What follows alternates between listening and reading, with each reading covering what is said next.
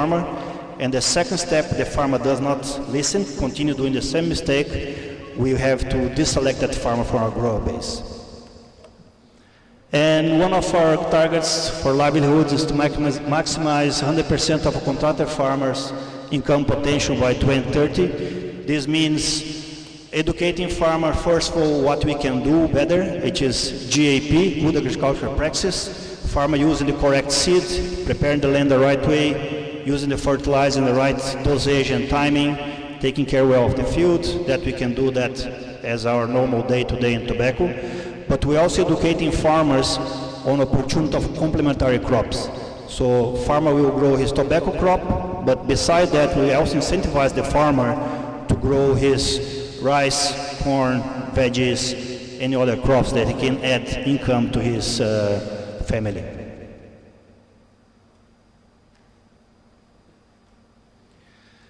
Here, just to illustrate what I'm talking about, start with China. We do have a lot of mechanization initiatives there. Drone applications being used in over 100 hectares. There is a lot of investment in field operations for land preparation.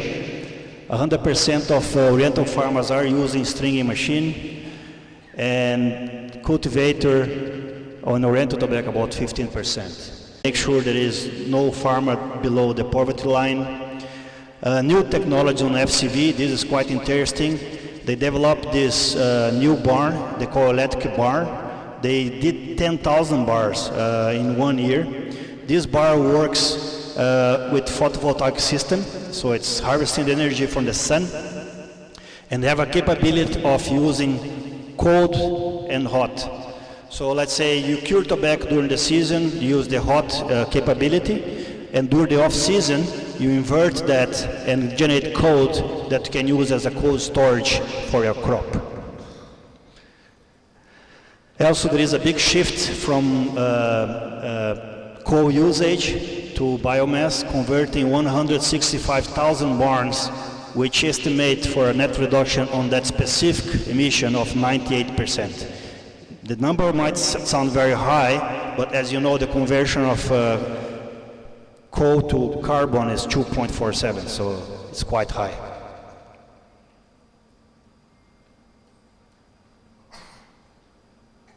Here are some initiatives for Indonesia. Talking about flue cured again, Indonesia has evolved a lot in the past from using kerosene, coal, and firewood. These days we're using a system that we call gasifier. These units have a power to use biomass made of box. Okay, so it has a really good benefit for the farmer. First of all, because we're not degrading the environmental, but also reduce labor for the farmer during the curing. Once that hop is full, it can last up to 4 hours, and the farmer only have to refill it again every 4 hours. So it's a very good alternative for the FCV curing. Under social programs, we have our own internal program called Sharia, where we educate kids about child labor, about sanitation, healthy, and so on. This is conducted with a third-party company that does a play role, teaching the kids in a very fun way. So we have covered over 13,000 children to date, and the aim is to cover 5,000 children per year. We also have insurance protection for farmers during the crop only. So when the farmers start growing the crop until the end, this farmer is covered by insurance. We have benefited to 1,400 farmers. And we also now recently has introduced a ESG mobile program where we have a little van with all the materials, big TV screens, and you hop village to village, making meetings where farmers, labor, anyone from the community is very well to join the education. It takes 1 hour and it's been very successful. Under mechanization, rotivator is a little tool that's been used a lot in Indonesia. We can see a saving on labor of 24%. And most recently, we are introducing loose leaf barn, which is under trial. We have the first unit being developed now, and this crop was the first crop run. The main reason because as you know, the most hard time for the farm is harvesting, and then if you don't have a bulk barn, we use the cramps, or use a traditional barn, there is a lot of manual work. And using manual work, you have the risk of involving child labor, or maybe labor that's not being paid the correct wage. So using the loose leaf barn, it makes the farmer life easier and less labor is required.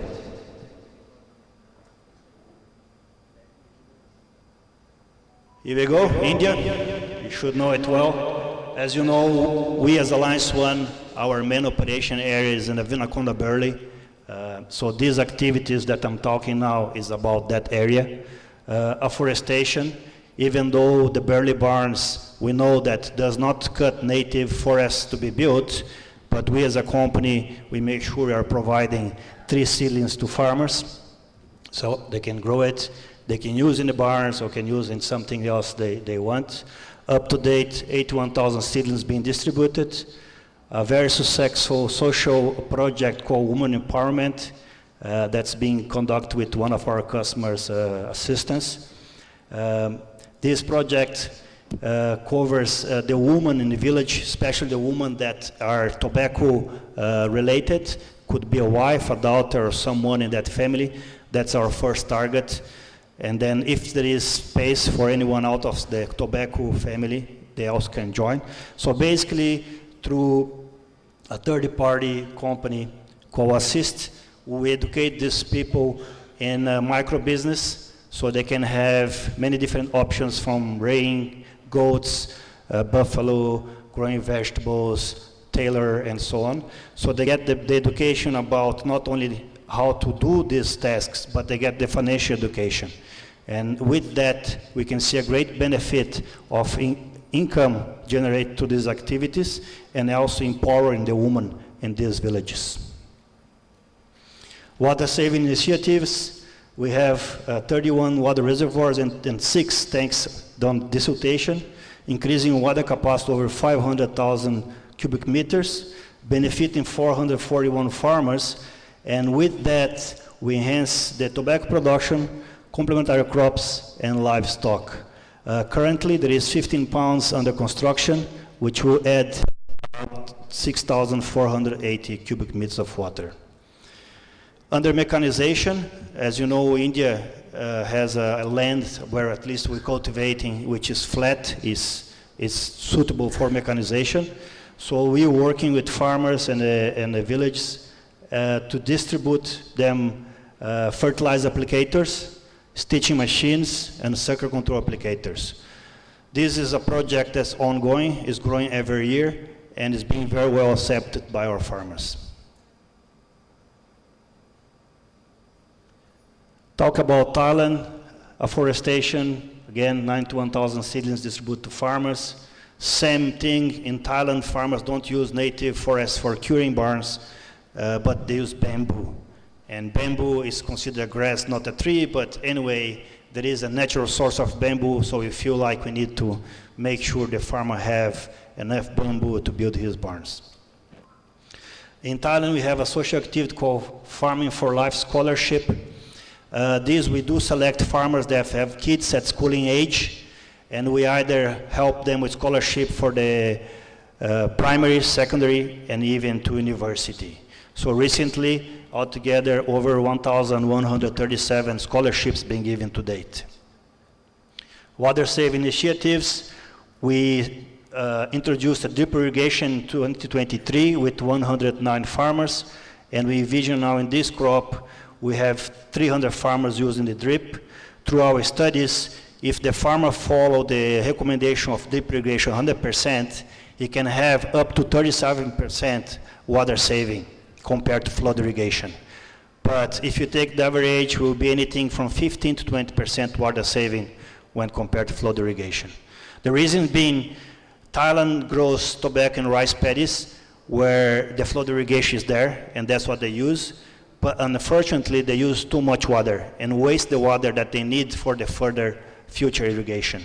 So using dripping, we can rationalize the way the farmer is using that water, saving the water for future irrigation, but at the same time, also saving water. And recently we commenced on demo plots and mechanization.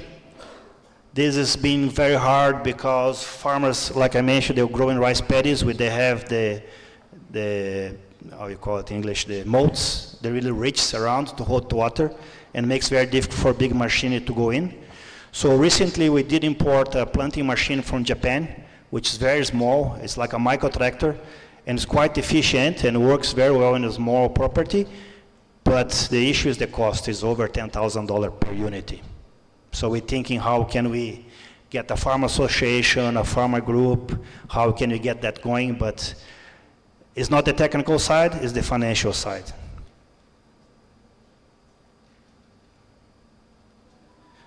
Continuing in Thailand, we also have operation of Oriental in the northeast of Thailand. We have very close program distributed in bamboo seedlings, up to now 145,000 seedlings distributed to farmers.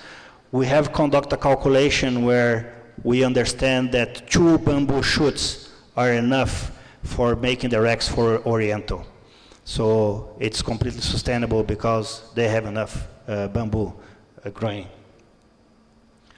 Same thing with under social, the scholarships, 13,332 given up to 2022, and in 2023 another 1,351 scholarships going to be awarded.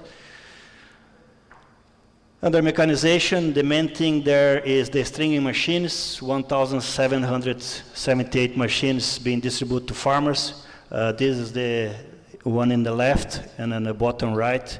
So you can see that saves a lot of labor to farmer, because typically they harvest, put in a basket, they go home, they string by hand.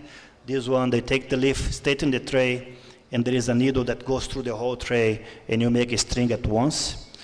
On the right-hand side, we just start this active now, is a planting machine. It's a manual planting machine from a company in Japan called Paper Pot.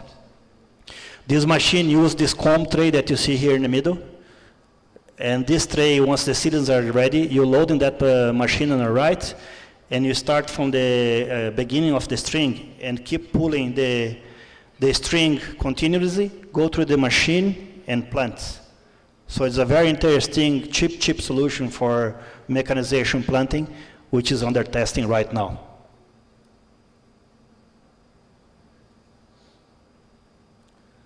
Continuing sustainability and ESG, we are a very responsible company. As I mentioned yesterday in my short speech, farmers are very important. We need to make sure the farmer is earning enough to continue the business in agriculture, because without farmers, we don't have the business. So we are conducting a living income study where we monitor 100% of our farmers, providing training to them in GAP, and also initiatives to improve scale and yield, adding complementary crops, and with that, increasing farm profitability. So here in this organogram in the bottom, you can see how it works. We collect data from net farm income, which means any product he produces for own consumption or to sell, what's his main crop and the second crop. And then there is a part of that called net off income that comes from activities that farmer conduct outside of the farm. Could be working as a labor, could be a small business, could be a government subsidy or anything. And then the last one, we put this all together, and we know exactly how much that farmer earning per year, and we cross-check against ICAR methodology study, where they do by country, by origin, to make sure that that farmer is earning the minimum living income benchmark.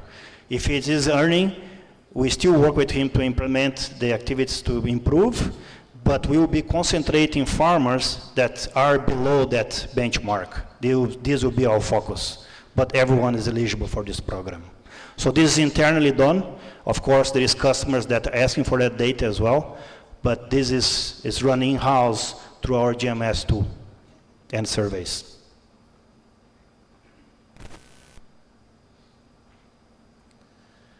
So what could happen if we completely ignore the sustainability and ESG programs that we all been talking about, which become very important global-wise? So to me, if you think about farmers, the risk for them is more in environmental. risk of deforestation, risk of water shortage, soil and water contamination, okay? That could happen if we not follow our steps to do our education to farmers. And the social part could be issues with minimum wage, where farmers are not paying the correct wage to laborers. We could have issues of child labor and forced labor, farmers not making the living income, and with that, it will be very difficult to retain this farmer working the farm. And not only that, his kids, their children, will see the hard life, the way they're working, and they'll want to migrate to cities, and with that, creating problem for the succession plan. Okay, so that's my view for the importance for the farmer. In our side, for the leaf merchants, we need to comply with international and domestic regulations, okay?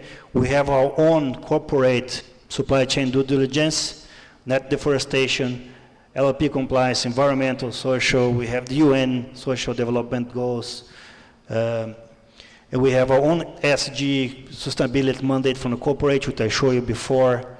And in the end, if we don't comply with our own internal regulations, we don't follow the customer requirements on that compliance of ESG, that could impact our business, where we will be hindered for the countries and customers that we can sell our tobacco.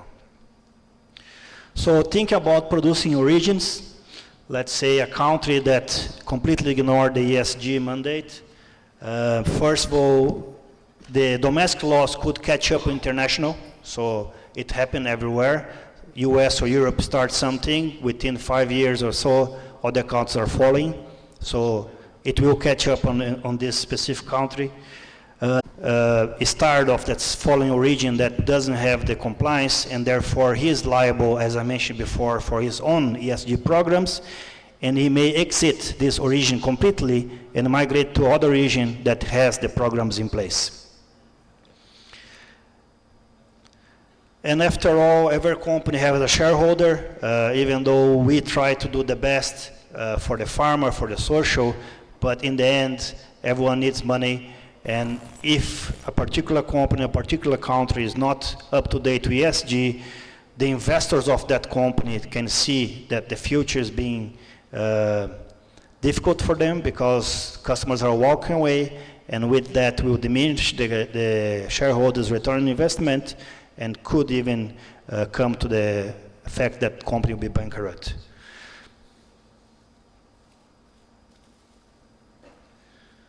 So this is our view for Alliance One. This is what we believe as a supplier. We are leading the ESG environmental. We are a global footprint company. We are aligned with customer regulations. We have established our key performance indicators for monitoring against our targets. We have GMS that to collect our data, and as well where governance is good with internal, external audits and due diligence. We have induced participation in stakeholder engagements that need to maximize our impacts.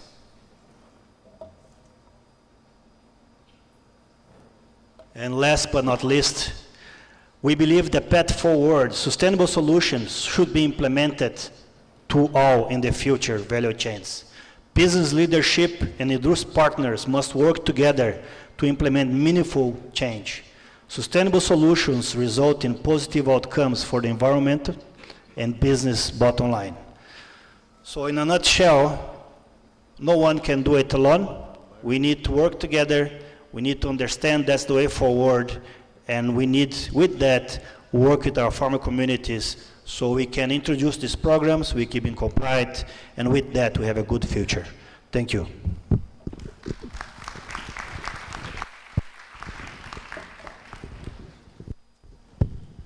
Oh, thank you very much. It's a very good presentation. We will take the discussion at the end after all the three presentations. There is a separate allotment for the discussion.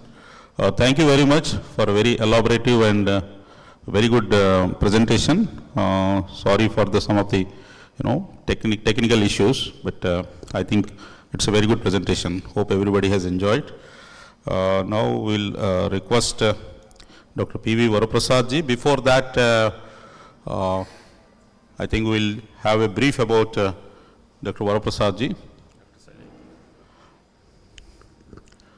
So we are fortunate to have the eminent speakers like Dr. P.V. Varaprasad ji. He is the director with the Sustainable Intensification Innovation Lab, Kansas State University, USA, globally renowned. Distinguished Professor Arok Cruz, Professor of Agriculture and Director of the FEED, the Future Innovation Lab for Collaborative Research on Sustainable Intensification at Kansas State University.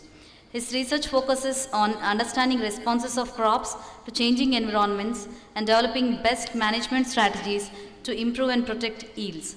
He is passionate about research, education, and outreach activities, and building human and institutional capacity. He has published more than 410 peer-reviewed journal articles and book chapters.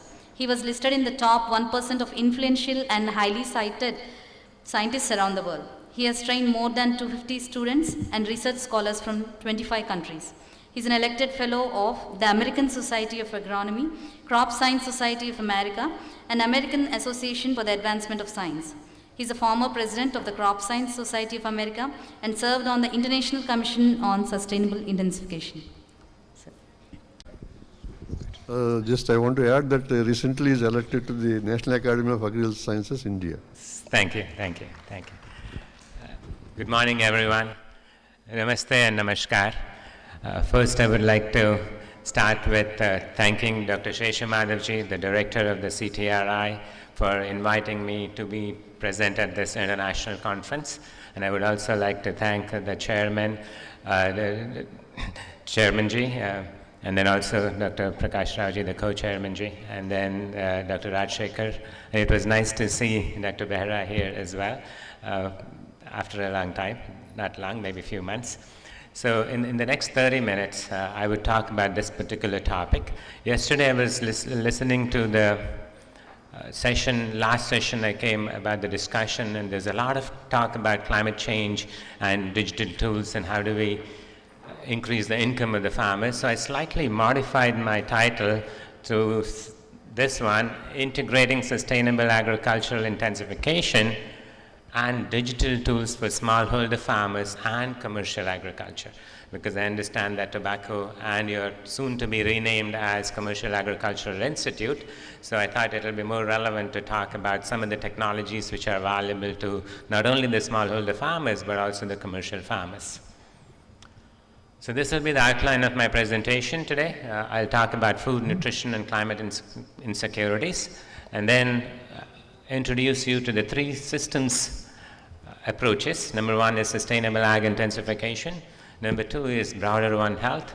And the third one is going to be circular biosystems. I won't go into the detail. I'll just introduce you to the topic, especially for the students who are sitting here, new emerging scholars. And then one or two slides about the overview of Sustainable Intensification Innovation Lab. And then we'll walk you through around the world from the continent of Asia to East Africa to West Africa and Latin America and Caribbean by just giving you some specific examples, and then straightly dip into some of the digital tools which would be valuable for commercial agriculture, both for smallholder farmers as well. And then I'll conclude. So first, let's talk about the current status of food, nutrition, and climate insecurity around the world. This is a global hunger map, which is produced every year by World Food Program. At this point of time, 2023, about 828 million people around the world do not have enough to eat.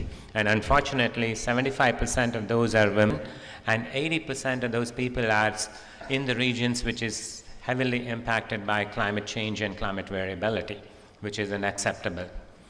And the next one is a map of malnutrition for children under the age of 5. And I called it a triple threat because there are three major issues here.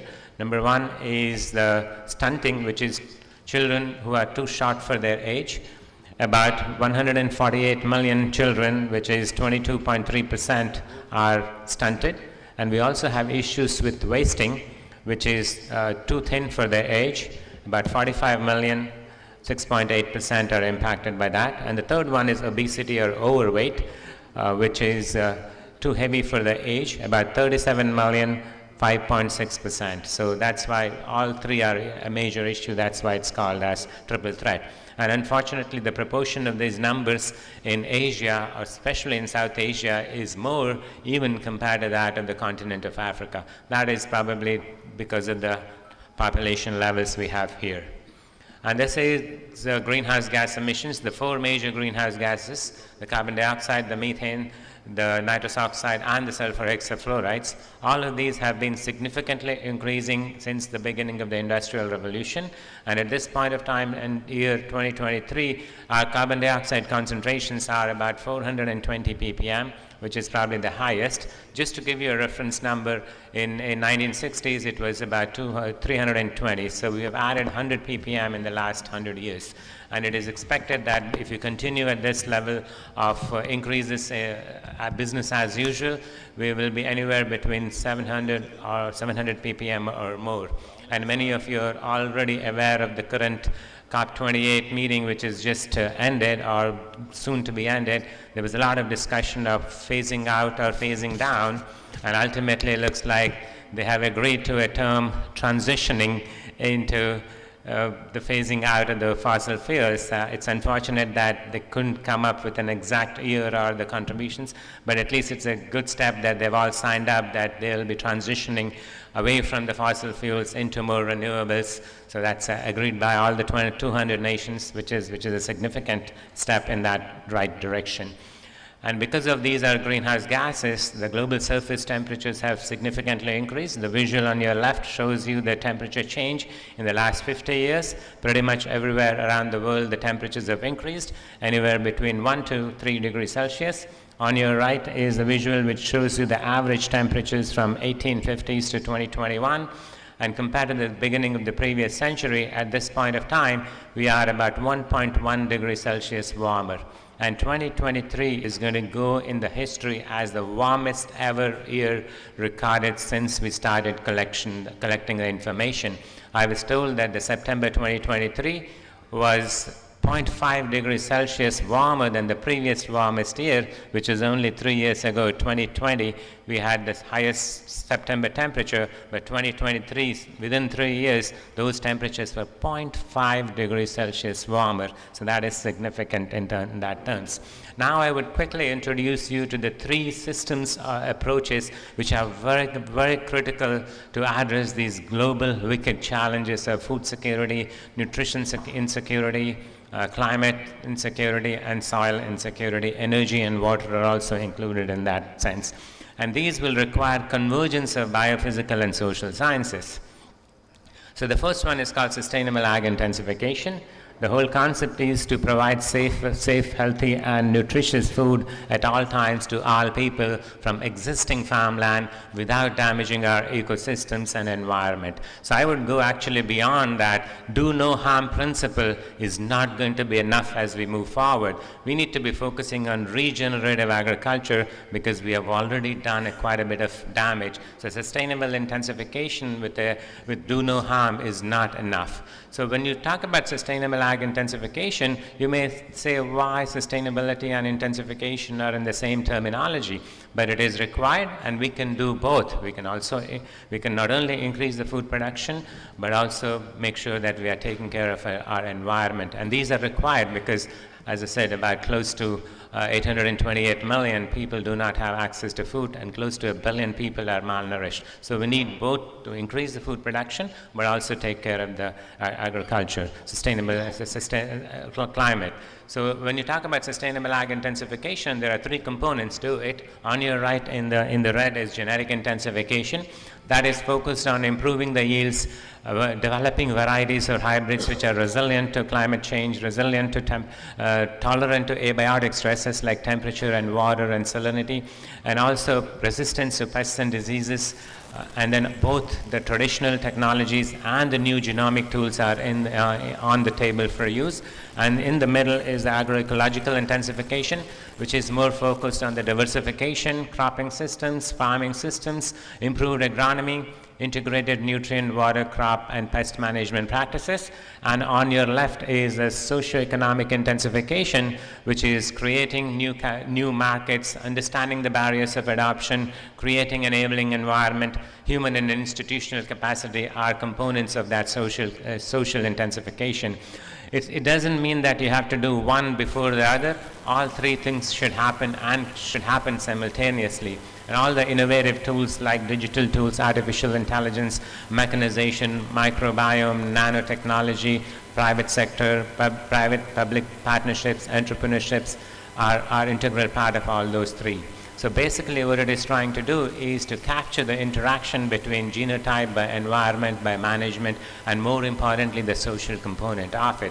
Oftentimes we only focus on 2 of the 4, or some people focus on 3, but it's very critical that we include the social aspect, because it's not the lack of technologies which is an issue, it is the adoption of those technologies at a scale which is important for us. And then of course this would youth gender communication and data science are integral part of it, and this will also require convergence of both biophysical and social sciences. And the second one is circular bioeconomy.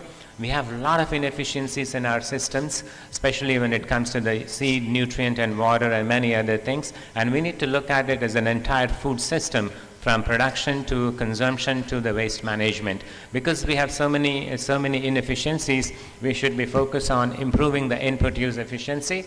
And I would like to just say the 5 R's for water and nutrients, specifically using right source, right rate, right place, right time, and right manner. And then we also need to make sure that we use the waste more efficiently.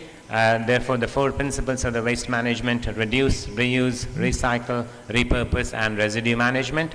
I would like to add another R to it is refuse. Refuse to use the material which will actually produce the waste, so that we don't have to deal after that fact. So that is gaining a lot of attention in Europe, but it is right now US is also focused on, but I would especially think that the commercial agriculture plus the sustainable agriculture will have an opportunity to minimize this. And this would also require systems thinking and transdisciplinary approaches. And the third one is broader One Health. You all heard about the term called One Health, which includes human health, animal health, and ecosystem health. But I would like to broaden this terminology, because to have those 3, it all begins with healthy soils. If you have healthy soils, it will lead to healthy plants, they will lead to healthy animals, to healthy humans, and all of them together will lead to healthy ecosystems. And unfortunately, right now, soil health and plant health is not included in the One Health concept. Therefore, I've been a big proponent of making sure that soil and plants health is included in that. And hopefully, all of you sitting in this room would be the proponents on and will support this activity. So with that was the broader focus, big picture. Now I would just like to just give you an overview. I won't have time today to talk details about where we are doing and what type of activities we are doing, but I'll just give you a broader understanding and provide you a website where you can actually learn more details about what we are doing in our innovation lab. Our innovation lab is called as Feed the Future Sustainable Intensification Innovation Lab. It is one of the largest innovation lab funded by USAID, US Agency for International Development. We are in multiple continents around the world. Right now we are working in 13 different countries in the world, but in Asia we are in Cambodia and Bangladesh. In East Africa we are in Ethiopia, Tanzania, Malawi, and Rwanda. In West Africa we are in Senegal, Niger, Burkina, Mali, and then a little bit project in Ghana as well. And in Latin America and Caribbean we are in Haiti, Guatemala, and Honduras. That's our footprint. And it's a pretty big lab which takes a systems approach. We have one research project in all of these 13 countries, and the area of inquiry was actually developed through participatory approaches by asking the farmers and the host country researchers and the extension and the governments to tell us what area of research we should be working on. So in East Africa, it is more on cereal legumes interaction. In West Africa, it is crop and livestock interaction. And Asia, it is managing rice fallows and commercial vegetable gardens. So that's our footprint. And then we have 4 different consortiums. The first one is called Mechanization Consortium, because labor is getting expensive even in the developing countries. So we need to be using mechanization tools to also minimize the losses during the crop production. Many of you are probably aware that 30% of what we produce is either lost before the harvest or lost after the harvest during the processing, and most importantly on your dinner table. And both developing economies and developed economies contribute to the same extent of 30%. In the developing countries, it is before harvest or during the storage, and in developed countries, it is after the grain leaves the farm gate. About 2 billion tons of food is wasted annually, worth $1 trillion. And we talk about improving the food production by 60%, so 30% is right there. So therefore, mechanization tools are very important to minimize those waste. And the second consortium is called the Geospatial and Digital Tools Consortium. And the third one is Policy Consortium. And the fourth one is Soils Consortium. So those are the 4 consortiums we have. And we also have 4 centers of excellence, one in Cambodia on Center for Sustainable Ag Intensification and Nutrition, and then one in West Africa, which serves the 5 countries, called iReach. And then we recently started one in Haiti, and then we are about to Center of Excellence on Climate Change and Mitigation and Adaptation to Climate Change, and we are in the process of starting one in Guatemala. So that's our footprint, and we have about 120 organizations participating with us, about 130 scientists, and we have funded 250 research scholars, and that includes scientists and students from 20 different US universities and 9 CGIAR organizations. So that's our footprint. I would encourage you to look at our website to learn more about our program. So now I think I would just give you some examples. I've slightly modified this looking at the discussions you were having in the last hour when I got here. So I would like to start with, and this will be very relevant for not only tobacco but also all the commercial crops, although we don't directly work on commercial crops in our commercial vegetable production, but don't focus on tobacco at this point in time, but I'm sure that these technologies or the digital tools which I'm talking about will be highly relevant to your organization as well. So first I would like to talk about the conservation agriculture. We all know for subsistence farming, it is about minimum tillage, crop residue, cover crops, and then crop rotations. And I've added water harvesting and integrated nutrient management as well. And in the developing economies or the smallholder farmers, that's what we are promoting in our 13 different countries. And I would also say that it is, for example, here it is the conservation agriculture for water harvesting at tide ridges. So usually we grow plants in ridges, but I've tied them so that there is more time for infiltration. And on the bunds, you can actually produce some of the crops like pigeon peas or grasses, which will provide you additional biomass or grain for human consumption or livestock management. And there is a contour ridging is another technology where you build contours against the slope so that you have more time for infiltration. So that's for the smallholder farmers. And then in Ethiopia, we are focused on commercial home vegetable production. And we try to promote indigenous vegetables which have more nutrition and more antioxidant capacity, because as I said, human nutrition is a critical component or a major issue when it comes to global issues. And then here we are doing that using the conservation agriculture principles of using the locally available mulch and making sure there's a diversity of the crops and the rotation comes, vegetables are rotated. But more importantly, we are using solar-powered drip irrigation systems.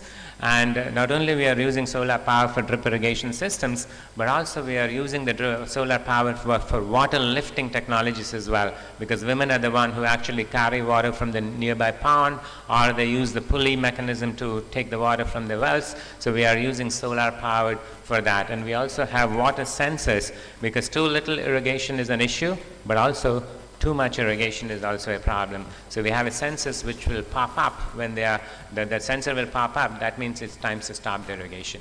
So that's just a simple thing. Whenever the water table goes up, it pops up and then you can stop irrigation. So those are some of the innovations we are doing. And then as I said, mechanization is very critical. We are working on multiple components of mechanization. I've just given you 8 different examples here: planters, the reapers, the transplanters, the fertilizer applicators, and also pesticide through trolleys.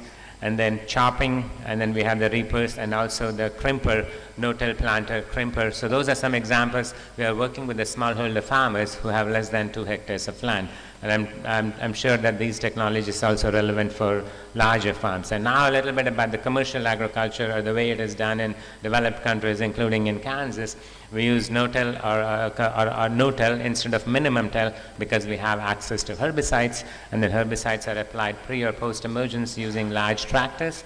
And then cover crops is picking up. We're using cover crops, especially the mixtures. And then in Kansas, we rotate winter wheat with summer maize or corn or sorghum and soybean, but also we keep the land fallow. Our cropping intensity is 66%. We use 2 crops in 3 years because we want to capture the rainfall and the snow because it's mostly dry land agriculture. And then when it comes to commercial agriculture for water management, we use the furrow and broadbed, but sprinkler irrigation is laterals or center pivots are very common. Center pivot or laterals can actually irrigate more than 100 acres at one point of time. And then also subsurface drip irrigation system is getting very popular, again using those 5 principles of right time, right rate, right method, and right place.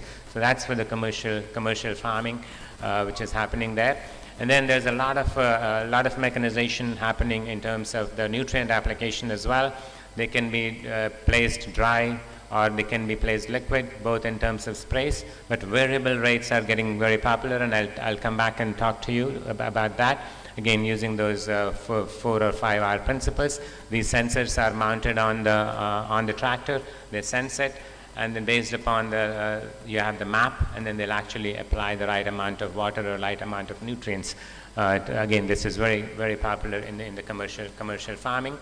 And then, of course, mechanized planting and mechanized harvesting is very common because there's no availability of the labor, or labor is very expensive. And because of this mechanization, contractual farming is coming up. Service provision model, meaning that the tractors will start harvesting in the Texas and the South wheat, and then they go up north because wheat matures from Texas to Canada on a monthly basis. So all of these contracts, they just start harvesting in Texas and run 24/7 their combines all the way from Texas to Dakotas, and even they go into Canada's. So that's what it's happening there. Some components of those could be very valuable here. So I'm at 19-minute mark, so I will just wrap up in the next 10 minutes. And then now I would focus on the digital tools. This was new. I was not thinking about talking about this. I was going to give you examples from different countries, but then I thought about what you were discussing yesterday. I thought it will be very relevant as you begin a journey diversifying beyond tobacco. Of course, these technologies will be valuable for tobacco as well. So I'll just give you some specific examples. I would like to put a disclaimer here that any mention of trademarks or companies or apps or material is simply an example and not endorsed or recommended by the presenter, which is me, my university, which is Kansas State University, or the donor agencies which fund me, which is at present of time, it is USAID. So I've taken this from the literature, and it's just for the sake of the students who would like to know what type of technologies, digital tools are available, can not only be used for the smallholder farmers, but also for medium and large farmers, especially those are kind enough to test these technologies or the relevancy of these technologies. So first, for digital tools and artificial intelligence to have, we need 2 things. One is the imaging technology, another one is the data science, data storage and the data analysis. Right now we have tremendous amount of information coming out from satellites. Either they are fixed satellites, and then the fixed wings planes and the drones are picking up. When I started my program, drone was about $5,000 in 2009. Now I can just walk into Walmart and pay $200 or $300 and get a drone. But of course, you have to put sensors on the drones. Taking image is not an issue, but how do you process that in an image and convert that image into a prescription to the farmers? That's a major issue, and that's where the technology and the human mind is needed. So, and of course, different resolutions. You can put multispectral, hyperspectral, RGBs, data, RGB cameras, and get those images from all of those 3 satellite aeroplanes or drones. And you have these different types of satellites, MODIS, Proba 5, Landsat 8, and Sentinel, which operate at different timelines and which give you different resolutions. These are I'm only talking about the free options. You can actually buy the satellite image, which will give you much finer resolution. Now actually you can get even the fluorescence data, which will which will give you the health of the plant, the thermal imaging as well. So that technology is really going very fast. So now in the next 7 minutes, I'm going to give you probably 7 different examples of some different digital tools which can be used not only in tobacco but other commercial crops, especially relevant for both the smallholder. We are using for the smallholder farmers, but it is also valid for the large farmers. So first one I would like to say is that whenever we talk about climate change and the greenhouse gas emissions, it all should begin from appropriate land use. Because right now we are not using the right crops and the right plants. We are using grain crops where we should be using forages. We are using forages where it should be left for biodiversity or the agroforestry or even forest management. So we are not using the land appropriately. So we should begin with appropriate land use planning. And this is an app. All of these are available. For each of these slides, I've given the company which has developed it, and proper attribution is given for each of the slides from the person or the people who developed it. So this land use mapping, this is land PKS. You can collect that information both from the satellite and the ground truthing, and that data is available. So actually you can input the information about your field, and it actually tells you what's the best appropriate use of your land is. And if you refine it further, it actually tells you how much nutrients and how much water you should apply. This particular example is from ISRIC, from World Soil Information. And then second one is about water irrigation. You have this Heliopass or water fox, which is sensorless yield optimizing irrigation planning. So you can actually put in your information about your soils, your geolocation, your type of crop, and it provides you how much water you should apply, when you should apply, and then in what form, if you have the capacity, or different types of irrigation system. And all of these tools are available in Google Play or directly downloaded from browser or Apple Store as well. And then the way it works is the variable rate application, because right now we are blanket application, and there's a lot of diversity within your land. Even as small as 1 acre land, there's going to be a lot of variability within your field. So that's where your inefficiencies of your input is going. So if you're able to site specifically or use the variable rate application, you have an opportunity to minimize the waste. So the way it works is you collect the information continuously, you create the knowledge about your own field, and then the data is stored in the data for the multiple years is stored in the cloud, and then it will actually use that information to tell you for the next season how effectively utilize how can you apply the variable rate application. This can be for planting and herbicide application, irrigation, scouting, and your other pesticide management as well. So it's very popular. And they are actually using it for the smallholder farmers in Kenya for monitoring the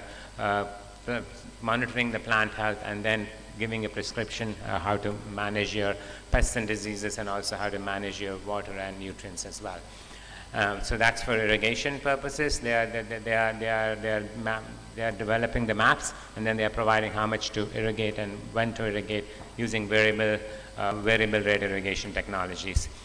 And then not only they are doing irrigation, but also they are actually collecting the soil information based on your micronutrients and the macronutrients, and they are providing how much to mix for irrigation. Not only use irrigation, but also use your major and micronutrients into your irrigation water and apply as a water source through fertilizer through waters. And I've given you the cultivate. This particular app is run from Bangalore, so it is obviously being used in India. So it's getting popular. And the last one is about how can you manage, because crop quality of the produce is very important, especially for tobacco. I would guess it's very critical and very important about maintain the quality of the leaves. And we are using the digital tools in Kansas State to use the quality of the soybeans in terms of the protein and the oil content. And they mapped it for 2 different states for multiple cropping seasons.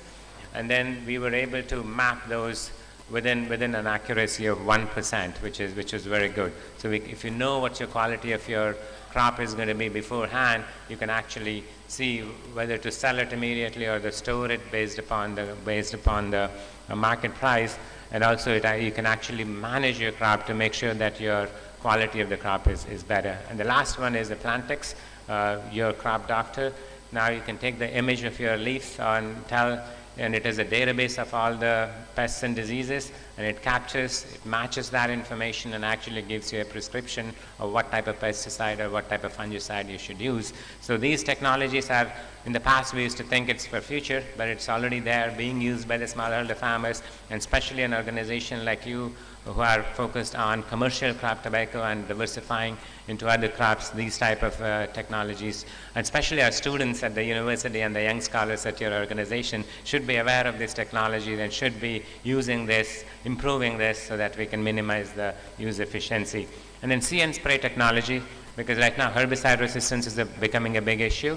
So now you can actually, there's a sensors in front of the tractor, it can see, if it sees the weed, then it sprays it.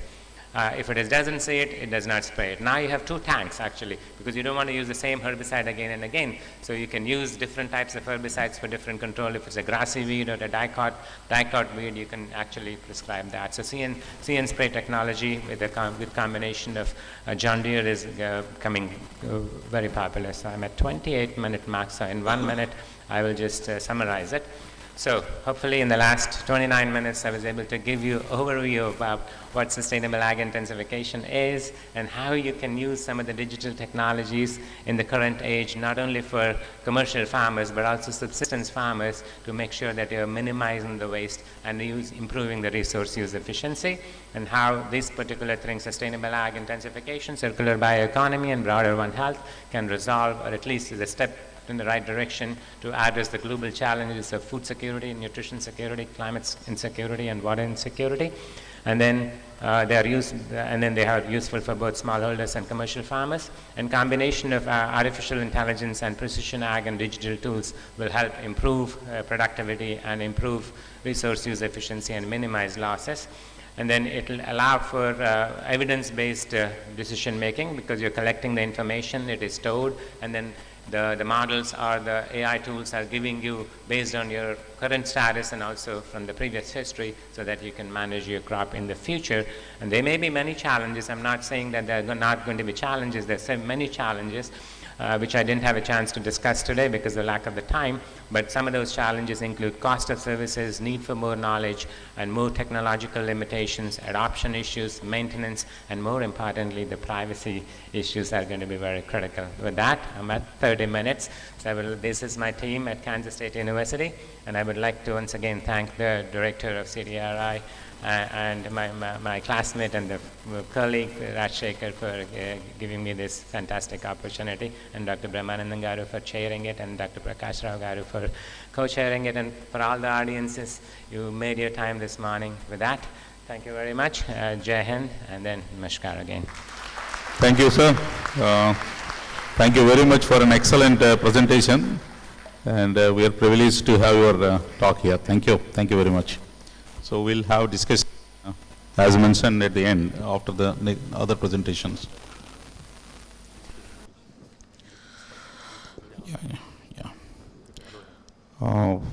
Friends, now we'll have presentation from Dr. Michael J. Stout, who will be delivering it through online.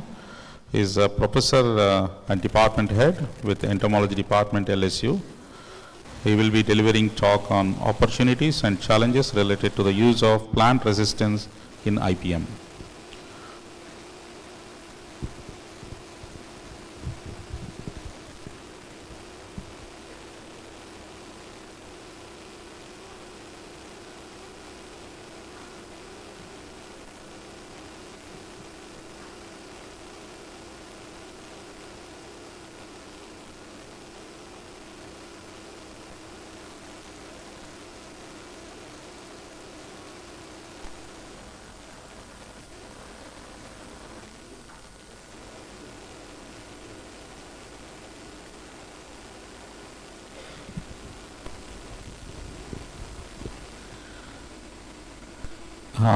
Dr. Michael, hearty welcome.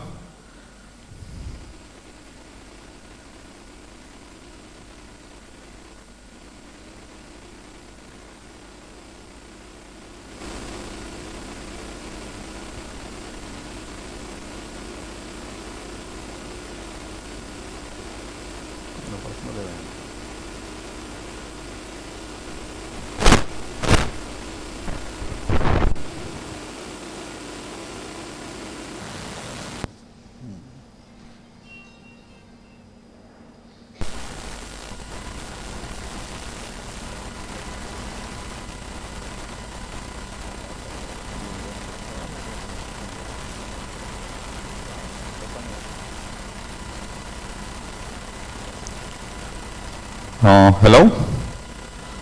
Dr. Michael, are you able to hear us?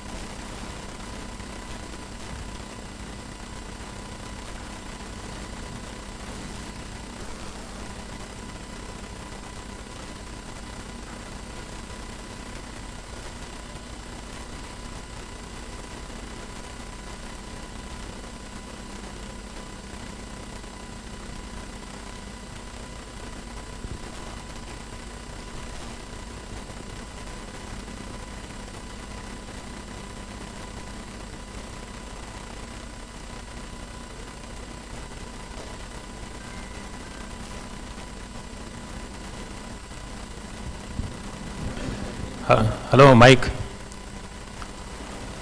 Could you able to hear my voice? Dr. Mike? Yes.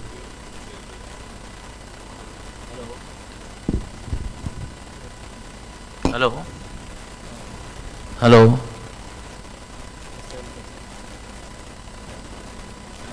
ఆయన voice వస్తుంది. Are you able to hear Dr. Mike?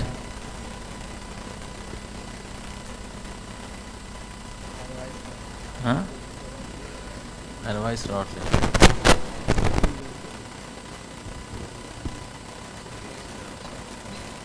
Hello?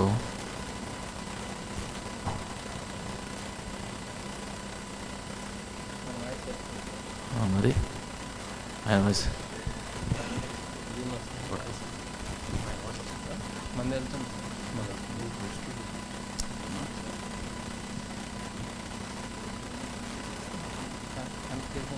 Message కూడా పెట్టాను.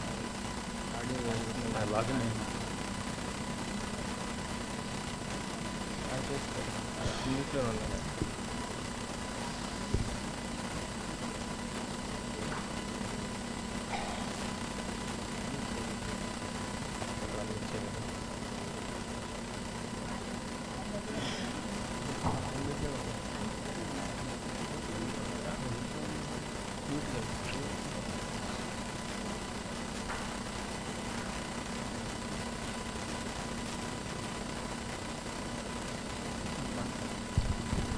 Hello, Dr. Mike. This is Dr. Korada. Can you hear me? Yeah, he is hearing. Yeah, but why? Yeah, just please wait for 1 minute. We are not getting your voice.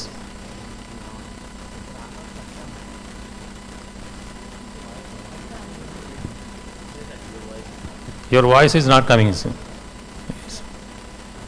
Have you muted your voice?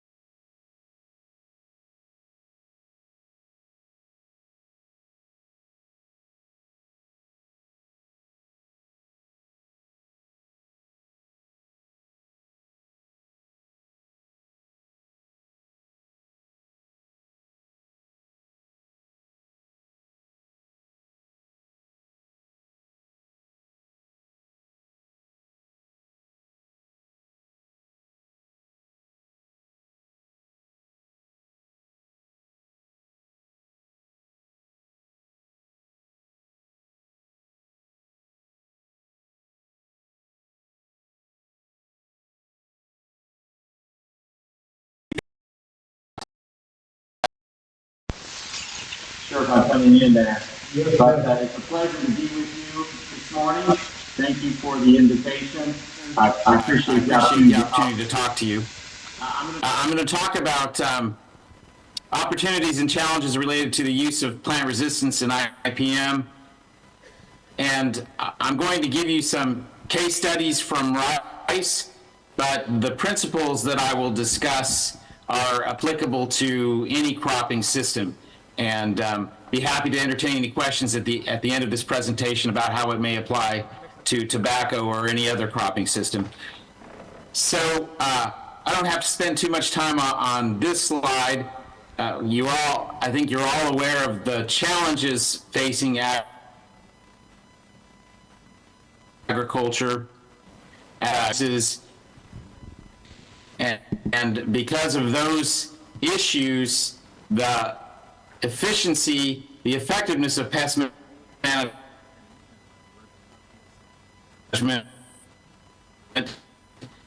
must become greater, but at the same time, to pest management that is less damaging to the environment and more sustainable. And one of the ways that we can do this, we can meet this challenge, is by increasing our reliance on post-plant resistance as a tactic. And so just as an outline of what I'll talk about this morning for you, I'll talk about plant resistance as the central tactic in IPM and give you a few reasons why plant resistance as a tactic is still underutilized and what kind of research we need to do to increase the use of plant resistance. And then I'll try to illustrate some of those principles from in rice with two major pests, the rice water weevil and the Mexican rice borer. So let me start my presentation here just by noting something that I think is obvious to all of us, that all crop IPM systems involve a plant-insect interaction, because the goal of an IPM program is to manage the interaction between the crop plant and the pest herbivore to reduce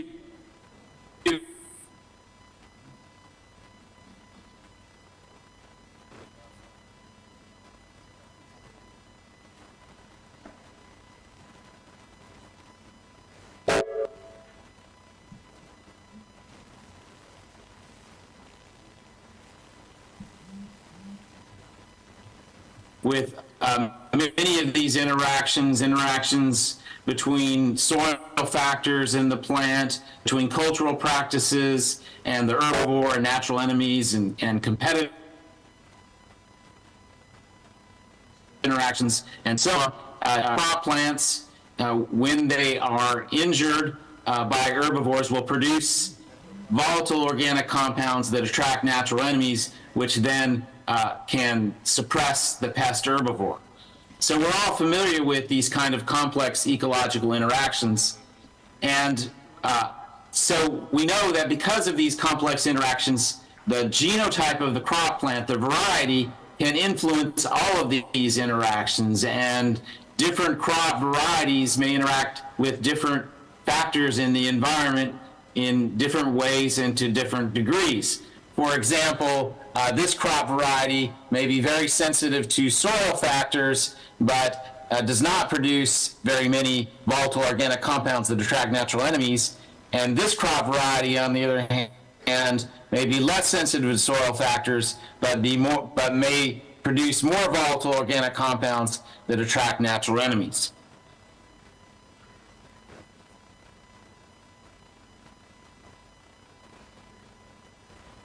And all of this influences pest management directly by reducing injury from herbivorous pests or reducing yield loss per unit injury. So we call that first type of direct interaction resistance, and the second type we call tolerance. But crop genotype not only influences pest management directly, it also influences indirectly by influencing those complex webs of ecological interactions and influencing other management tactics. So all of this means that selection of the variety, selection of the crop variety, is fundamental to the success of an IPM program. But despite, and let me give you an example of that. This is from the literature, and this is a well-known example in corn or in maize, where some maize varieties produce lots of this compound, this sesquiterpene called caryophyllene, that attracts natural enemies, whereas other varieties like Pactol here does not. And so you can see here how crop variety can influence an IPM program not only by directly affecting herbivores, but by indirectly influencing tritrophic interactions. So despite the importance of crop variety and the crop genotype, plant resistance as a management tactic is often underutilized. And I want to give you 3 reasons why plant resistance is often underutilized. The first is that we, and we all know this, that we rely too much on insecticides in our management programs. And what over-reliance on insecticides does is it not only disrupts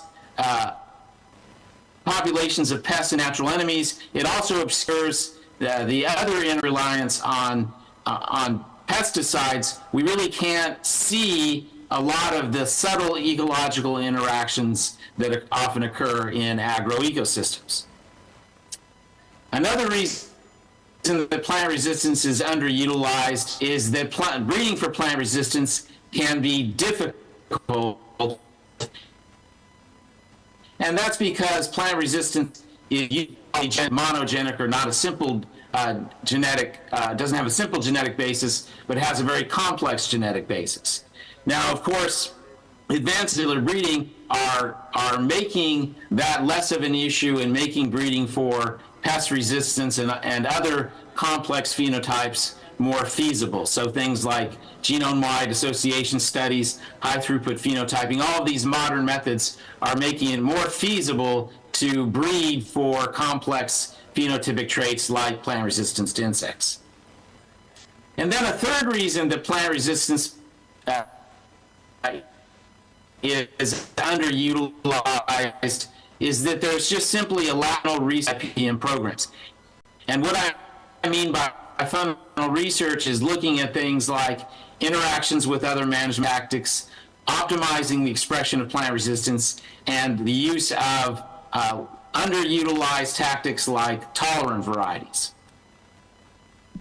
And so this is just from a recent review that I wrote. And when you look into the literature on plant resistance and integrating plant resistance into IPM programs, what you'll see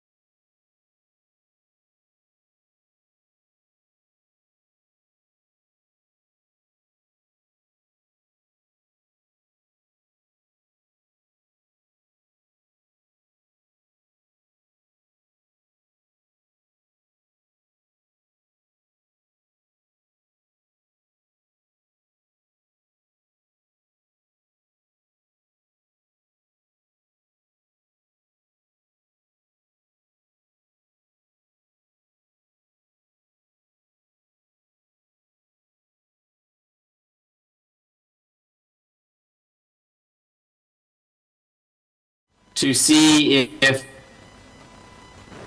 any of our commonly used to the right. And what we found is to the rice water weevil in our commercial germplasm. And we've also screened thousands of different genotypes of rice, and really we have not identified a single variety with, or a single genotype with high levels of resistance. So that presents a very large challenge if you want to use varietal resistance, plant resistance in a management program. So this has been, because of this insufficient resistance in commercial germplasm, we've had to try to become creative and use other tactics or use other ways of using plant resistance in a management program. So evaluations of commercial germplasm, we didn't find any genotypes with high levels of resistance, and this is a big challenge. How can we use plant resistance when highly resistant germplasm does not exist? So I want to talk about a few of the avenues that we've gone down in order to try to use plant resistance in the absence of highly resistant germplasm. One of the things that we've looked at is combining plant resistance with other tactics. And so, of course, insecticides are very important still in pest management in U.S. rice. And one thing that we did find was that plant resistance and insecticides are compatible tactics. So you can see here that we have three varieties of Jefferson is our most resistant variety. It doesn't have high levels of resistance, it has only low levels of resistance. But what we found is that we can combine Jefferson with different types of insecticides and get, if not additive effects, at least compatible effects. So one thing that we can do is we can combine plant resistance with insecticides, seed treatment insecticides.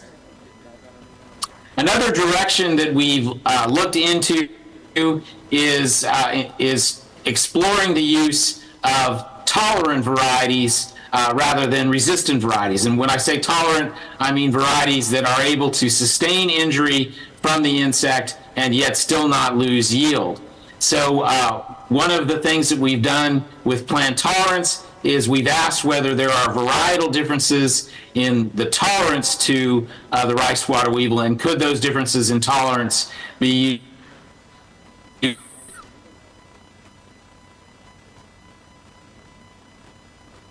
rice varieties. And so to do this, we planted hybrid versus inbreds, and we planted those hybrids and inbreds with insecticides and without insecticides, and using that method we were able to calculate yield loss from the rice water weevil with our hypothesis that tolerant genotypes would show lower yield losses.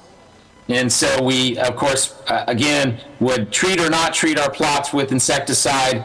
We would look at the injury, and then we would take yields and look at yield loss.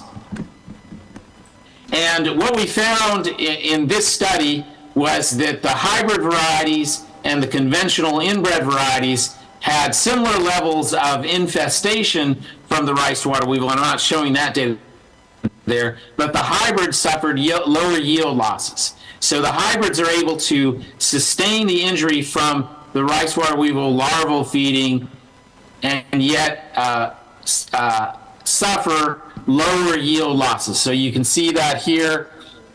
This is percent yield loss on the y-axis, and on the x-axis the rice type. And you can see in 2 out of 3 studies here that our hybrids showed lower yield losses from the rice water weevil than did our inbreds. So although we don't have resistant rice varieties in terms of rice varieties that suffer lower levels of injury, our hybrid varieties are more tolerant of the injury that they do sustain.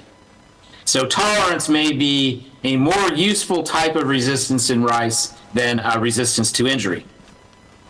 Another direction that we explored was trying to increase resistance or tolerance using soil amendments. So one type of soil amendment that we looked at were mycorrhizae, and so we asked the question of, can soil amendments with mycorrhizae be used to optimize expression of resistance or tolerance against the rice water weevil? So this is a very simple experiment where we used a factorial design, a combination of commercial mycorrhizal seed treatment with 4 species of mycorrhizae and insecticide treatment. And again, just a very simple experiment, factorial experiment.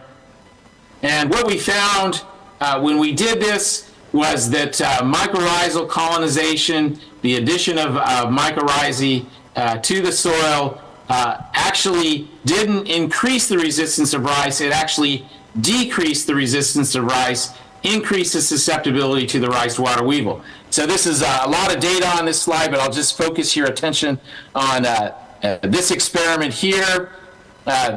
These 2 bars are without mycorrhizae. These are with mycorrhizae. And you can see that when we added mycorrhizae, we get a slight increase in the number of rice water weevil larvae per course. So mycorrhizae don't increase the resistance, they actually increase the susceptibility of rice to the rice water weevil. But as mycorrhizae often do, mycorrhizae increased the root and shoot biomass, they increased the plant growth. And lots of data here, but I'll just focus your attention on this experiment here. And you can see this is the plants with mycorrhizae, this is plants without mycorrhizae. You can see that the plants with mycorrhizae had higher shoot as well as root biomass. So the mycorrhizae increased the growth of the rice plants. And what we found was that in addition to increasing the growth of the rice plants, the inoculation with mycorrhizae rice more tolerant weevil injury.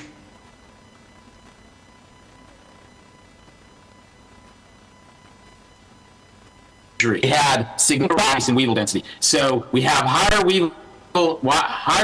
weevil injury in mycorrhizal plots, but higher yields, which indicates that the mycorrhizae was making the rice more tolerant of the injury from the rice water weevil. Then the third direction that we looked at in terms of optimizing expression of plant resistance was we asked whether we can use elicitors of plant resistance to stimulate resistance against the rice water weevil. And in this case, the elicitor of plant resistance that we were using was jasmonic acid, which is a plant hormone that's involved in responses to insect in solutions of jasmonic acid. And then we asked whether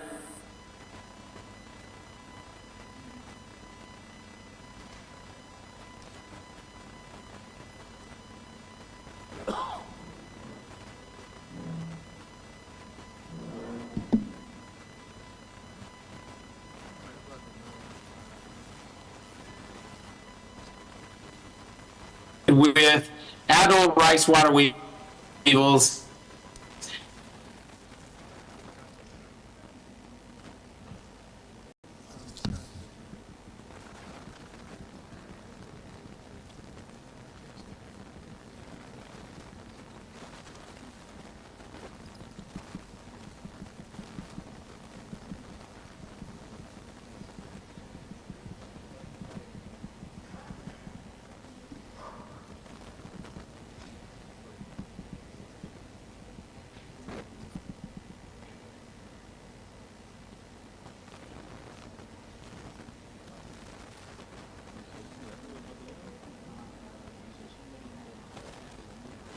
This is a field experiment. Recording in progress. And what we saw here was that we could treat this methyl jasmonate, treat the seed with methyl jasmonate, plant it in the field, and actually get reduction in weevil densities in actual field plots. So this is two experiments over 2 years, and you can see here.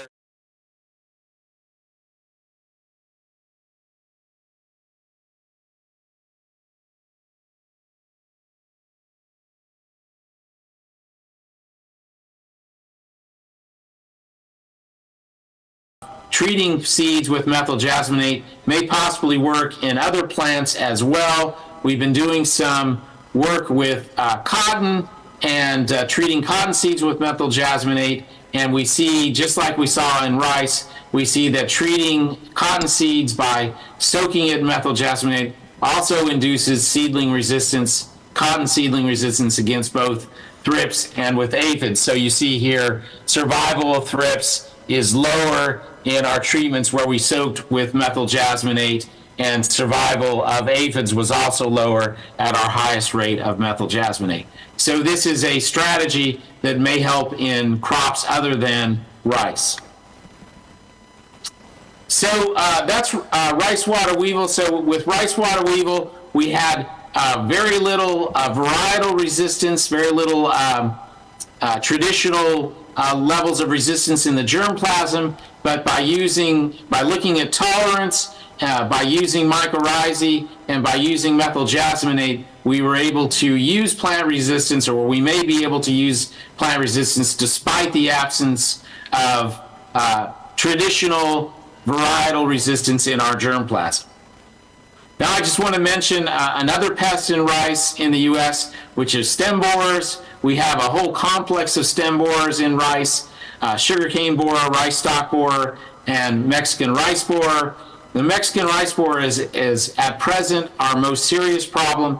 It's an invasive pest. The species name is Eoruma loftoni, and like all stem borers in rice, it can cause both dead hearts and what are called whiteheads. And this is kind of a new pest for us. The Mexican rice borer only recently invaded Louisiana from Texas, and so we've only begun to start working on this pest in the last 5 years. Populations are increasing, and they are causing severe yield losses. And right now, farmers are using chlorantraniliprole seed treatments, which are effective, but they're using it on 80% of the acreage in southwest Louisiana, and that's an unsustainable tactic. So because this is a new pest, the first question that we asked was whether commercial varieties possess resistance against the Mexican rice borer. We saw that commercial varieties were not effective, did not have resistance against the rice water weevil, so we asked if they had resistance against the Mexican rice borer. We've done a number of experiments over the last 6 years, and we recently conducted this meta-analysis of all these experiments that we've done, 35 or a total of about 20 experiments with multiple genotypes. A total of 35 different genotypes were tested, and we looked at resistance by counting whiteheads during the headed stage. And what we found was, unlike with the rice water weevil, commercial varieties of rice do seem to possess usable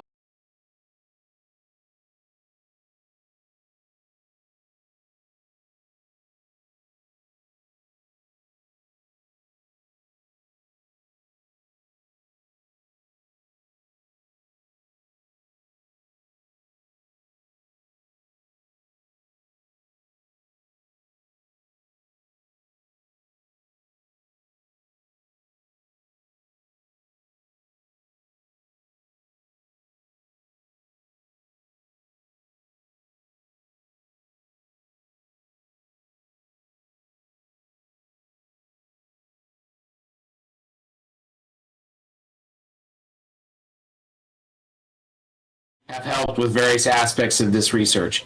And so thank you for your attention. I hope you were able to hear all of that okay with our connection, and I'd be happy to take any questions. Interaction in the ఇచ్చేస్తే పోద్ది కదా. Thank you, Dr. Michael, for excellent presentation, covering various range of pests and the opportunities and challenges related to the plant resistance. Thank you very much. I think because it's online, I think... Any questions? It's open for questions. Anybody would like to interact? Yeah, you have one submission to you. Yeah, Dr. Mike, I'm actually the director of Indian Institute of Vegetable Research in Varanasi, Dr. T.K. Behera. I have one question related to the programs in the host plant resistance. Regarding the how to have, the inbreds you have, but whether we can have also to have the integrations of the genes which are responsible for these particular traits, particularly a lot of QTLs are there. Is it possible to integrate in our own materials what we have here in India itself? Do you have any, and this, because it's a complex trait in the, with respect to the insect resistance. So whether it's possible in a way that how we can also transfer it to our materials. So thank you, Dr. Mike, it's a wonderful presentation. Thank you. It's not getting, I think. Mike, okay? No. It's okay, Mike. I think then... Thank you very much. Thank you very much. Thank you very much, Dr. Stout, for your excellent presentation. We have comprehensively covered all the aspects of the topic related to opportunities and challenges of plant resistance. Thank you very much. On behalf of organizers, we express our gratitude to you. Thank you.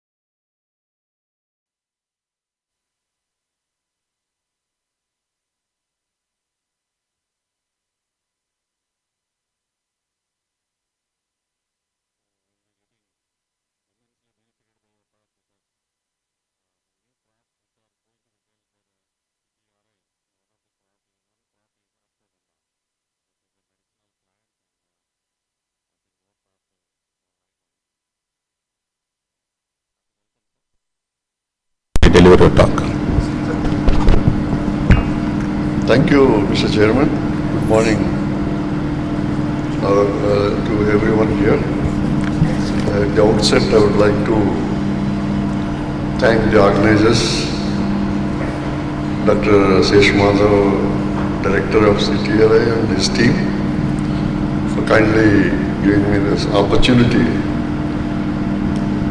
to present to tobacco researchers, but I'm a non-tobacco research-wise, and I'm a non-smoker also. So I'm from, playing from outside, but still it is very heartening to know that the CTRA has planned and almost finalized to extend its boundaries of research into tobacco and beyond. This is the question I asked yesterday, for which I got the answer that tobacco will remain as the more focused crop. But then they are also planning to do research where the farmers could go beyond tobacco. So when we say we go beyond tobacco, or that matter any other crop, why we go beyond other crops? I mean, to other crops. Because there are two things in the crops. Number one is the cultivation.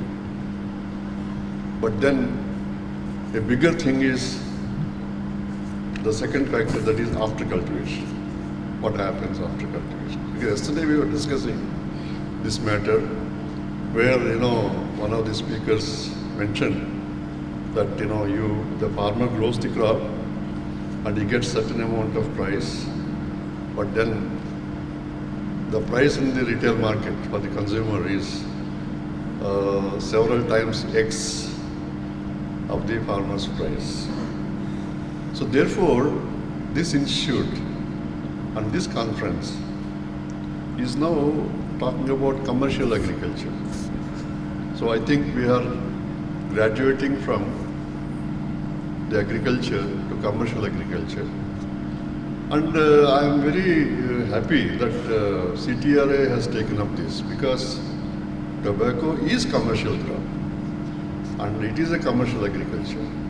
And we have seen the kind of money that it generates. Yesterday, I think Rashesh Madhav and others, they have given us very good analysis of how tobacco improves the economy for the country, for example, through exports, commerce and others. But then, I'm very happy that Dr. Varaprasad has mentioned that, in agriculture, the key is sustainability. So how do you do that? So it is not just a sustainability, but we have to make an intensified efforts to make sustainability to work for the farmers and the society at large. So therefore, I think the organizers of this conference have had a great vision in calling people like me, who has not even worked anything on tobacco, but then, can give some ideas and inputs where probably we can converge into some new directions.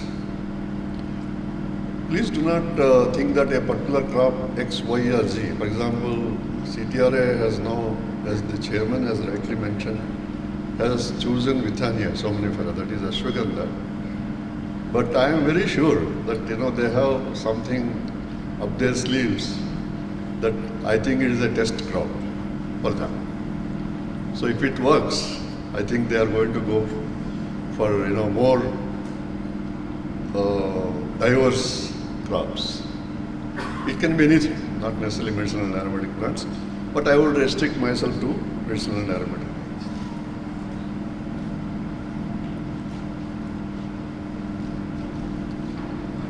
So the background with which we are now today discussing in the coming, say, 20-30 minutes is that the diversification. So, globally you see, diversification is the punch word, Diversification of businesses, diversification of politics, diversification of habits. You name anything, so the diversification is the key word. So this diversification permeates the society, and crops and agriculture cannot be an exception. So therefore, the first context with which we have to look at this paradigm, because this conference, if you see the title very carefully, towards the end, you will see that future farming, So they are talking about future. So therefore, diversification would definitely be a good idea for all of us to deliberate. And second thing is, we all know that whatever land that we have has been occupied, and we are losing, a lot of land through degradation. and the waste, they become wastelands and degraded lands, etc. I have not brought that information here because I thought it is too specific, but then I published a paper in the Commonwealth Agricultural Bureau recently, where worldwide we have tried to identify several aromatic plant species suitable for different kinds of degraded lands. I think some of you are interested, I can share that paper with you. So now, I think I was very excited. Even while I was preparing this slide, I didn't know what is expected of me, really. Should I give my gyan on medicinal plants, list out some plants, and then, give a class? So I didn't know what to do. I was feeling a little delicate. But then yesterday when the speaker said that, no, we are not talking about crops as just as crops. We are now thinking of crops in the context of secondary agriculture, value addition, new products, things like that. For example, yesterday, some of the speakers have very elegantly mentioned the kind of value-added products and diversified products from tobacco itself, what you can get. So, from various plants, so you can get a lot of value-added products. So that becomes a paradigm shift in the way we think about commercial agriculture. Because commercial agriculture in future is not just going to be just agriculture, but it is going to be business. It is going to be an enterprise. It is going to be technology. It is going to be knowledge. It is going to be data. You see, name anything, a lot of things in the society that Varaprasad has mentioned, how the AI and is permeating into sustainable agricultural systems. So agriculture is going to make a lot of the paradigm shift in the coming years. So especially the youngsters sitting here, students and young scientists, my suggestion would be that you should really be quick to catch the new technologies and implement them in the field of agriculture. So now, when we are talking about commercial agriculture and all that, I am standing before you. Why medicinal and aromatic plants? Why? So this is a question. Because people say medicinal plants, people say aromatic plants. I think all of us know generally that they are good, they are important. But then do they make sense for a farmer? Do they make sense for a business? That we have to see. So if you go ahead and see the kind of money that is involved in medicinal and aromatic plants is quite huge. I think some of you may be knowing, and many of you may not be knowing, that 80% of the world population depends on medicinal plants for their health needs. So this is a very staggering figure. And one more thing I have not written in this slide is that 25% of the modern medicines which are used in the allopathic system, the modern medicine, are derived from plants, molecules derived from the plants. So we all know the kind of drug business that happens, the pharmaceutical business in the world, into billions of dollars, and 25% of that, they are the value-added products and molecules from the plants. So that is the kind of business that is actually waiting for us to exploit. And then we have several databases like WHO, Natural Product Data Alert in India and China. So where thousands of plants, I'm not going to read the numbers which are before you, but then the thousands of plants are recognized for medicinal value. More than 1,000 medicinal plants are estimated to be in the commercial trade in India itself as raw drugs. I want you to revisit your knowledge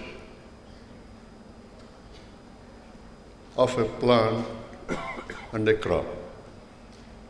So we mistakenly, by mistake, habitual mistake, that an important plant can be an important crop, but it is not like that. So we have so many numbers, thousands of plants, medicinal plants, which are very valuable, 80% of the world population. Depends on that, $62 billion of business happens, but then all of them are not commercially viable for the farmers. That we must know this. That, we see in the YouTube, we see in the newspaper reports, some farmers experience, some farmer says that I am growing this plant and earning 25 lakhs, 30 lakhs and all that, and everybody jumps into the bandwagon. It has happened actually. The best example was Safed Musli.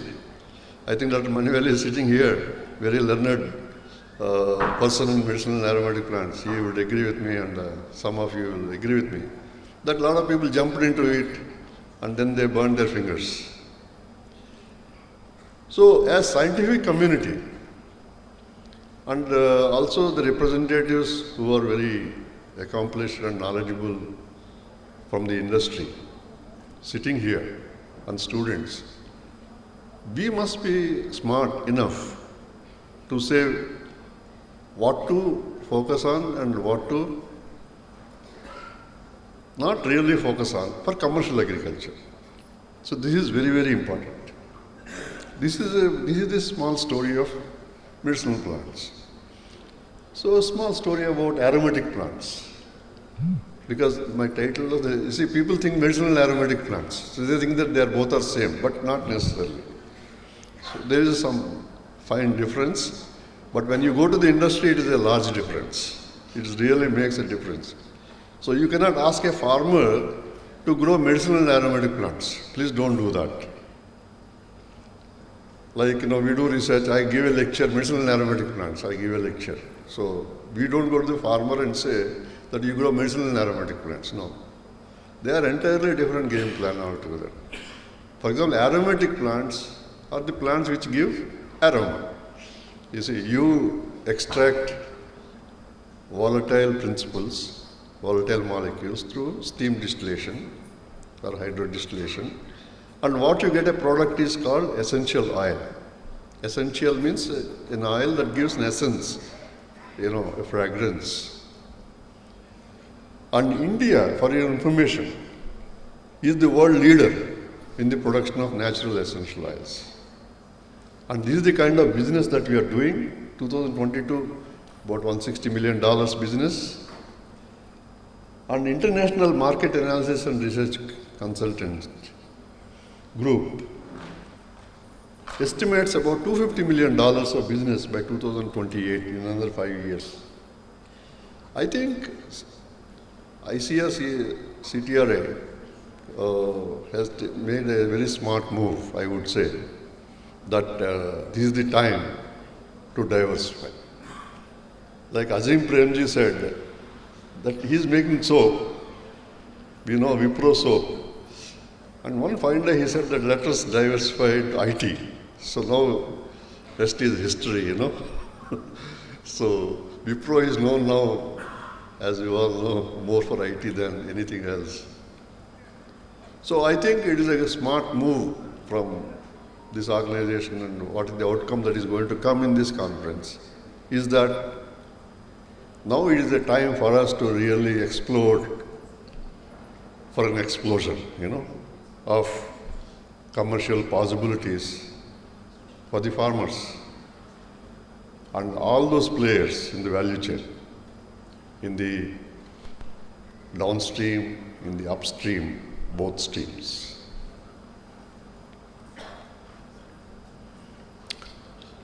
Don't much bother about this slide because I am supposed to give this slide, So some of the important, you go back to this earlier slide, there is one National Medicinal Plants Board, which is under the Ministry of Ayush, Government of India. So they have started subsidy schemes for commercial cultivation of 85 plants. They shortlisted. So I can share that. I think, that Seshmadhav I can share with you and your colleagues, so that you don't have to reinvent the wheel. So I can give what are the shortlisted for the farmers, so that we can focus on those. So these are some of the plants which I have listed. I think in that you will find Withania somnifera on the top. Because when I was preparing this slide, Withania somnifera was somewhere else, but I put it in the first place because I thought, you will be more interested in that. So Withania somnifera, Atropa belladonna, digitalis species, Hyoscyamus, Papaver somniferum, that is opium poppy, Catranthus roseus, Plantago ovata, that is psyllium, then Rauwolfia serpentina, Cassia angustifolia. These are some of the major crops, not necessarily exhaustive list, but these are some of the candidates for commercial farming. Coming to aromatic plants, India is known world number 1 in the production of mint oils, whether it is a corn mint or Japanese mint or peppermint, bergamot mint, spearmint. So there are many types of mint oils with different chemistries. So we are world leaders in that. Then we have lemongrass, citronella, palmarosa, basil, geranium, patchouli, vetiver, jasmine, eucalyptus, itidora, sandalwood. These are all already commercial crops. It is not that the list I am giving you here is not that proposed, commercial crops. They are already commercial crops. But I will go ahead and tell you in my lecture that how we can upgrade this knowledge, how we can kind of jumpstart a new enterprise by cultivating already proven commercial crops. I don't know whether you will be very much keen on if I read this slide, because it may be, boring. But what I want to say is here,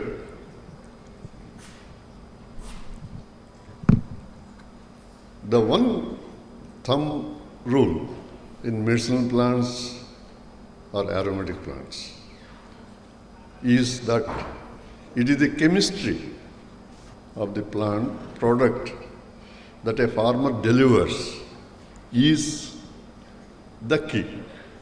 That is very, very important. So normally in agricultural crops and other crops, so we talk about plant biomass, grain yield or straw yield. Sometimes, with a little bit more protein here and there, some antioxidants and things like that.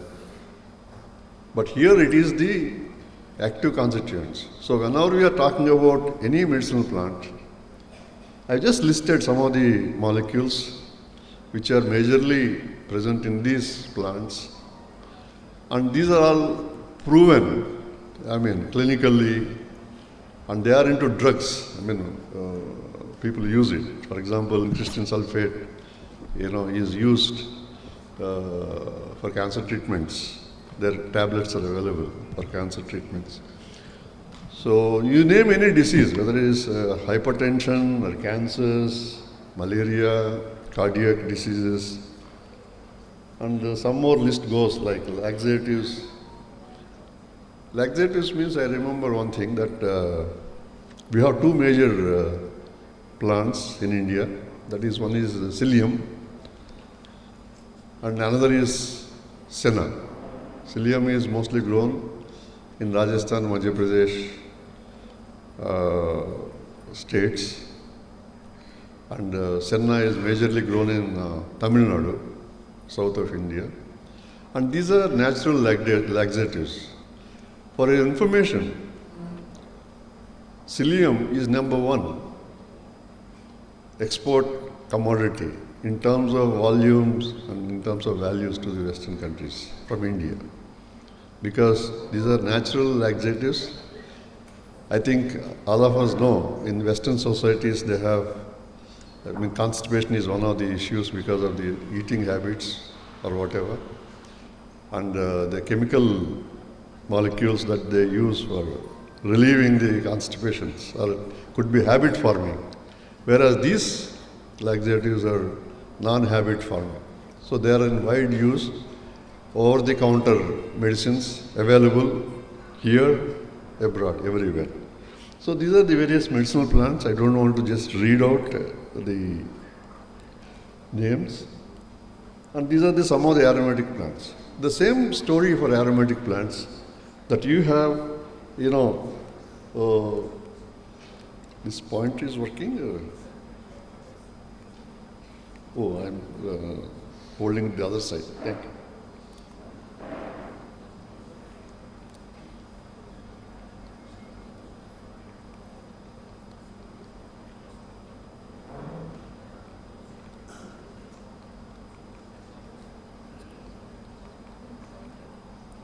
Pointer. This one. Oh, don't worry. Thank you. Yeah, these are the aromatic plants. Who want to do research on these crops, my suggestion would be that there are two things that you have to take care when you are doing research on this. Number one is the botanical identity. The taxonomic identity of the plant is very, very important. So when I say lemongrass, so there are many species of Symboga. When I say citronella, there are many species. So in each plant there are so many species, but then you have to go for these species. I have listed them out. I can share with all of you and everyone, whoever wants it. First is the species. The second one is the chemical constituents. So the farmer, when you are recommending an aromatic plant, two things that you have to keep in mind for commercial cultivation. That is, its correct botanical identity, because there are several species available. Number two is the major constituents for which they are valued in trade and commerce and in industry. So I listed out some of these compounds. I don't want to read them because it will be unnecessary overload at this point in time. And all these compounds are used in perfumery and for manufacturing aroma chemicals, for flavoring of food and pharmaceuticals, cakes, even flavoring tobaccos. So you may be interested, because CTRA may be interested to know that some of these essential oils are used for flavoring tobaccos also. And the list goes on, like you have geranium, jasmine, lemongrass, linalool, palmarosa, patchouli, rosemary, sandalwood. So what are these? You see, medicinal plants, I have already shown that why they are used. They are used for medicinal purposes, for various disease conditions. So whereas most of the essential oils, more than 50% or so, are used for food flavors, natural essential oils. And we know that food flavors is a very big business. And then we use in perfumery and cosmetics. And also they are used as a starting materials for many aroma chemicals. Because the aroma chemistry, the perfumery is a big science by itself. That you synthesize molecules from the molecules that are obtained from these plants. You will have many derivatives and synthesize new flavor and fragrance molecules. And then some of them are used in pharmaceuticals, some of them are used in some natural products. Now, I think many of you are aware of aromatherapy and things like that, but it is a very small segment. But these are all focused segments. Like medicinal and aromatic plants, as a sector, is a focused. It is not that it is a crop. They are crops like any food crops or a fruit crop or a vegetable crop, that they have a very wide demand and unlimited demand and things like that. It is really a focused enterprise. So within that focused enterprise, you will have these sectors where you want to focus. For example, I want to focus. Sir, please conclude now. I think almost completed your time. Yeah. 27 minutes हो गया, so please conclude now. Yes, 25 minutes, yeah.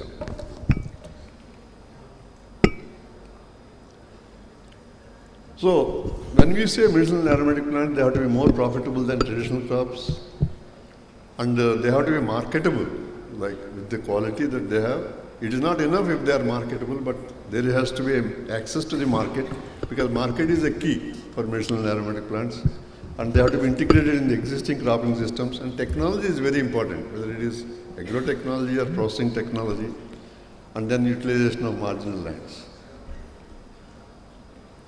So these are some of the examples already proven where the cost-benefit ratios of these crops are very good, like these medicinal plants in Kerala, and this is in the Deccan region where this is actually work of CREDA, ICAR-NIRCA, where they have shown that they give a pretty good cost-benefit ratio.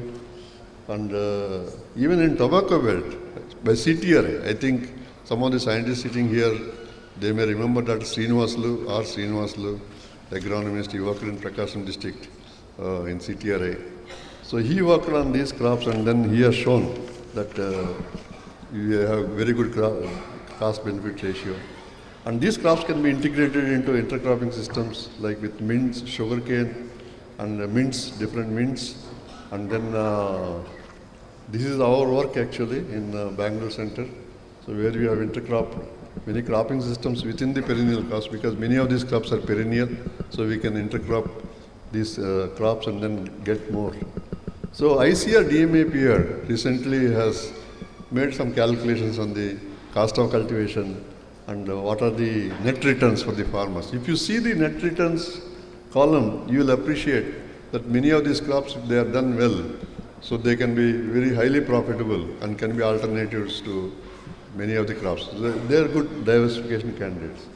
So this is the one I was mentioning to you.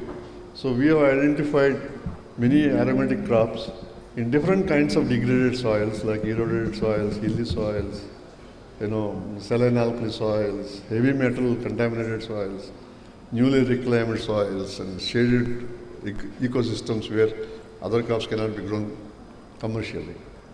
So coming to value addition, which is very important, in medicinal plants you'll have low-level value addition like drying, destoning, pulverizing, baling press, proper packaging, organically grown herbs. And then you'll have high-value addition like herbal extract, oleoresins and essential oils, formulations and phytochemicals. So most of the compounds that are present in medicinal plants could be alkaloids or steroids or terpenoids, phenolics, saponins and volatile oils. So these are extracted by steam distillation or solvent extraction or supercritical fluid extraction with liquid carbon dioxide. And essential oils are extracted from the aromatic plants by steam distillation method. And this is the pathway, raw material to extraction to traders, and then it will go into the industry. And various products like wood industries, tobaccos, toothpaste, etc., perfumes, pharmaceuticals, all this, and then it will go to the consumer. So we have to be very clear about the value chain that is going to happen in these crops when we are recommending these crops to the farmers. So marketing of medicinal plants is very important, where quality, adulteration, seasonal availability of crude drugs, variations in the active principal constituents with the season, edaphic factor effects, botanical identity, mycotoxins, pesticide residues, post-harvest technology, heavy metal accumulation, all these are very important in the marketing of these plants. So in order to make medicinal aromatic crops as commercial alternatives in agriculture, the strategies required are identification of suitable medicinal and aromatic crops for cluster cultivation, because I think tomorrow you are going to have a discussion session, Dr. Manivelu was telling me, that ashwagandha clusters as an example. So cluster cultivation is important. Demand-driven cultivation, it is not to be cultivated by anybody, anywhere, based on the commodity price and market access. And they have to be integrated in the existing cropping systems, and processing facilities or extraction facilities have to be near the place of cultivation, and close coordination among government, scientists, farmers and markets. So therefore, technology, contract farming, cluster cultivation, finance, marketing, industry, government support, these are all very important. And recently, National Academy of Agricultural Sciences, this is available on the website freely, so you can visit this. So we have, I happen to be one of the conveners of this. So we had a national level dialogue and brought out a policy paper on integration of medicinal and aromatic crop cultivation and value chain management for small farmers. So with this, I want to just thank you and then say that there is a possibility that some of the select medicinal and aromatic plants could be chosen candidates for diversification by the farmers, whether it be tobacco or any other crop. I am very thankful to you, Chairman Sir, for giving me this opportunity. Thank you very much. Thank you very much. Because time is a constraint, I had to remind you. Thank you. It's a very elaborate presentation. Thank you very much for that. Now we'll have just for a short while we'll be having some 2-3 queries for commonly for the speakers, earlier speakers, other than the online presentation. One is by the keynote by Dr. Silveria, and then Dr. Varaprasadji, and then Dr. EVS Prakash Raoji. Anybody would like to have 1 or 2 queries, we can just invite. Anybody would like to interact here? Yeah, my question may be to Dr. Leo or maybe to Dr. Varaprasad. When we talk about sustainability, very well, but especially for the ESG, when we talk about environment and sustainability, very well. I think for the tobacco, soils really have a organic matter content is going very, very low to the 0.2 or 0.3 level. So what are the kind of initiatives as per AOL concern, or as per other, maybe my ITC colleagues also here, what kind of measures are really taking care to maintain the organic matter content? Yeah, you got my point, or should I repeat? Regarding the organic matter soil contents and what we do to improve. Yeah. Okay. Hello. You can talk. Hello. Thank you for your question, Dr. Seju. Basically, in tobacco, as you know, we have the GAP practices, which includes taking care of the soil. Unfortunately, here in Asia, as you know, the soil is very intensively used, with very little time spared between the first crop and the second crop. So ideally, farmers should be using cover crops to increment the material organic in the soil and improve the physical part of the soil. Unfortunately, because the short schedule between different crops, that's quite difficult to be done. We do that in Brazil, in Zimbabwe, in other crops, other countries where they have plenty of land, and we do the crop rotation. So in that case, tobacco grows in this land this year, and then that land becomes fallow, where we do grow, in Brazil, for example, black oat or brachiara, which are both gramíneas, or in Zimbabwe, they also have the cover crops. And with that, we can have 2 choices. The first one is to incorporate that to the soil that will add organic matter, or the second one, you do the no-till, where we transplant tobacco directly. But like I said, ideally, there is chance to do that where farmer has spare land. In Thailand, for example, it's rice, tobacco, rice. Here in India, you are the most experienced people here, but as I can see, the land is very well utilized as well. Plus you have the weather gap where there is very little rain, which we need to be grown the cover crops. Saying that, we also have alternatives of adding organic fertilizer with our chemical fertilizer, which can help to improve the soil structure. This thing has been done in various different countries. Thank you.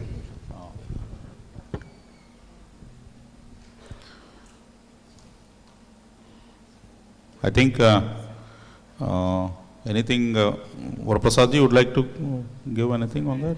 No, I think he covered all the 4 points. Okay. The minimum tillage, rotations, cover crops, and I would integrated nutrient management. I'd also add maybe integrated water management and precise application of water, and focus on soil health and soil microbiome is going to be very critical. So diversification would be very important. Yeah, thank you for adding all those five points before. Thanks. Yeah, Peraji. I have one question to Dr. Varaprasad. One important thing is the mechanizations, what he has mentioned in the other countries, particularly the developed nations. It is not in the Indian conditions we can have a large farm in that particular way, as you mentioned also corporate farming and other things also. But is it possible to have a small farming system where we can have a newly developed these mechanizations processes? What type of things you are doing in that particular aspect is very important for all of us. Thank you very much for that question. I think smallholder farmers also have a tremendous opportunity to use mechanization in their fields. Although the farm sizes are very small, one component will be service provision model. meaning that each smallholder farmers may not be able to financially afford the mechanization. So especially those who are youth entrepreneurs who want to start their own business could do this as a service provision, meaning buy equipment for a village or a regional and then provide that service of tobacco transplantation or harvesting or processing and curing. So that's a process, that's a method we are using. We're calling small scale, appropriate small scale mechanization. So we are encouraging the youth to provide service for transplanting, service for harvesting, service for storage. So those would be the opportunities.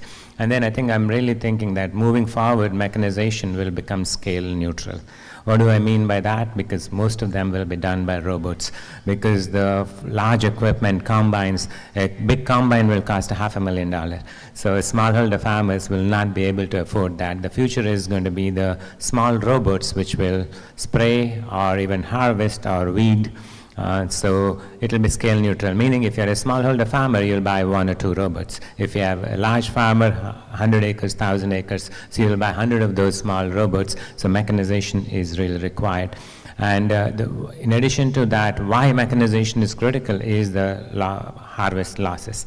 During harvest and the post-harvest, there are tremendous amount of losses. I was driving yesterday, people were, the rice harvests were there, they were putting on the road and drying, and some of them covered with the tarp and some of them were not covered. So there's a lot of post-harvest losses. So by mechanization and proper storage, you might be able to avoid those losses. So mechanization is a need. Labor is becoming expensive, even in developing nations. Thank you. Thank you very much. Because of the paucity of time, I think I will be trying to summarize the proceedings within just 3 to 4 minutes. We had 4 presentations in this technical session. The first presentation was delivered by Dr. Sri Silveria Leandro. He gave a talk on the ESG, AOA approach and possible impacts on the tobacco supply chain. In this, he has mainly deliberated on the environmental, social, and governance issues. And also, he has given the case studies of like China, Indonesia, India, and Thailand, stressing on especially on the water saving, then afforestation, the women empowerment, and all those relevant areas. It was followed by the presentation delivered by Dr. P.V. Varaprasadji. He has mainly elaborated on the integration of the sustainable agricultural intensification for smallholder agriculture and also for the commercial farming. He deliberated on socio-economic intensification, the agroecological intensification, and genetic intensification. And he also presented his views on the conservation agricultural practices like tide ridges, then water harvesting, the integrated nutrient management. And he has also given a presentation on the solar powered water lifting and sensors, and also the digital agricultural tools with some examples. And it was followed by Dr. Michael J. Stout. He gave a presentation online on the opportunities and challenges related to the use of plant resistance in IPM. He mainly deliberated on rice, water weevil, and stem borer. He has also concluded that the tolerance may be the more useful type of resistance in rice. And he also expressed his view that mycorrhizum, it makes the rice more tolerant despite the high pest outbreak. And he has given the example of weevil and seed treatment with methyl jasmonate, how it enhances the resistance in rice and also in cotton against the thrips and the aphids. So this was his presentation highlights. Then it was followed with the last presentation by Dr. E.V.S. Prakash Rauji. He has mainly given a view on the prospects of medicinal and aromatic plants for the diversification of commercial agriculture.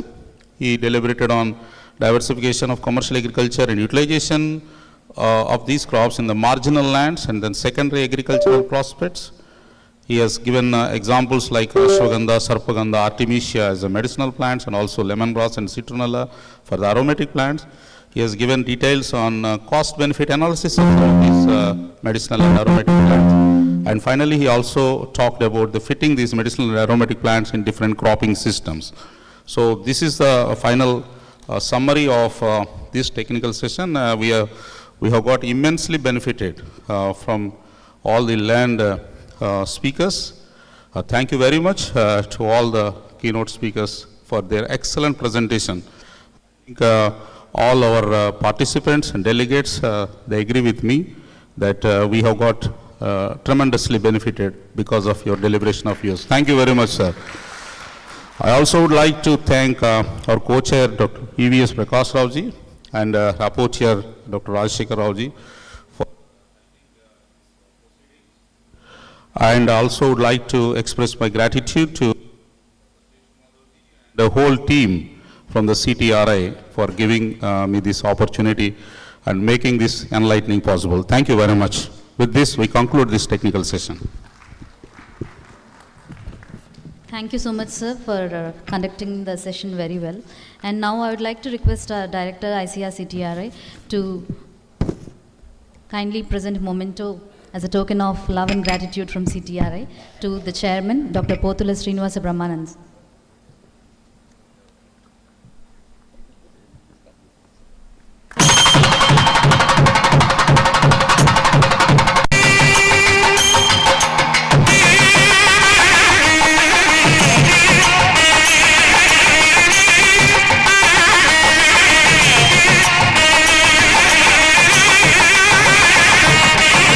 To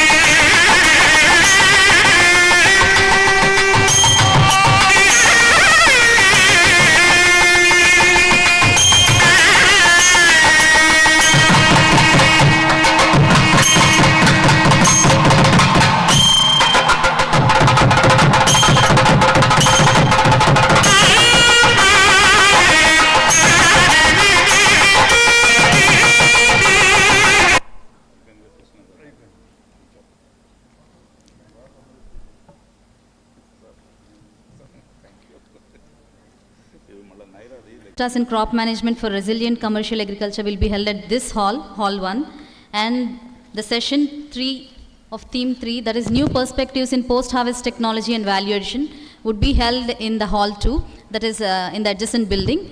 So all the participants who would participate in the session 3, that is new perspectives in post-harvest technology and value addition, I request them all to move to Hall 2.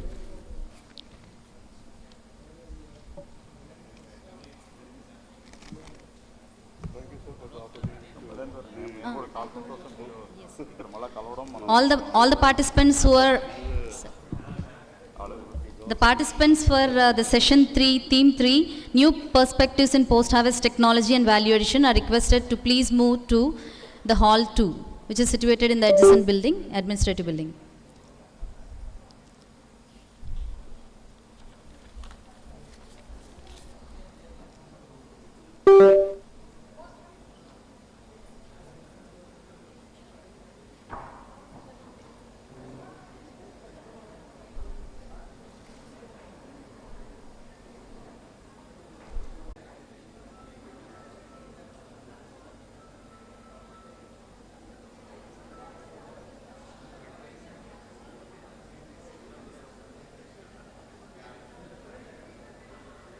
I request Dr. K. Sarla to invite chairman of this session.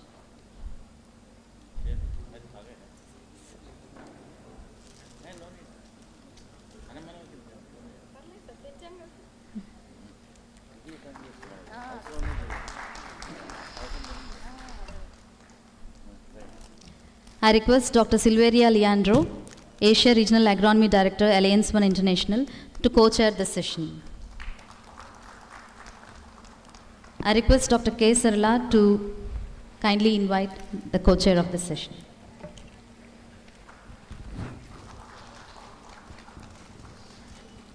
I invite Dr. S. Ramakrishnan, Principal Scientist Nematologist, ICAR-CTRI, to be the rapporteur for this session.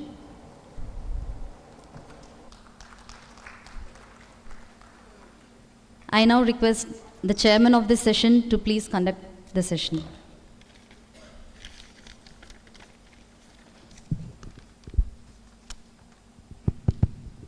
Yeah, good morning, friends. Today's session is on new vistas in crop management for resilient commercial agriculture. We already witnessed very good talks by our Varaprasad ji and Dr. Leo and Stout, Michael Stout from online. And now we are entering into the second lead lectures. Now we have with Ramanand. No, Ramanand will come later. Yeah. Now I request Dr. J. Krishna Prasad ji, Professor of Plant Pathology and former Dean of Agriculture, Angro. He will be talking on exploring and exploiting curcuma species for ensuring quality and enhancing trade of turmeric. I think Krishna Prasad ji, known to everybody, it doesn't require an introduction, but I just want to add one sentence. He's a moving encyclopedia, and he is not only a pathologist, trained pathologist, but he has vast knowledge in all the aspects. And when I asked him to talk on curcuma, he said readily agreed. And because we had very few people who are talking on turmeric, then I requested him. Then, sir, the floor is yours. Go ahead, please. Namaste, good morning. Namaste, good morning to all. I first thank the Director CTRI for giving me an opportunity to speak on the occasion of Platinum Jubilee Connected International Conference.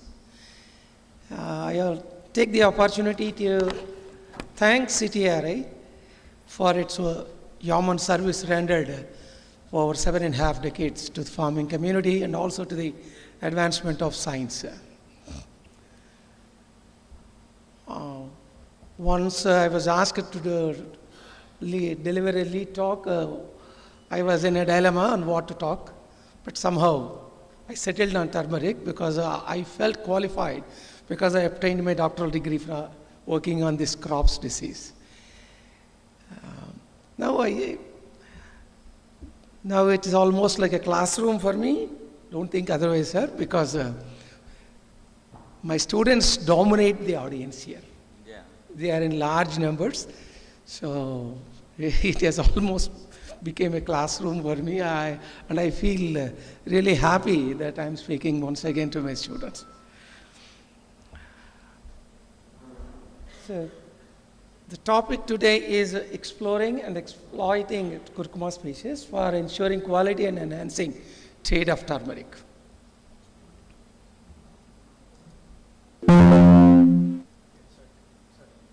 Sir, you can do here. Point towards this side. This side, sir. Ikkada on the screen. Ikkada screen change. Then it will go. Reverse pattukunnara. Yeah.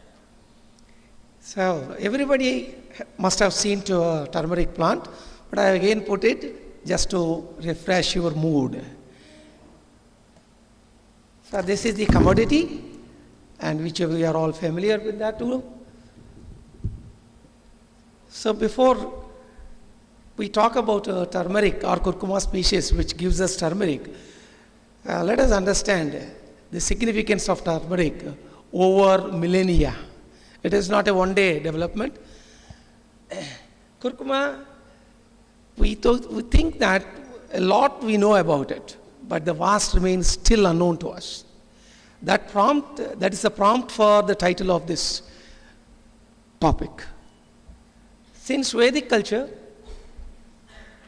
turmeric is used and it is referred to as Indian saffron It is a substance of auspiciousness in religious ceremonies, and a colorant and a spice in culinary. A very good mention of the product turmeric has been made in medicine, particularly in Indian medicine, and Susruta's Ayurvedic Pharmacopoeia made a clear or detailed mention of this crop turmeric. All systems of medicine currently followed, Unani, Ayurveda, even allopathy, all of them, they recognize the significance of turmeric, and they are using for a treatment of a range of ailments. We know that thanks to COVID-19, the significance of turmeric has been reinforced. Torrents of many commercial cosmetic products are now claimed to have turmeric as the principal ingredient. The enormous scope is there because the trade of turmeric is increasing by the year. So there is a lot of scope, and many things can be contemplated with regards to this crop plant. And it was at the center of a very serious controversy between USA and India, because they have registered a patent and it was awarded too.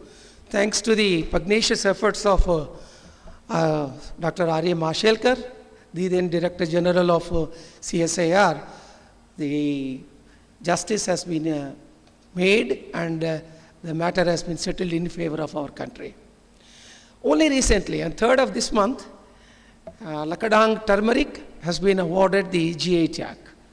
This actually bolsters the position of India in global turmeric trade. So as I said, there are so many products which claim to have turmeric as a principal ingredient. So these are some of them only. When we browse the net, we have thousands of them. So these include cosmetics, then medicinal value,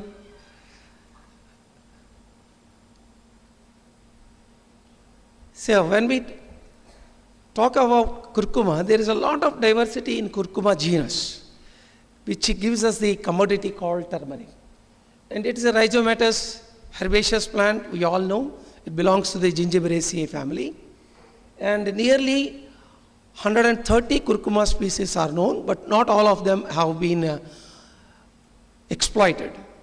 Only a few are there which have been of commercial value, and the few are curcuma amada, which is mango ginger, not exactly yielding turmeric.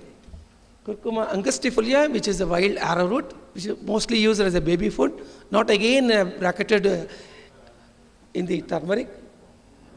Then we have Curcuma aromatica, wild turmeric. It is grown in the nearby areas of Rawalpalam and Siddhantam also, as an intercrop with chili. Then we have Curcuma zedori, also known as white turmeric. Then the black turmeric called Curcuma caecia. Of all the species, the most capitalized species was Curcuma longa. All the turmeric that is now traded is a product of this particular species.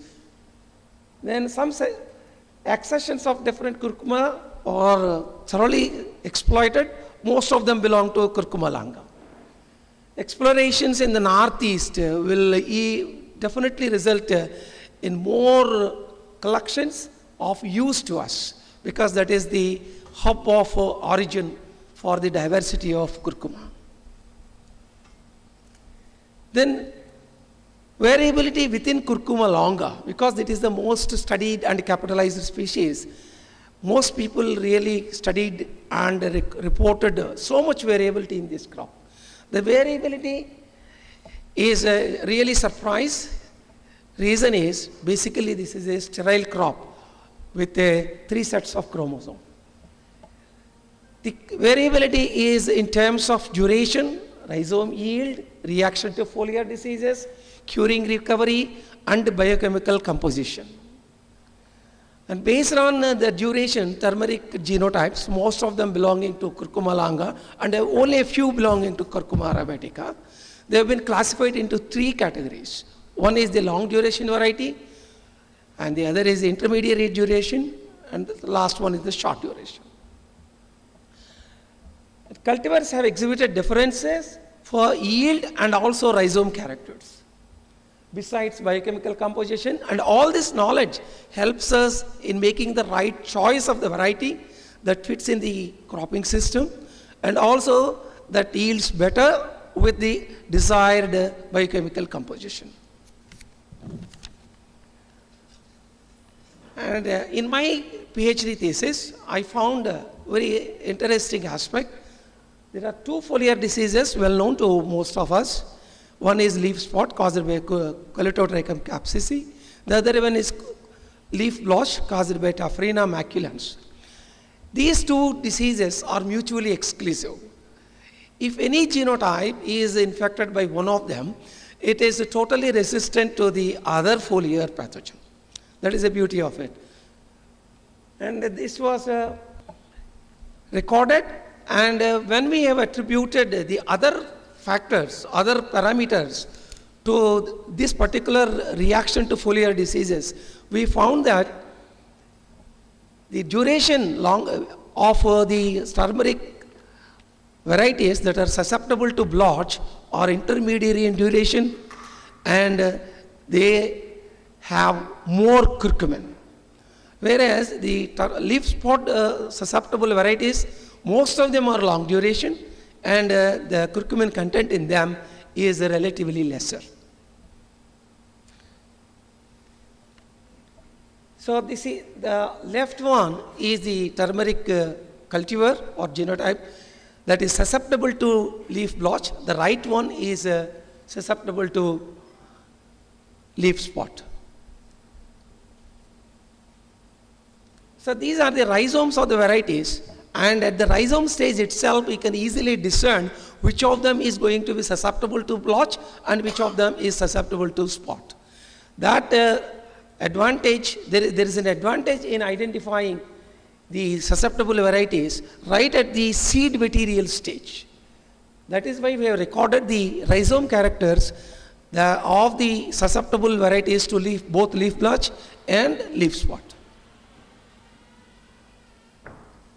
So we all know that morphological characters are helpful up to one point, but beyond that, molecular markers are of great help in deciphering the complete variability in turmeric genotypes or any crop. And fortunately, an Indian team working at Bhopal, Indian Institute of Scientific Research, they have sequenced the complete genome of one of the genotypes of Curcuma longa. This really helps us to understand the evolutionary features and also the gene structures of the main biochemical constituents, curcuminoids and essential oils.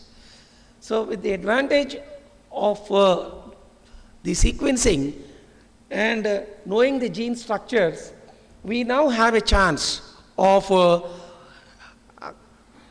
eliciting the differential responses of these genes for a turmeric curcuminoids. That is, first one is the dichited CoA synthase, which makes the backbone of curcumin, and there are the 3 curcuminoids in curcumin. One is the regular curcumin, the other one is bis-dithiocurcumin, which is coded by CURS2, CURS1, CURS2, CURS3, that is curcumin genes, curcumin synthase genes. And we can now have some elicited molecules where by use of them, we can regulate the expression to suit our requirement of the composition of the 3 curcuminoids in the final curcumin product. But why curcuminoids and essential oils? Up to the completion of the rhizome filling, most of the photosynthetic activity takes place. But at one point where senescence starts, the secondary metabolism takes over and dominates. And all these secondary metabolites are actually for protecting the crop to overcome the stresses. Curcuminoids and essential are the chief secondary metabolites that are unique to turmeric. No other species has it, but now overexpression of the curcuminoid genes is also contemplated to derive curcumin from other crops and also microbes. Synthesized mostly in the rhizomes, but in roots and leaves also, this curcuminoid and essential oil synthesis takes place. But predominantly it is in the rhizomes. And we all know that turmeric powder is the primary product of usage. And from this powder, the oleoresin is extracted using some polar solvents like acetone, ethyl acetate, methanol, ethanol, and around 12% of it is recovered, from which the curcuminoids are separated, and from the curcumin removed oleoresin, the essential oils are then extracted using hexane as a solvent. This is the regular process, but there are certain advantages and certain disadvantages also. We see at them. The secondary metabolites expression, gene expression, is governed by several factors: the genotype of curcuma species, the cultivar of curcuma longa, or the cultivation practices, the agroclimatic conditions, and so on and so forth. So many factors are affecting the expression of these genes, and accordingly the final composition of the curcuminoids and essential oils. First, let us take a look at the curcuminoids.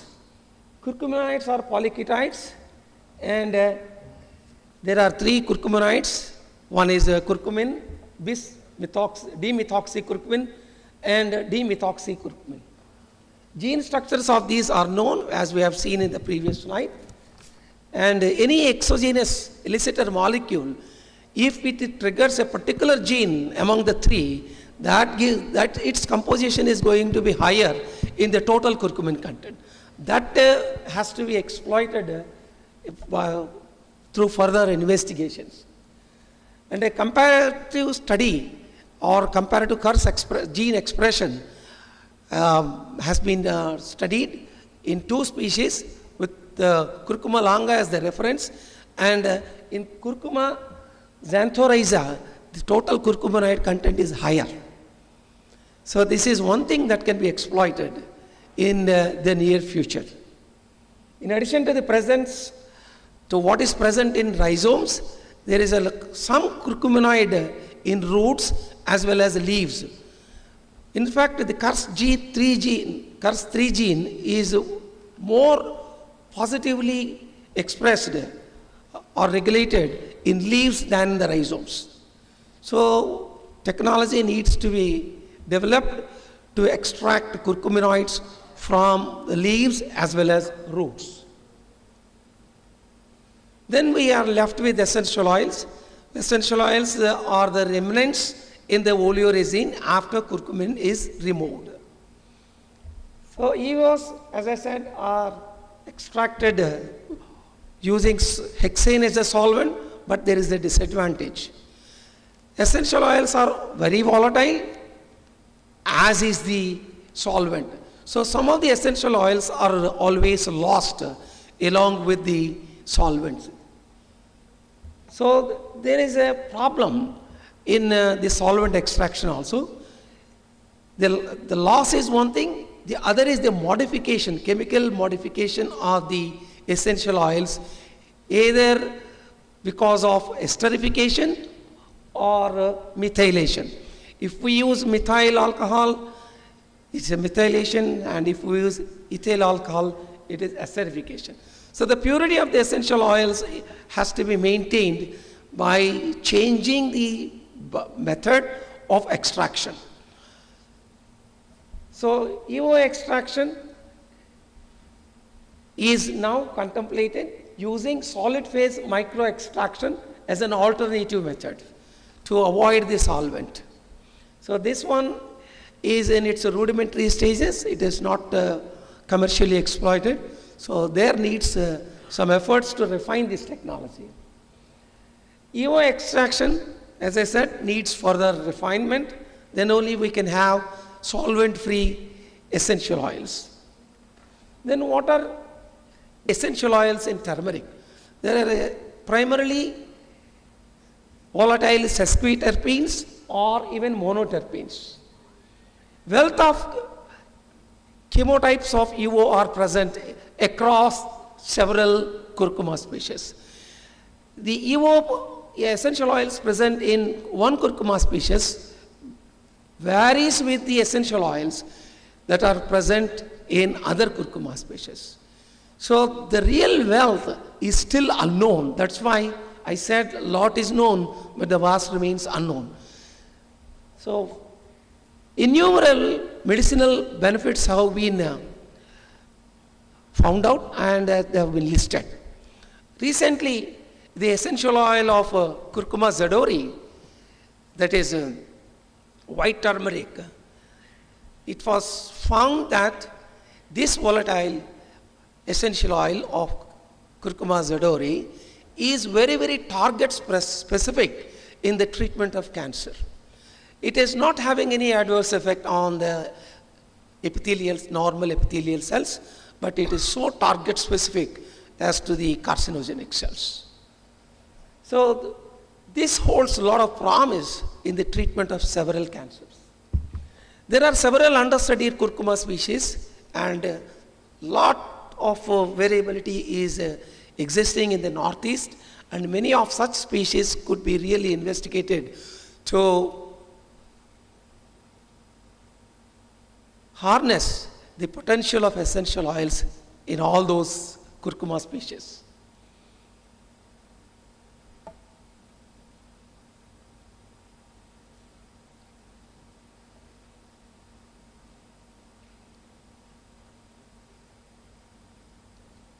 And as in the case of curcuminoids, the essential oils are also present in the roots as well as leaves also, but most concentration is in the rhizomes.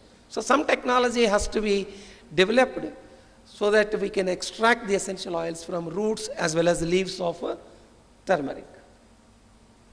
So we now know the value of turmeric, we have understood the significance. That is why it is of great importance in trade. So what all turmeric that is produced in the country, we are the #1 in the world, and most of it, around 80% of it is consumed right in the country. Only 20% of turmeric is exported. And the export is in the form of cured rhizomes or turmeric powder. But hardly any attempt is made to extract the essential oils and curcuminoids. So that gives us a lot of promise that opportunity is there for youngsters, young entrepreneurs to take this aspect of extracting curcuminoids and also essential oils. So this is the trend over 2 decades of the area, production and productivity of turmeric. And as we see, there is a demand world over and also within the country. That is why area under turmeric is increasing, but not so much as the production and productivity. Thanks to improved production technology, crop husbandry practices, the productivity has increased, thereby the total production also in the country increased. So this is the total production. In the last column, we can see the total production, of which how much is exported is only less than 20% or around 20%. But very surprisingly, despite our leading position in the world, there is some turmeric India is importing. When so much is produced in the country, why there is, I do not know the real trade reasons for it, but it is available in the Spices and Board and Department of Commerce documents. So these are the countries from which the turmeric is imported into our country. Some of them. The leading one is Vietnam, Indonesia, Myanmar, in that order. But there is a threat. We have to be very wary of this. So, in terms of monetary value, what is happening? The export value is definitely on the rise, but with a few troughs also. A few peaks are there. Around 2011, it reached, and between 14, 15, 16. Again, there is a trough, there is a drop in the exports, but again it picked up in the later part of the second decade of this century. Now, but what we must be wary is the import value of imported turmeric into the country. You see, in the last 2017 onwards, there is a surge in the overall value of imported turmeric into the country, which indicates a sort of a challenge or a competition to our position at the world level.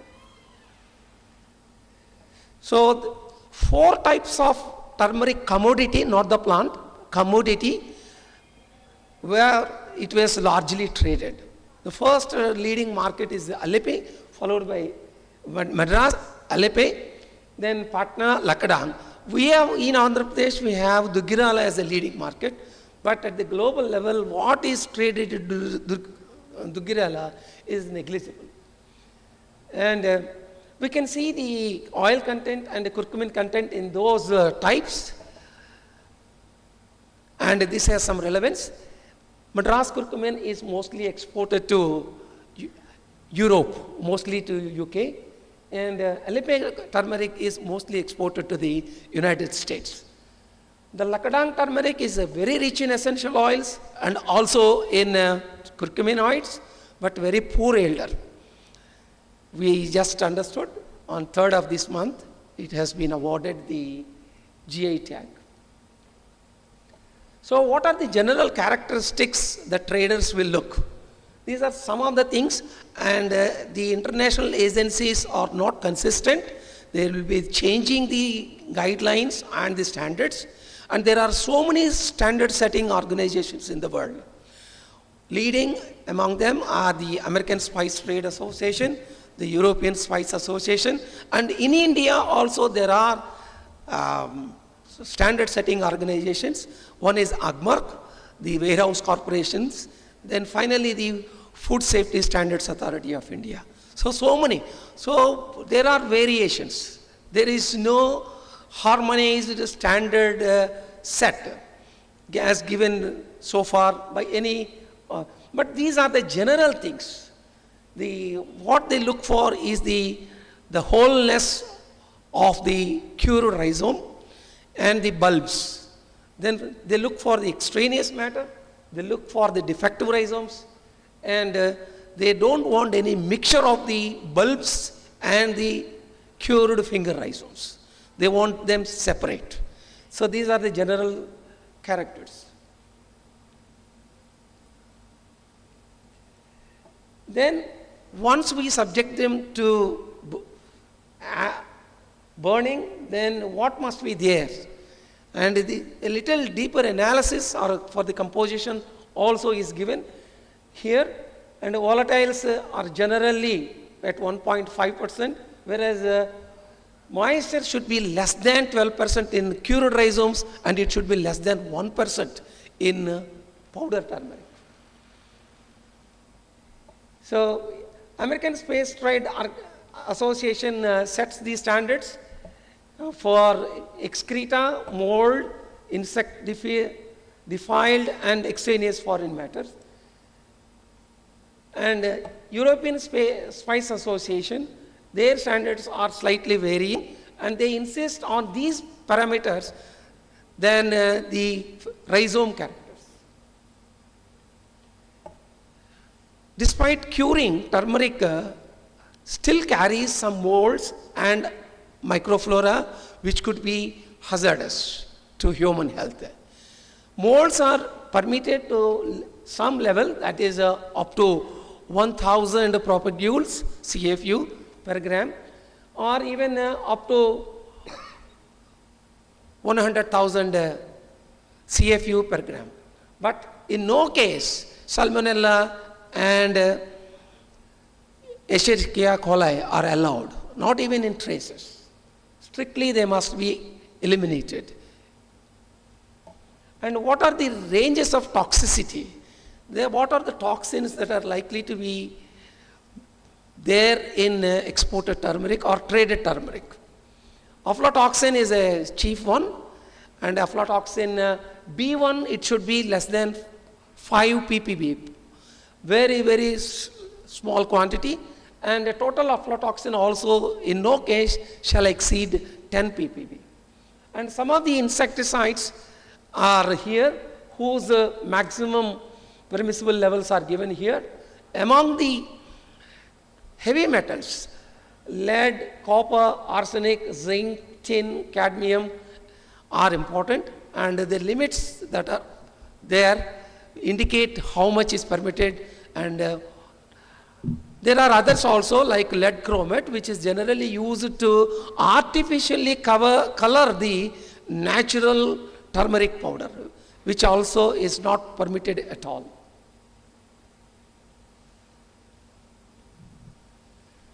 Then, how to attain the standards that are demanded by the trade? So for which we need to have a set of practices which we call as good agricultural practices.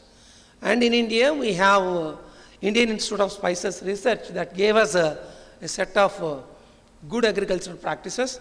Unfortunately, there is a gap in the adoption of GAP at the farmer level, particularly in the northeast region of the country, which is the hub of so much of curcuma diversity.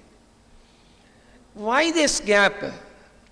Major is in northeast, it is and also Odisha, in hill regions of Andhra Pradesh also, it is a tradition-bound cultivation, and they are not aware of the scientific approaches. Then lack of availability of the planting material, which is a big constraint. Then there is no market intelligence. Timely market intelligence is also not provided. And as a result, technology adoption in turmeric crop has not reached a satisfactory level where the standard set for a trade could be easily met. And why technology adoption in Northeast is important is because the curcuma genotypes that are available there, they are having higher curcumin and also higher essential oil content.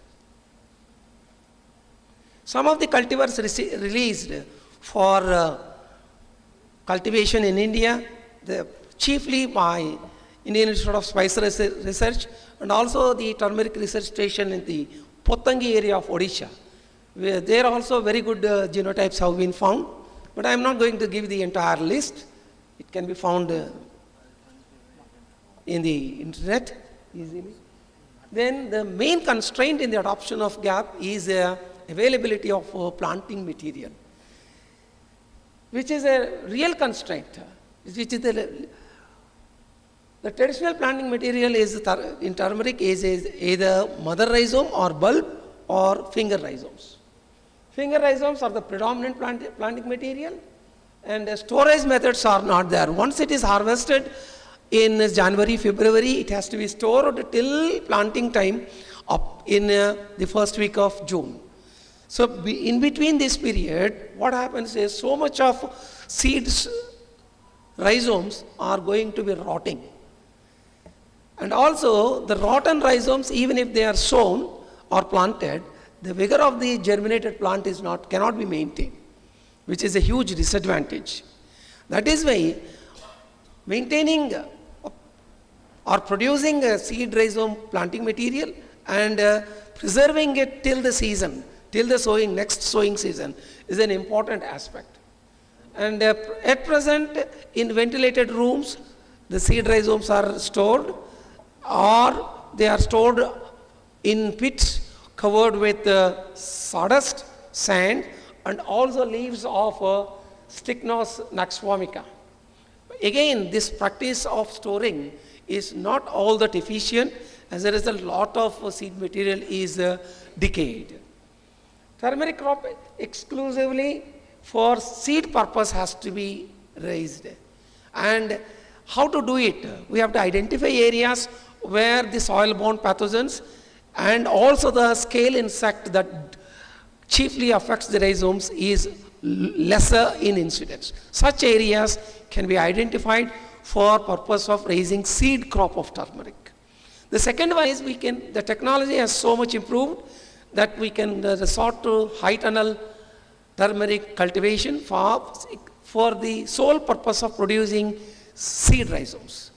Now, people are even, but it is a difficult thing. High tunnel production is a difficult thing.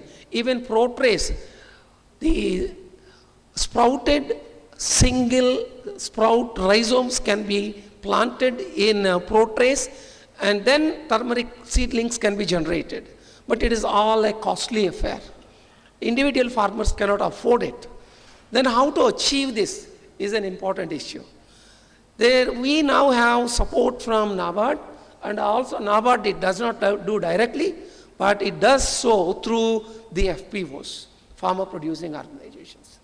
So there is a lot of scope for seed rhizome market through the FPOs, and it needs support by NABARD. So this is one of the high tunnel cultivation pictures of turmeric. Then this is the protray technology for raising turmeric nursery, wherein the single sprout turmeric rhizomes are sown in, they are going to be pre-treated with fungicide and biocontrol agents and also insecticide, and then sown so that they can generate a lot of seedlings that are quite healthy. So the important aspect is maintaining the initial vigor, which the farmers are not understanding. So the lot of extension gap or the adoption gap is there, which needs to be bridged. Initial vigor of the sprouted seedling is the most important thing.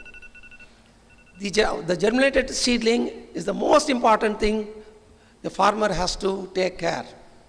And seed treatment with chemicals for preventing the pathogen and also the scale insect. Then some of the farmers are resorting to flat bed planting, which is causing a lot of rhizome rot caused by Pythium.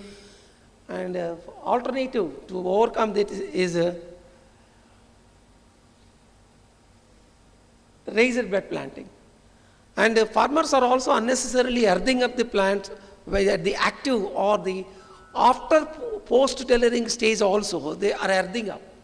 So in the belief that they get more rhizome yield, but actually this is doing a disadvantage in promoting the Pythium ephanidermatum because it attacks the juvenile tillers that are produced even after the post-tillering stage.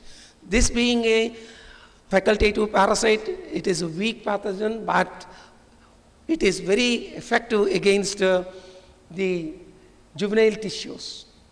This is my personal observation, which requires a lot of data generation before it can be validated. And the critical stages of fertilizer application have been given, and moisture maintenance is also important. But one important thing is turmeric is very, very sensitive to iron deficiency. So iron deficiency mostly at the initial stages and at the active tillering stage is a critical intervention that maintains the vigor of the plants. So pest and disease management is also an important aspect, but neem cake is a really, really powerful amendment that wards off so many pathogens and rhizome fly. And also scale insect. So but what is the difficulty? Difficulty is in procuring quality neem cake in the required quantities. So there is a scope for some entrepreneurs to supply this quality neem cake also. Then the biocontrol agents, particularly trichoderma, aspergillum, and Pseudomonas fluorescens.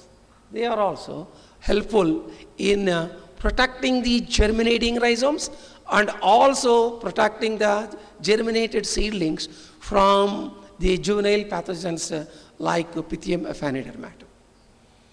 Then we have leaf blotch and leaf spot. Not difficult because we now have very effective molecules like propiconazole and some of these strobilurin combinations also. They are found very, very effective.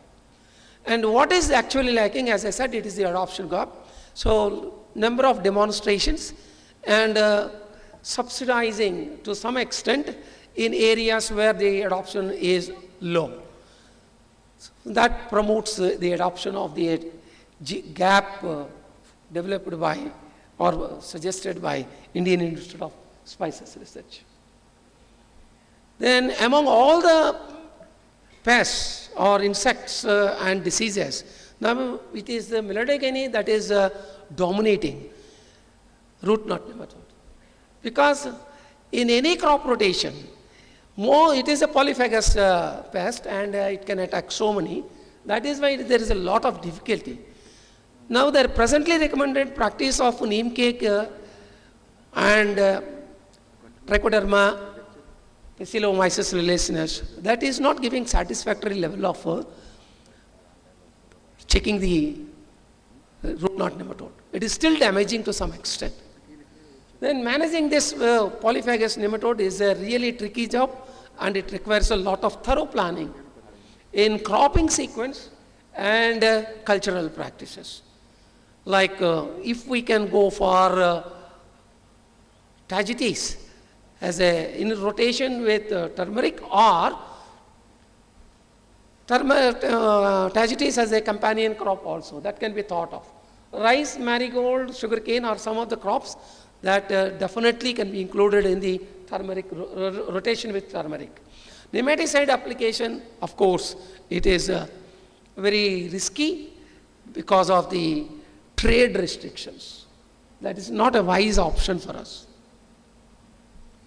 Then at harvesting also, it has to be done very timely, but labor is a big issue. That is why machinery that harvests turmeric with the least damage, total least damage, and with very little soil adhering to it. So the time of harvest and the machinery employed for harvesting should really be an important aspect. Then designing and fabricating, as I said, equipment to harvest turmeric, really there is a lot of scope for it. Then cooking should be done separately for mother rhizomes and also the finger rhizomes because the cooking time varies. But unfortunately, farmers are not practicing it. That is why the traders are sometimes rejecting the cured product. Now, improved solar and electric dryers have been fabricated to facilitate faster drying and elimination of extraneous matter. And they can, but again, as I said, sometimes they are expensive. FPOs can really help the farmers in drying the fresh rhizomes.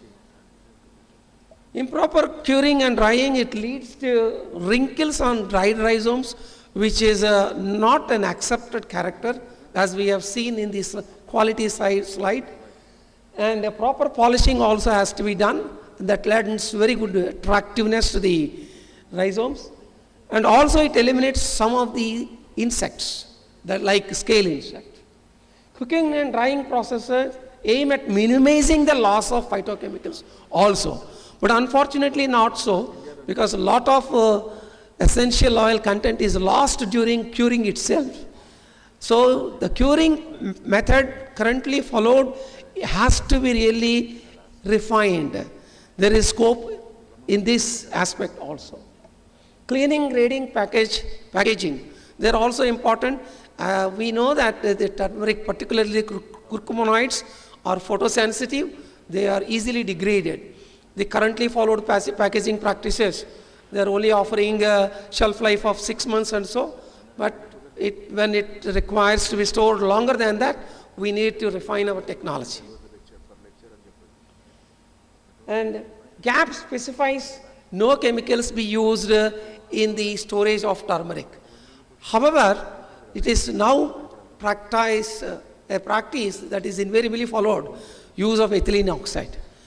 And they have to somehow accept it up to a level of 40 ppm. An alternative is suggested, but it is an expensive one, and also it requires a lot of safeguards because it is hazardous. The alternative is very hazardous, that is irradiation. Irradiation is helpful in removing all the microflora from the cured rhizomes, and irradiation also helps us in storing the seed rhizomes. Treating them with irradiation prolongs the seed rhizomes also. Current packaging methods have to be refined. Packaging technology also offers a lot of scope. I think somebody can come up with projects with in Indian Food Research Institute, Mysore. About turmeric, now organic. Whether it is organic or not, it is the inward and we have to live with it. And turmeric is a very good commodity for organic production. But we can never compare the yields we realize in organic production than what we realize in commercial agriculture with chemicals.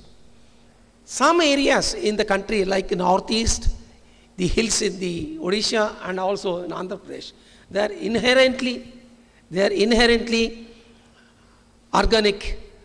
So we have to promote them by supporting them in the times of certification. And IFOM has general guidelines, but each country has its own set of organic production guidelines. The guidelines of one country may not be acceptable to other countries for particularly the export quality organic turmeric. That is why in India, some organization has to take lead in harmonizing an acceptable organic module for turmeric so that it is globally accepted. So this is one area we can really standardize by harmonizing the IFOM guidelines. So what is the way forward? We have an advantage, we are the leaders, but how to sustain the lead? This is an important aspect. And scouting for variants among curcuma species for desired yield, insect and disease resistance, and phytochemical composition. Across the country, more so, where lot of diversity is available, like in the northeast. Detailed investigation for determining the phytochemical constituents and their beneficial effects of the understudied curcuma species. Out of 130, only a handful have been thoroughly investigated. So what is the real composition? And this kind of a study actually landed us, we could stumble upon the Zedori essential oil, which is having target-specific anti-cancerous property. Likewise, so many things can be found out in so many understudied curcuma species. We hope that somebody does that. Construction of models for predicting the turmeric yield based on rainfall and climatic factors. We have seen in the turmeric production curve that there are some troughs, and we can predict the yields well in advance so that we can advise the farmers about the likely rise in price in accordance with the arrivals. And harnessing frontier technologies like IoT and AI. Now, so much can be done with these two in cultivation also, particularly with regards to precision agriculture, where our inputs are really carefully utilized. The input use efficiency increases, at the same time we will be reducing. And the earlier speakers, they have talked so much about these things, the gadgets that are employed. Organizing seed rhizome production, adopting modern methods through seed village concept or FPO. Standardizing location-specific organic production modules for turmeric and supporting them in certification process. So standardizing efficient technology for phytochemical extraction from turmeric roots and leaves because it has not been standardized so far. What we are practicing for rhizomes may not be suitable to roots and leaves. Refining phytochemical extraction technology for solvent-free phytochemical constituents. Refining packaging technology so that we prevent biodegradation and also photodegradation. Establishing a robust and dynamic network of market intelligence for forecasting production and price trends, which is going to be of great help to the farmers.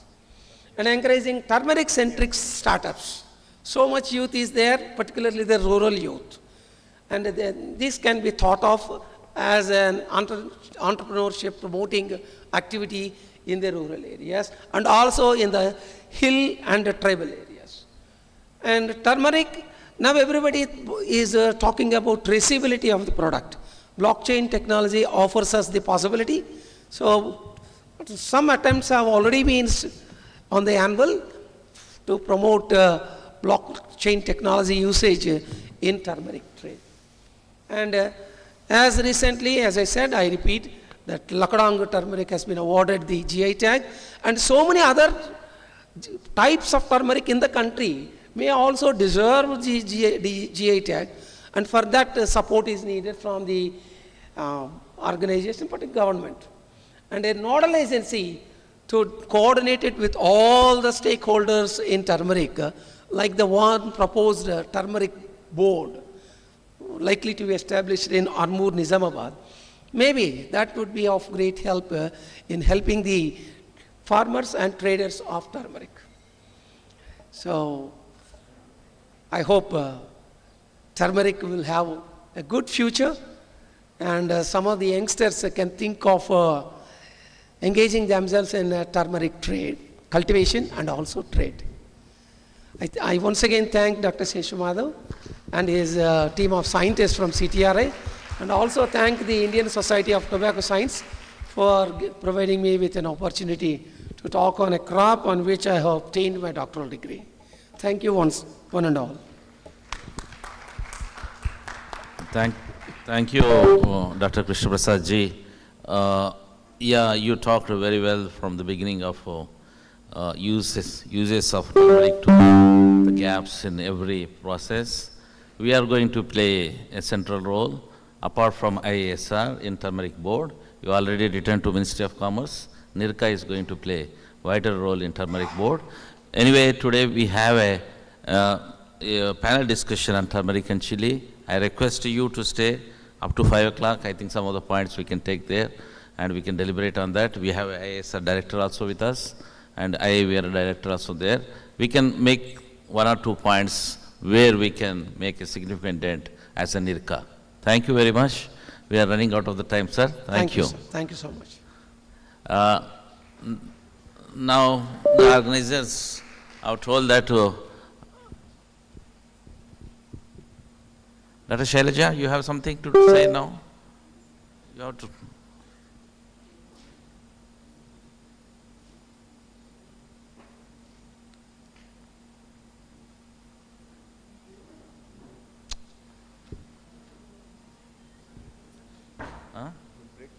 Okay. So this session will continue even after the lunch. Now we will break for the lunch. Maybe it is now 1:40 and we need to come by 1:46 now, but we need to come back by 2:15 only, because there are a speaker who are waiting in the online that is Dr. Manoranjan Mohanty.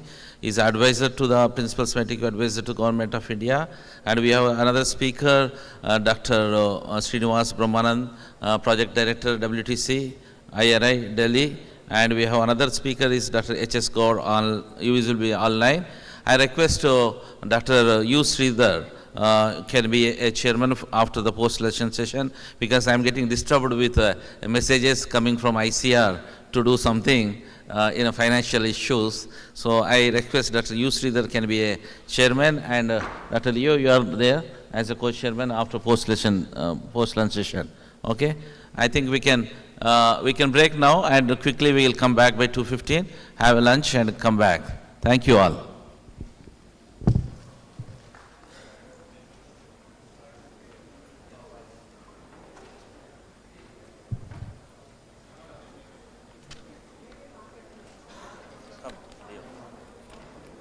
My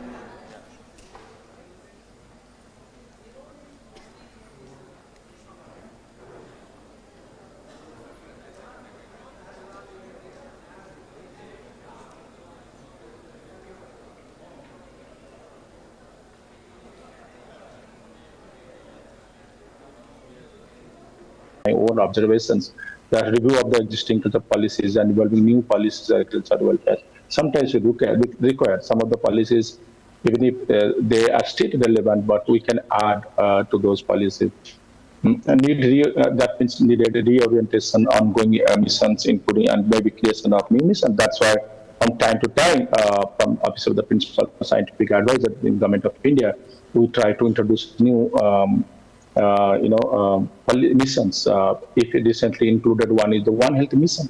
This is very much, I will say, the sustainable practice leading to, because that One Health mission is that means at this stage, linking human health, animal health, and livestock, of course, and as well as wild. And we are thinking of linking to the soil health also, because soil is also important area that. So there also, that means that is the need of the hour, because we are preparing ourselves in looking at the COVID, the difficulties, the problems that we face in COVID. That we don't want to see and repeat it again. That means through this mission, we are involving around 11 to 12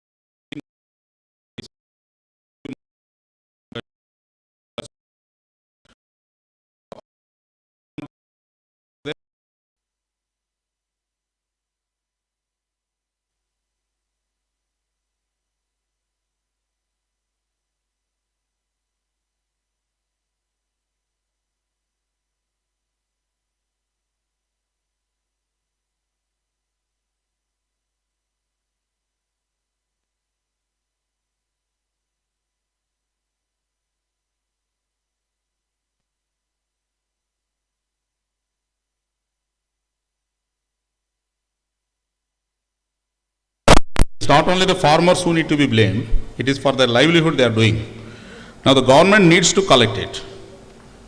Government needs to collect the paddy straw directly from the farmers' field. This is what Supreme Court says recently. Now the point is, such a huge amount of paddy straw, collecting and then utilizing it for some purposes, it requires a multi-pronged approach. Why I am talking about this one? The biological mulches which we are using, like suppose in case of paddy straw mulch, layer wise we are using, lot of moisture is remaining inside, and that is creating a problem for the pest and diseases and all. That is one big issue. Whereas a continuous layer is providing an advantage over that, and that's why plastic is, but ecologically it's not good. So in this context of that Supreme Court's one, what I am talking, there is a think tank which I am talking about, the Principal Scientific Advisor Office. We have a drive project. There the deliberation is going on. Here what we are thinking, that if you can develop from the paddy straw, mix it with some of the fibers, especially like jute, in a particular ratio. Once you come up with a particular ratio and make it a process in such a manner, a sheet type of thing can be made. So such type of efforts are still in the investigative level only. It has not come to the outside. But that is required, and a day will come when that will materialize. Only issue at this moment, what we perceive that it is economically maybe a little bit challenging at this moment. But that effort is going on now. Thank you, sir. Thank you very much. Yeah, it's enough now. We don't have time much. Next. Okay, thank you.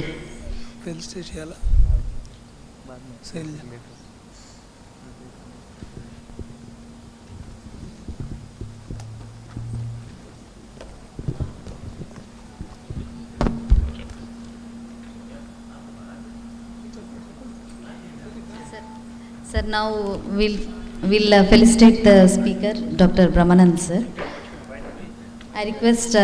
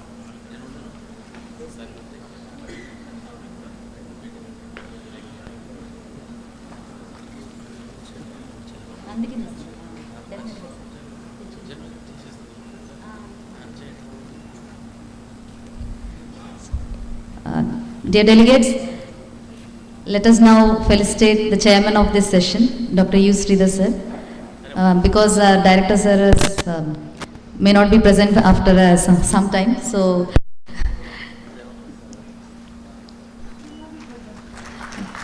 sir acted as head of the Department of Crop Protection till 2022 at CTRI.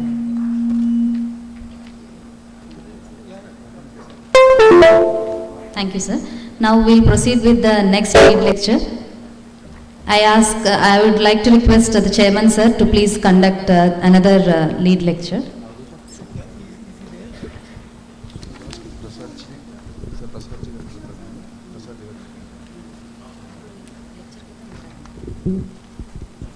Is there? Recording in progress. Check చేయండి ముందు.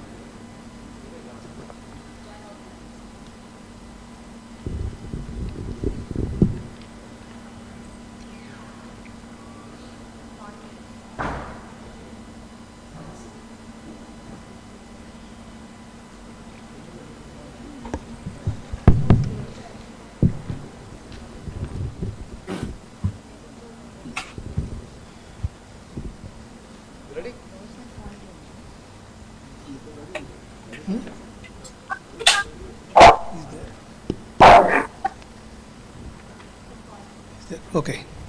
Our next speaker is Dr. H.S. Gaud. He is ex-Vice Chancellor, Sardar Vallabhbhai Patel University of Agriculture and Technology, Meerut, a distinguished professor at Galgotias University at Noida. He will speak on nematodes as reliable and convenient bioindicators of regional and global climate change and relevance to agriculture. Now I invite Dr. Gaud.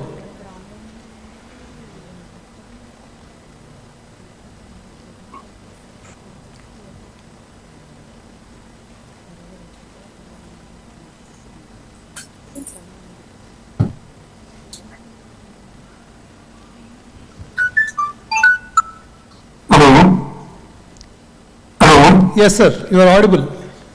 Yes, yes. Yeah, you can go ahead, sir. Hello. Sir, you are not visible. Your cam is not visible, sir. Hello.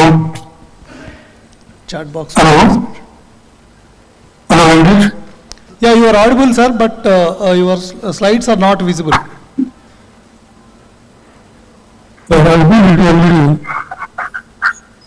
I'm already online. I can see them. Okay. You have to share your slides, sir. Okay. I'm not able to hear you properly. Okay. Hello, sir. Hello. Hello. Gaur, sir. Hello. Sir. Am Yes, I now. audible, sir? Yeah. Now I can It hear is you. visible now, sir. Yeah, you can start your talk, sir. Shall I start? Yeah. You can start, sir.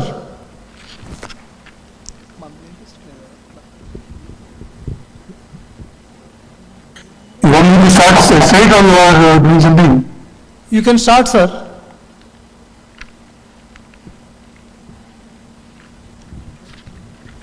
Type change chat box. Huh? Yeah, you can start, sir.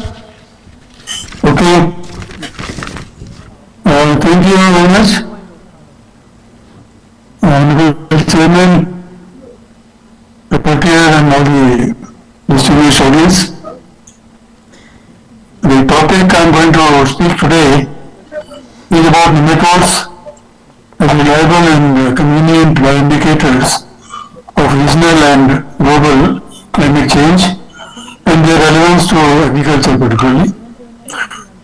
This is a topic of burning importance over the past few decades as we have seen the rapid rate of climate change, particularly global warming. If you see ecosystem as such, we have been seeing various changes, although the change has been all through history. Ever since the planet was made, there have been changes, climate has been changing. The biosphere also developed and there also climate has been changing gradually. But over the past 150 or 200 years, we have seen a very rapid change. If you see the ecosystem as such, there are various components, the underground components and surface components and the atmospheric components and also the cosmic components.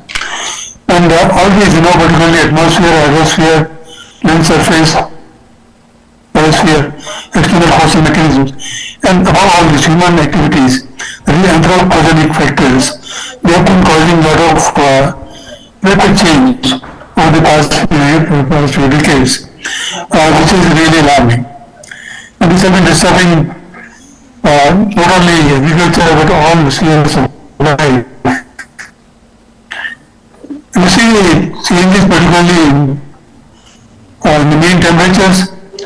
You can see the rapid change, particularly after 1800s, 1850 onwards, the rapid change started. And the mean temperatures, minimum and maximum both have been increasing. And we are seeing the kind of fluctuations. I hope you are able to see the slides. The kind of fluctuations that we are seeing, abrupt fluctuations, and also they have been rising overall. And all these crops and all the animals on this planet are adjusted to certain temperature regimes. And this particular abrupt change has been changing their response to the climate. You see the carbon dioxide has been increasing. It used to be around less than 300 ppm around 2 centuries ago.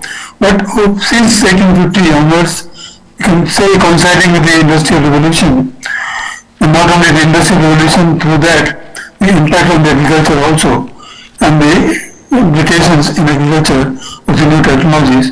So there have been rapid change in carbon dioxide, and you can see this exponential change, now reaching 422, only 2 days back it was 422 ppm. This is the kind of alarming situation, the temperature and the carbon dioxide, and besides the various other gases in the environment which are causing pollution and these things. Also the precipitation is another factor. You can see the precipitation or rainfall. This is Indian data, actually you can see from last 1 century. It has been decreasing over the last 10-15 years. You can see the complete decline here. There have been changes, rapid changes, but again, the overall mean rainfall, average rainfall has declined a lot. That means the impact on the agriculture as such.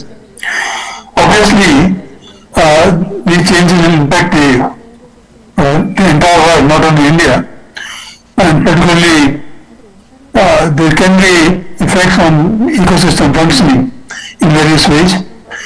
Carbon dioxide, methane, nitrous oxides, evaporation, they have been all increasing. And new interventions particularly are required for regulating these. The entire globe will be affected by this, and you see the northern hemisphere, particularly the northern parts, will be having even greater change compared to southern one. But overall, the entire globe is getting this affected. And this is the kind of aberration that's going to happen. The soil health as such is affected by various things. It is also contributing to it, but at the same time getting affected by the nutrient mineralizations, volatilization of the nitrogen and causing loss, evapotranspiration, deficit of water, salinization, microbial decomposition processes.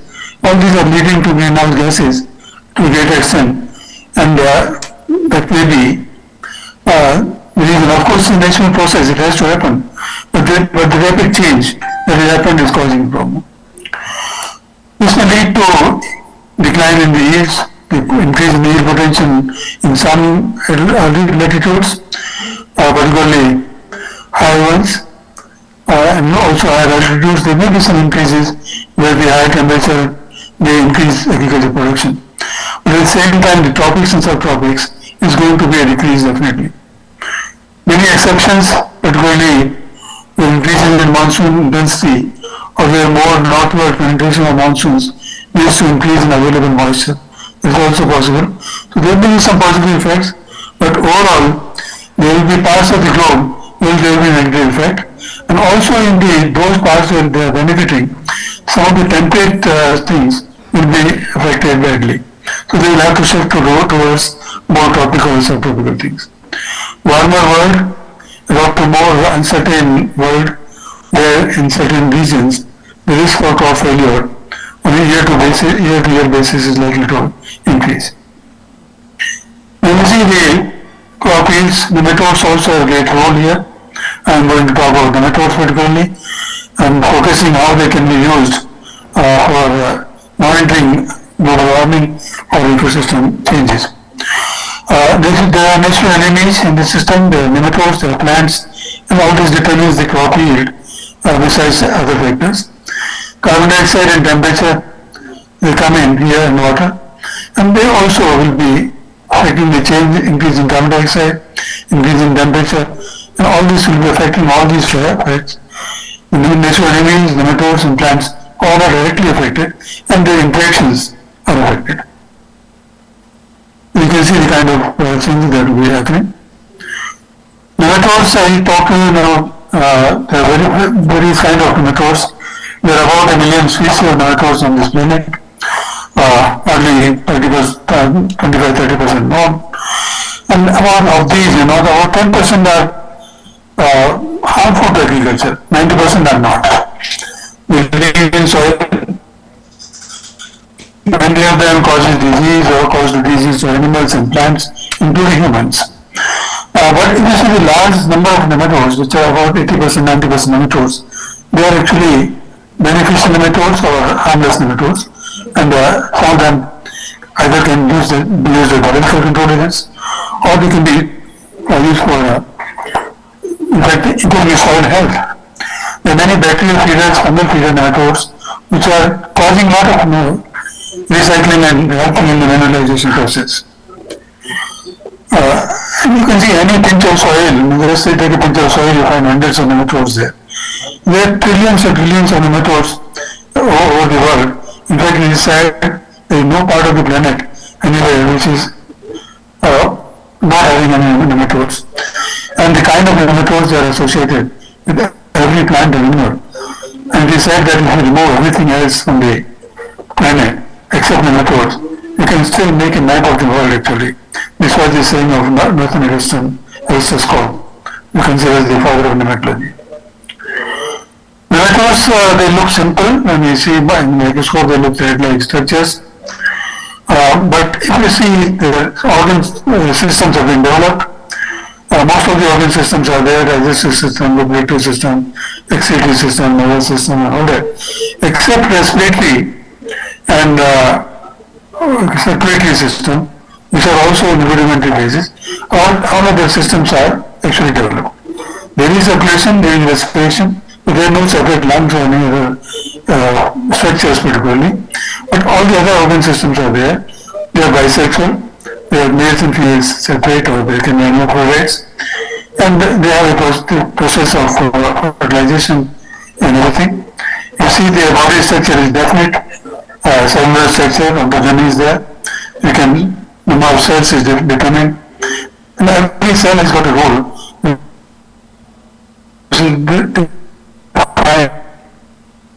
Right in the embryonic stage.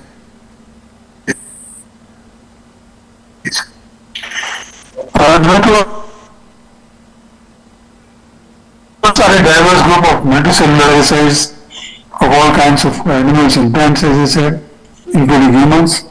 Often ignored is the fact that 80% of these species are not harmful to agriculture, but are vital to nutrient cycling, decomposition, and maintaining of soil health. So nematodes are therefore an integral part of the soil complex, and nematodes can be divided into various trophic groups. They can be feeders of the unicellular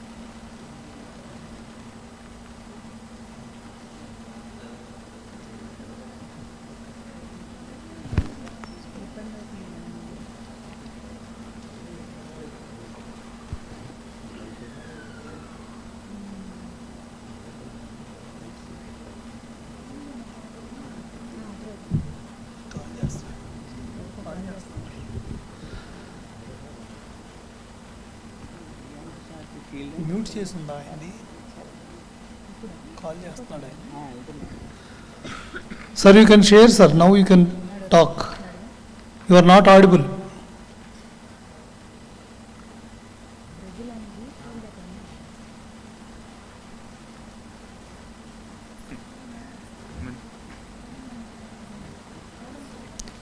unmute your mic sir.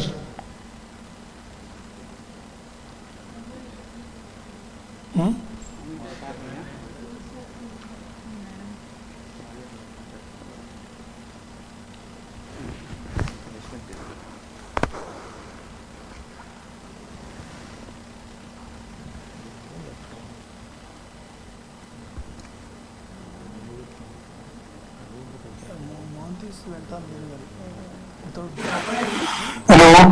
Yeah, yes sir, you are audible. You can share the slides sir. Right. I don't know where I left actually. Yeah, same one. Can you see this? Yeah. You see my slides now? Yeah, this is the one where you stopped. Hello? Yes sir, you can start here. Okay. Right, so I hope you were safe to hear slide number 12. And so these are the trophy groups. If you see the recent applications of analysis of the RNA and the DNA of nematodes, there have been classifications of these different nematodes. Of course, sequences of all nematodes are not available, but the major groups of nematodes and the major trophic groups have been identified, and they can be clubbed into various kind of trophic groups based on the RNA also. So morphologically and based on the RNA studies, we can really differentiate and club nematodes, and it will be possible to analyze any community of nematodes in the soil anywhere.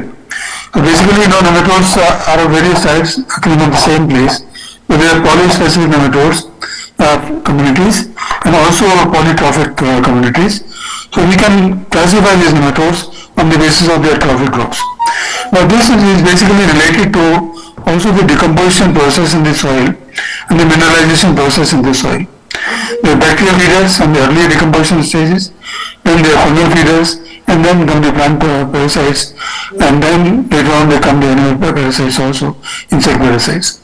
So these different nematodes and their ratios, they can really help us in identifying what is the kind of process going on in the soil at a particular time of place. And this is very much controlled also by the moisture, the air and the carbon dioxide. So that's where the correlations can be derived, and soil health can be monitored using the indices of the different kind of nematodes in the soil. So nematode communities, they in fact can help. So if you can collect the representative soil samples from the sites of interest, then extract the nematodes using standard methods, determining total number of nematodes, identifying at the genus level or the family level, then tabulate the data in different seeds, particularly in India, software, etc.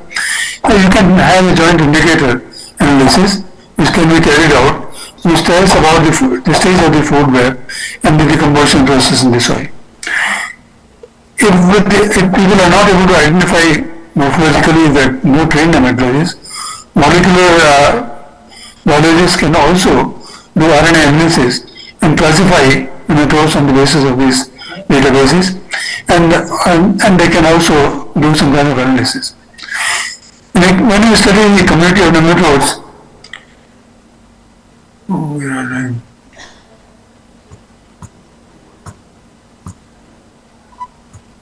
I think over here. When we study community of nematodes, we generally calculate their absolute frequency, relative density, absolute density, and prominence value, etc. Which tells you about the kind of number of nematodes of different species, and this probabilistic analysis can be done. And this can be later on correlated with what kind of nematodes are dominant at a particular place. This dominance can also be calculated in the form of various kind of diversity indices, dominance indices, evenness indices, and maturity indices. Simpson index and Shannon index, they are used. Another important way to classify these nematodes is to divide them into colonizers and persisters. The nematodes can be classified on the basis of their tendency, particularly longer life cycle and lesser frequency. They are persistent nematodes. They stay for a long time. In the soil, they can persist for months and years. But there are other nematodes which have short life cycle and high fecundity, high in large number of delay, and their rate of reproduction is high. Those nematodes are temporary kind of things. They stay for some time and disappear, and then there is a lot of fluctuation in their population. So this ratio, these nematodes which they are mostly bacterial feeders, fungal feeders, they are basically colonizers, and so their ratio, they are considered to be CP1, CP2, like that. Plant parasites usually come around CP3. Whereas CP5 also, there are some nematodes which are long life cycles, and some of the plant parasites and some other nematodes also live there. They are persistent nematodes, CP5. So this ratio of CP1 to CP5, that also determines what kind of microbial processes are going on in the soil. If there are more microbial process going on, more bacterial process, then you will have more of CP1. If there are more fungal populations or partial decomposition is taking place, then there will be CP2, and like that. So there will be this dominance of the nematodes in this will be telling us what is the stage of community development or the stage of the decomposition process. And this again helps us correlating it to not only the soil health, but also the rate of change from year to year, what is happening at a particular place. That will help us to understand what is the level of global warming happening at a particular place. But temperature is a driver of nematodes. Every nematode requires a certain level of centigrade degree hours, so CDH we call it, above a certain threshold to complete a life cycle.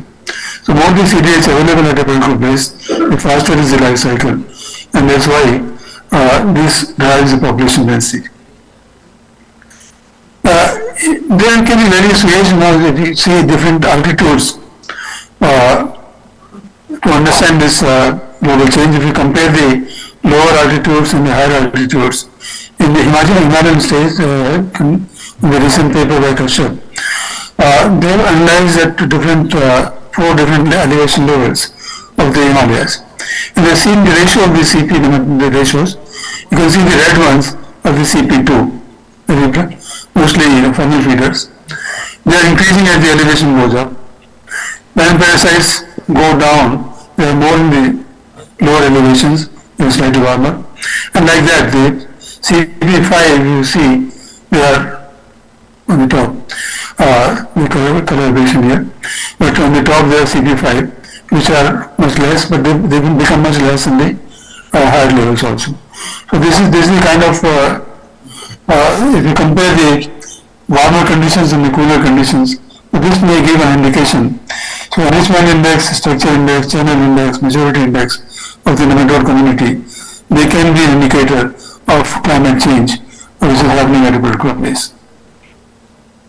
Principal coordinate analysis can also be helpful in both morphologically as well as study of the enzyme profiles.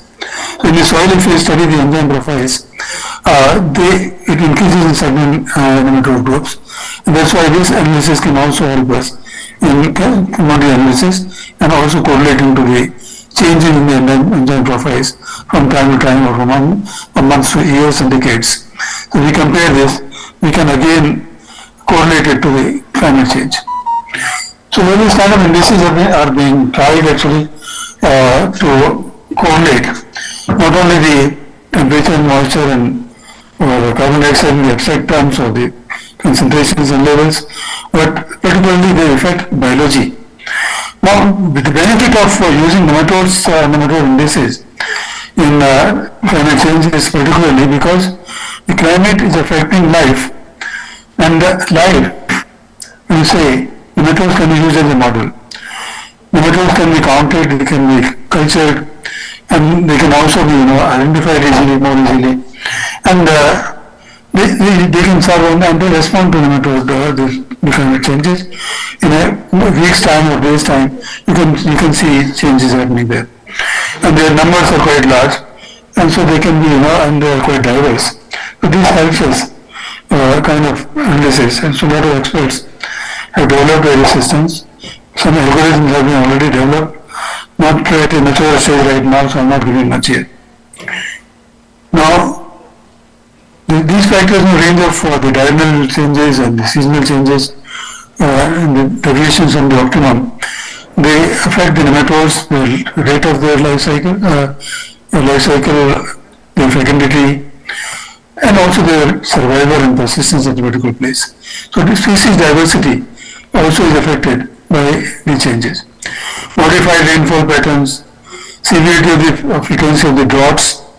The many nematodes are adapted to droughts, and droughts suffer survival in the dry conditions, some are not. Elevations in the carbon dioxide levels, modified plant metabolism and susceptibility, change in the plant nematode relations, change in the antagonistic numbers, and also the establishment of the survival of the EPNs and the pathogenic nematodes. So these zones, you can say, they are optimal tolerance zones, they are lower limits of tolerance and the upper limits of tolerance. So for each different species, there may be minor variations in this. So certain species which dominate, some will prefer the higher limits, some will prefer the lower limits. So temperate and subtemperate and the tropical kind of species, they can be classified. So you can have different kind of optima, and the deviation from the optima causes their changes in their dominance. You can see the different kind of nematodes. You see the plants are affected by climate change, the photosynthesis of the plants, respiration, growth, or the biomass access, the defense mechanism of the plants, the quality of the plant itself, or the constituents of the plant, and of course the productivity and yield of the plant. The nematodes, it is survival, post finding behavior, life cycle, consumption rates, fecundity, diapause, plant resistance. So all these are basically affected by climate change also. The entomopathogenic nematodes, these are beneficial nematodes actually, which can serve as biological control agents in human health programs as well as in the agriculture. The host finding behavior, their consumption patterns, their life cycle, survival, dispersal, the population of bacteria on which they feed, they are symbiotic with, and their pathogenicity, all they get affected by changes in the climate. In fact, the resource quality of the microbes particularly, they are also affected. Consumption of the microbes, consumption by the microbes, decomposition, survival of the microbes, infectivity, and nutrient supply, they all get affected by the climate changes. So plant parasite nematodes, the change in abundance, damage potential, distribution, and interference with the plant and adaptations of the plant, the host parasite relationship particularly. The entomopathogenic nematodes, the divert recovery, that is the surviving stage, the recovery of that, and the host finding may be influenced. The free-living nematodes or the microbivorous nematodes, as we say, the change in abundance and decomposition of plant residues may be affected. Animal-human parasitic nematodes, the infection rates, disease outbreaks, and the spread of the new areas that could be affected. So sensitive nematode species and the groups, they serve as the indicators of climate change also. Differences in plant flora particularly, or the plants and also the get the dominance of the different kind of plants is affected due to climate change also. And this also affects the nematodes, with the specific nematodes which are preferred by particular crops, and some others are preferred by other crops. Yeah, as you know, the C3 plants and C4 plants will be indirectly affected in different ways. Against C3 plants like wheat, rice, barley, legumes or oats or cotton, they are more affected. Whereas the C4 plants will be less affected because they consume more of carbon dioxide, maize, sugarcane, millets, and all that. Of course, the elevation of carbon dioxide, and the study was done in the cotton plant, you can see that although the nitrogen levels will be in fact going down, CN ratio will be increased. Carbon will increase more, commission and the nitrogen will be less. The CN ratio will be basically increased, which is not a good sign. But there have been experiments on this elevated carbon dioxide conditions, the open top chambers and others. You can see the open top chambers here. There have been various studies on this. This was a study being done at IRI and also the phase systems and the open top chambers. They do study elevated levels of carbon dioxide, which helps correlate with the climate change. Various studies have been done on nematodes particularly.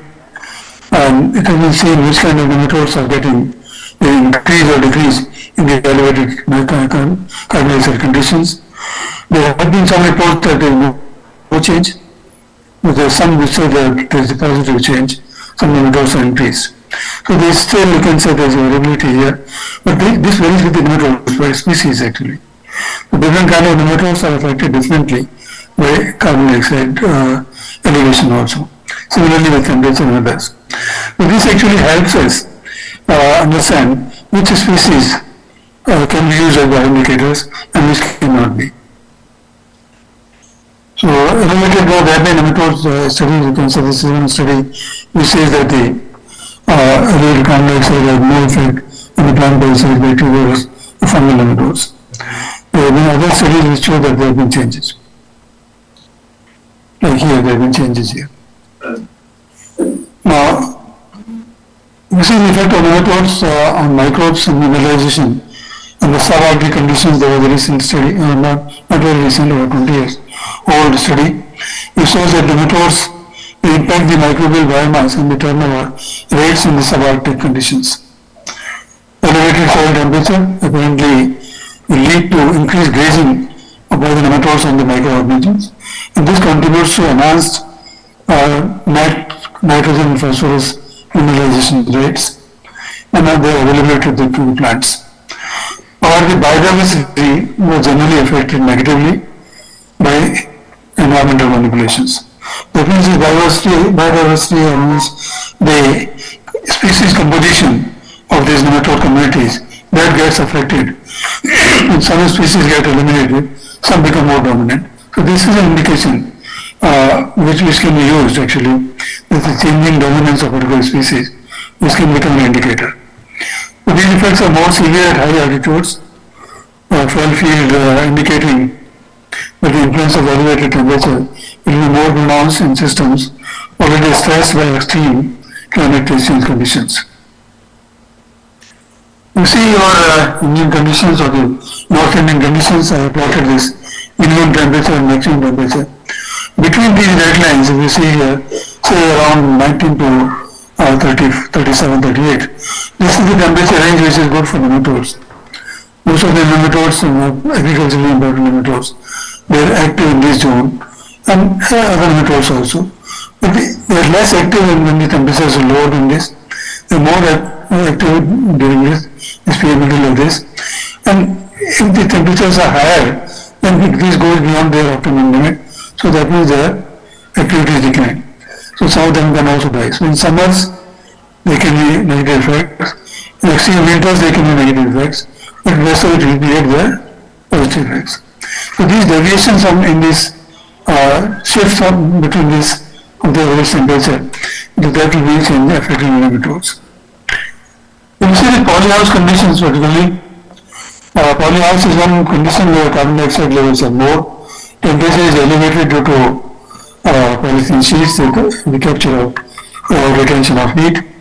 And this provides a structure basically where one can study the possible effect, what will be a kind of condition which a global climate change can happen, a kind of greenhouse effect or the polyhouse effect, as we see. In nematodes we have done our own studies also. Compared to open fields, the rate of increase in the population is more in the polyhouse, particularly plant parasitic nematodes and others. The numbers increase much faster, where there is a continuous availability of higher temperature, increased carbon dioxide, higher photosynthate is available, or the plant products are available. Fertility, of course, is maintained in agriculture high, and there are fewer natural enemies. So there is a rapid build-up of higher population density. So this is the condition going to happen when temperature rises naturally, carbon dioxide rises naturally. So this is the condition which is going to favor some of the nematodes, particularly plant parasites. So how much they are favored in this thing? This is a kind of experimental protocols. We can use polyhouse also to study the changes and study nematode populations of the fungus populations and microbial populations and correlate them, and then we can predict actually after say 100 years or 50 years what will be the change going to happen. We see the effects on the crops, of course, and the interactions with the microbes, a serious effect on crops, the increasing damage to the plants under elevated carbon dioxide and temperature conditions, even though these favor the plant growth. If the increase, of course, you can see the damage to different kind of crops, the nematodes can cause. This is the oak field. Also the impact, this is nematode. This is the rice, the root knot nematode rice. You see, especially this is going to happen. Again, some problem with the internet really. So this is a national problem now emerging in the rice, particularly when there is water stress and the continuous planting and rice field cropping systems. Root knot nematode have become a serious problem in rice. Rising sea levels will also affect nematodes. They will have implications on the native nematode populations, decrease in some species, but adaptation by certain species, implications on both entomopathic nematodes and plant parasitic nematodes. There will be different kind of ecological succession when salinity occurs or the sea levels rise, and the nematodes here also can be used as bioindicators. So we need more taxonomists and also computer-aided identification systems, and also molecular biologists who can all work together and use nematodes as indicators closer to life actually, and predict how the life will be affected in future. So nematodes are very highly adaptive organisms basically. The short-term adaptations like modifying hatching behavior, modifying molting behavior, rate of reproduction can be changed. The quiescence and diapers of the survival stages, they change in accordance with the optimum conditions. If the conditions are not good, nematodes can adapt themselves. They can change their sex ratios. They can also be sex reversals. More males can be produced if the environment is adverse. So the ratio of the males and females, how it is getting changed, can also be an indicator of climate change. The duration of life cycle, the seasonal oscillations, the changes in the population density, the damage thresholds, all that change will elevate the different kind of climatic conditions. The long-term adaptations can also be there, modified distribution, effects on the DNA, the new races and alpha types emerge with the changing climate, and the modified food habits, structural changes, modified species composition, new species emergence is over time, over centuries you can find altogether new species by specialization of the particular races of the populations.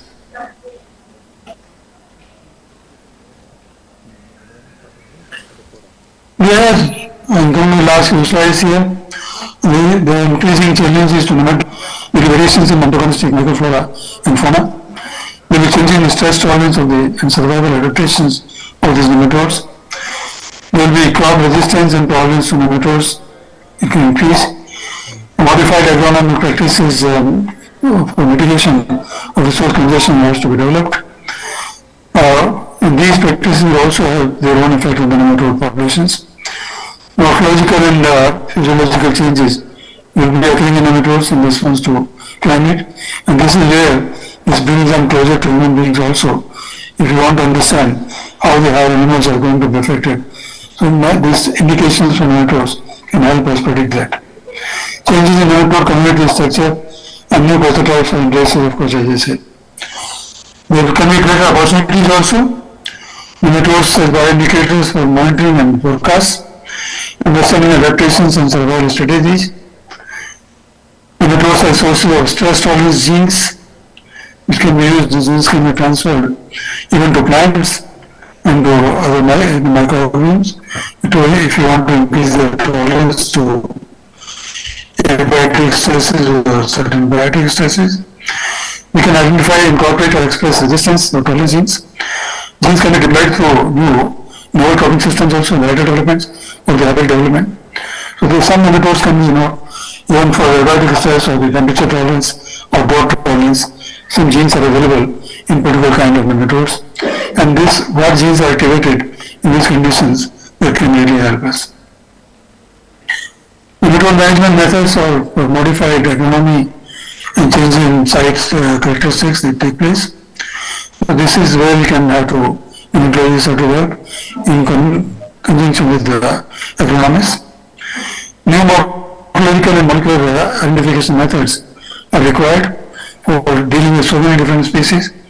Plant nematologists generally can identify only a few dozen or 100 nematode species, but for community analysis, we require identification of hundreds of species. So there we need more identification methods, more microscopic as well as molecular, and also trained manpower for this. So closer linkages with environmentalists, agronomists, breeders, entomologists, pathologists, microbiologists, and molecular biologists. This is the need of the hour, that we work together and join hands and use these very important gifts of nature to us as nematodes also. We can use them. In conclusion, I can say that nematode species and their communities can be near perfect biological models because they have small size, although they are large numbers, they are strictly countable. Their short life cycles, their ontogeny is very predictive. Organ systems are well developed. Their physiology is nearly similar to other animals. Their quick response to changes in the environment in their vicinity. They are multi-trophic species, communities, and of course with the different food habits, and polyspecific, various kind of species occur in the same communities. And then the last, I suppose not less important, is the absence of ethical restrictions regarding them. Now we cannot use on monkeys or dogs or cats or other animals, but we can use nematodes. Even there are restrictions on mice and the pigeons, but there are no restrictions on work on nematodes. So you have semi-advanced nematodes or other animals, advanced animals, which can help us in understanding the relationship with the environment and also the impact of the environment or the climate on them. And these studies can be very useful. Nematodes are already served as biological models in biotechnological studies, genetic studies, and pharmacology also. And they can also be used for studying the ecological systems by serving as ecological model organisms to understand, measure, and forecast the impact of climate change. So thank you very much. Indeed, this slide has abstract information here. The plants and the microorganisms and the climate system, and of course human beings, all the animals, they're all affected by climate. Thank you very much. Thank you. If any questions are welcome. Thank you. The audio from that side is very, very poor. Thank you, sir. Thank you very much for your elaborate talk on nematodes as bioindicators of global climate change. Thank you. On behalf of the organizers, I thank you, sir. Thank you very much. Thank you, sir. I think there are no questions on this. Thank you. Okay. Recordings.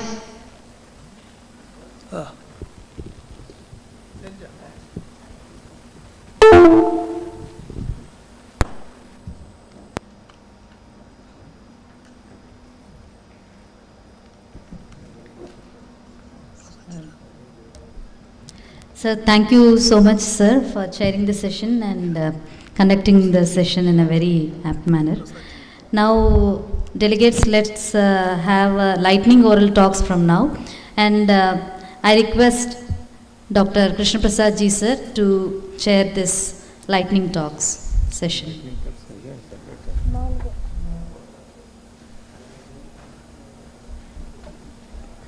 Please, sir.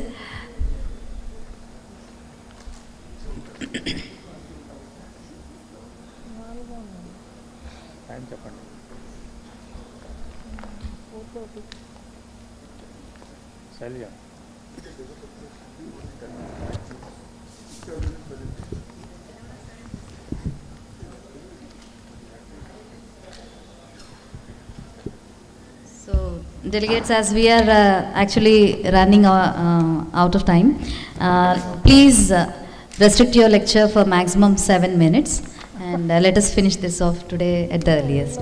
Sir, please. Yeah. Welcome to the lightning oral talks. Request the presenters to limit their talks to the time, stipulated time. And I request the organizers to remind at the end of the time, please remind the speaker.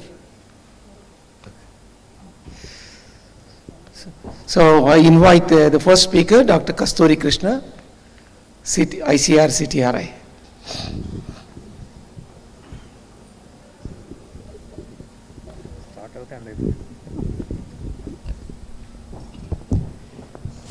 Respected Chairman, Rapporteur and delegates, good evening to all.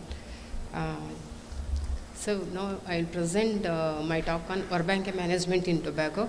I am not going to give the elaborate presentation, just what are the important practical that measures that we have studied. And we have studied different measures, but what are the practical measures that we have with that methods we have controlled the urban. Just I am going to give in brief different under field conditions.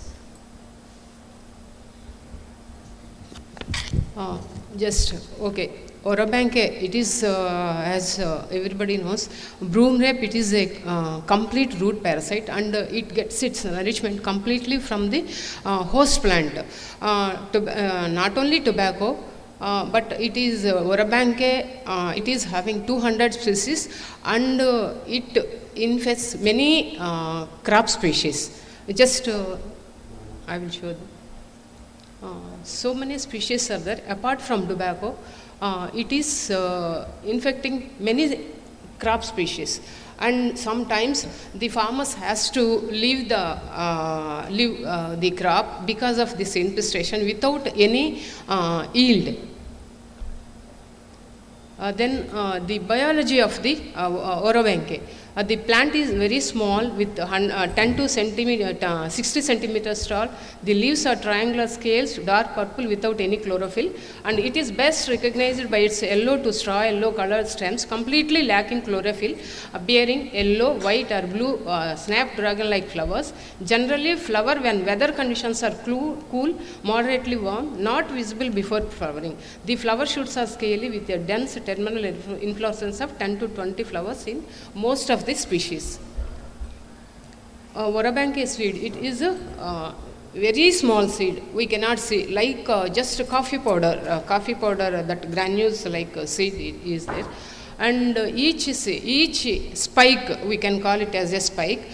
For each spike, it produces almost nearly 1 to 2 lakh seeds. A single Varabanke plant is therefore capable of heavy infesting the field, rapidly increasing the seed bank in the soil. And seeds are usually dark brown, oval shaped, measures 0.35 into 0.25 mm and weigh 3 to 6 micrograms and blacken with age. Next. This one we call it as a spike. In each tobacco plant, sometimes we can see up to 100 spikes, reducing the yield to a minimum of maybe 10% of the what we get a normal field.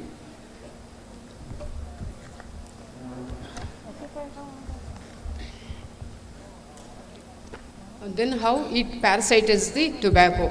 First, the tobacco seed, when it is in the soil, unless it receives some stimulations from the host plant, it cannot germinate. That stimulations from the host plant is called strigolactones. After getting the strigolactones from the host plant, and it forms a bridge between the host plant, it is called hostorium.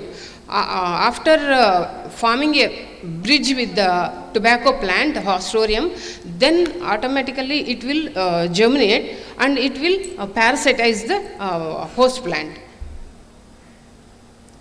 Next, like this, first seed, after that it forms a bridge with the host plant, that is attachment. After that it will penetrates into the host tissue, then again it parasitizes and it starts germinating, that is tubercle, and after that the total life cycle it will be completed by 40 to 50 days. Then Varabanke, why Varabanke control is becoming difficult? Because of seed production, very high seed production. It is underground location and is inaccessible to the conventional control measures, and late appearance of parasite shoots above the soil. When after the shoots emerge only, we see above the soil. Lack of photosynthesis, high seed longevity, more than 20 years, and very small seeds, and seed viability is not lost after passing digestive tract of animals also. Several control measures are there, but they are not feasible, uneconomical, hard to achieve, and result in incomplete protection. Different management methods are also there, but these management methods they can restrict the parasite, or they can manage the parasite only to some extent.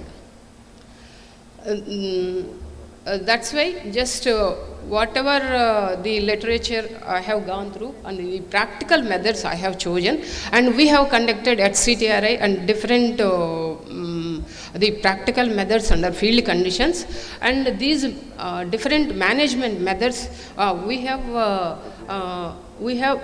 taken in different different management units in different phases. That is, management of seed phase is one thing, and management of parasitic phase. When this Varabanke is that is attacking the that is host plant, that phase is important phase, and management of emergence and reproductive phase. After when it is emerging, already the damage might have occurred, and whatever we are taking the control measures, it is whatever we are taking, no, that time we cannot control the yield loss, because already the loss might have occurred. Then management strategies. What are the practical management methods we have studied at CTRI? That is for managing the seed phase of the Varabanke. That is summer ploughing. During summer, up to 30 centimeters, 1 feet deep summer ploughing when you are doing, no, the soil it will invert, and whatever the seed is there, we can that is exposed to the sun, that is 45 to 50 degrees centigrade sun, and the germination is lost. Up to 85% control we can get through this summer ploughing. And solarization with mulchings, with the transparent white polythene mulches we can do during summer. Summer also, this is also partial control, and up to 60% germination we can control this one. And crop rotation and trap crops. Some of the crops like green gram, sesame, sorghum, they germinate the fenugreek. It is having some trigoxazone, some compound is there. That compound is acting to inhibit the germination of the that Vorobanche seed. And different herbicides we have tried there. That is pre-emergence herbicides. Okay, sir. Okay. For managing this and managing of parasitic phase also we have tried, that is different aspects, that is early planting, fertilization, mulching and herbicide application we have tried. And for management of emergence size also we have tried, that is best method is hand weeding only. Hand weeding, and though different strategies are there, but the management is becoming difficult, so we have to go for the preventive measures. And at CTRI, we have tried integrated measures under what we are telling is in highly infested fields of tobacco, just 2 years rotation with trap crops like sesame, sorghum, and followed by third year tobacco is growing, hand weeding. And this is the best method we are telling to the farmers for control of the Vorobanche. In alfisol conditions, growing sesame before during Kharif season, and growing tobacco in the Rabi season, and application of neem cake at 30 days after planting, and followed by hand weeding. And this is the integrated management method we are advocating to the farmers.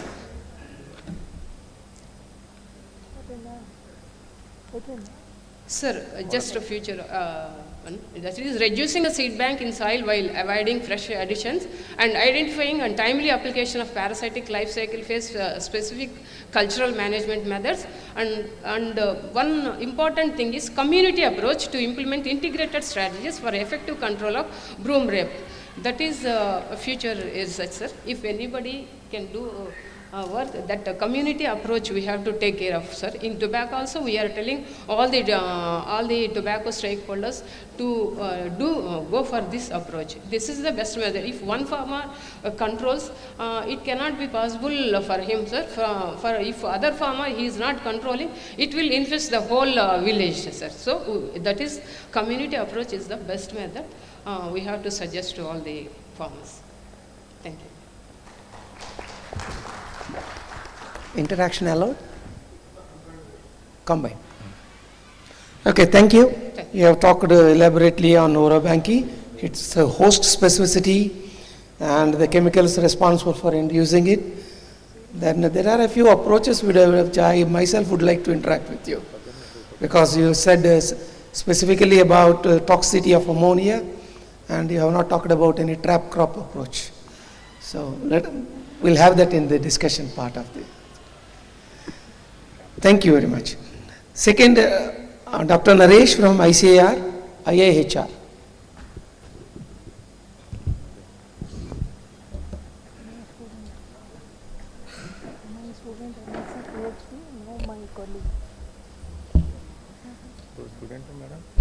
So, good evening.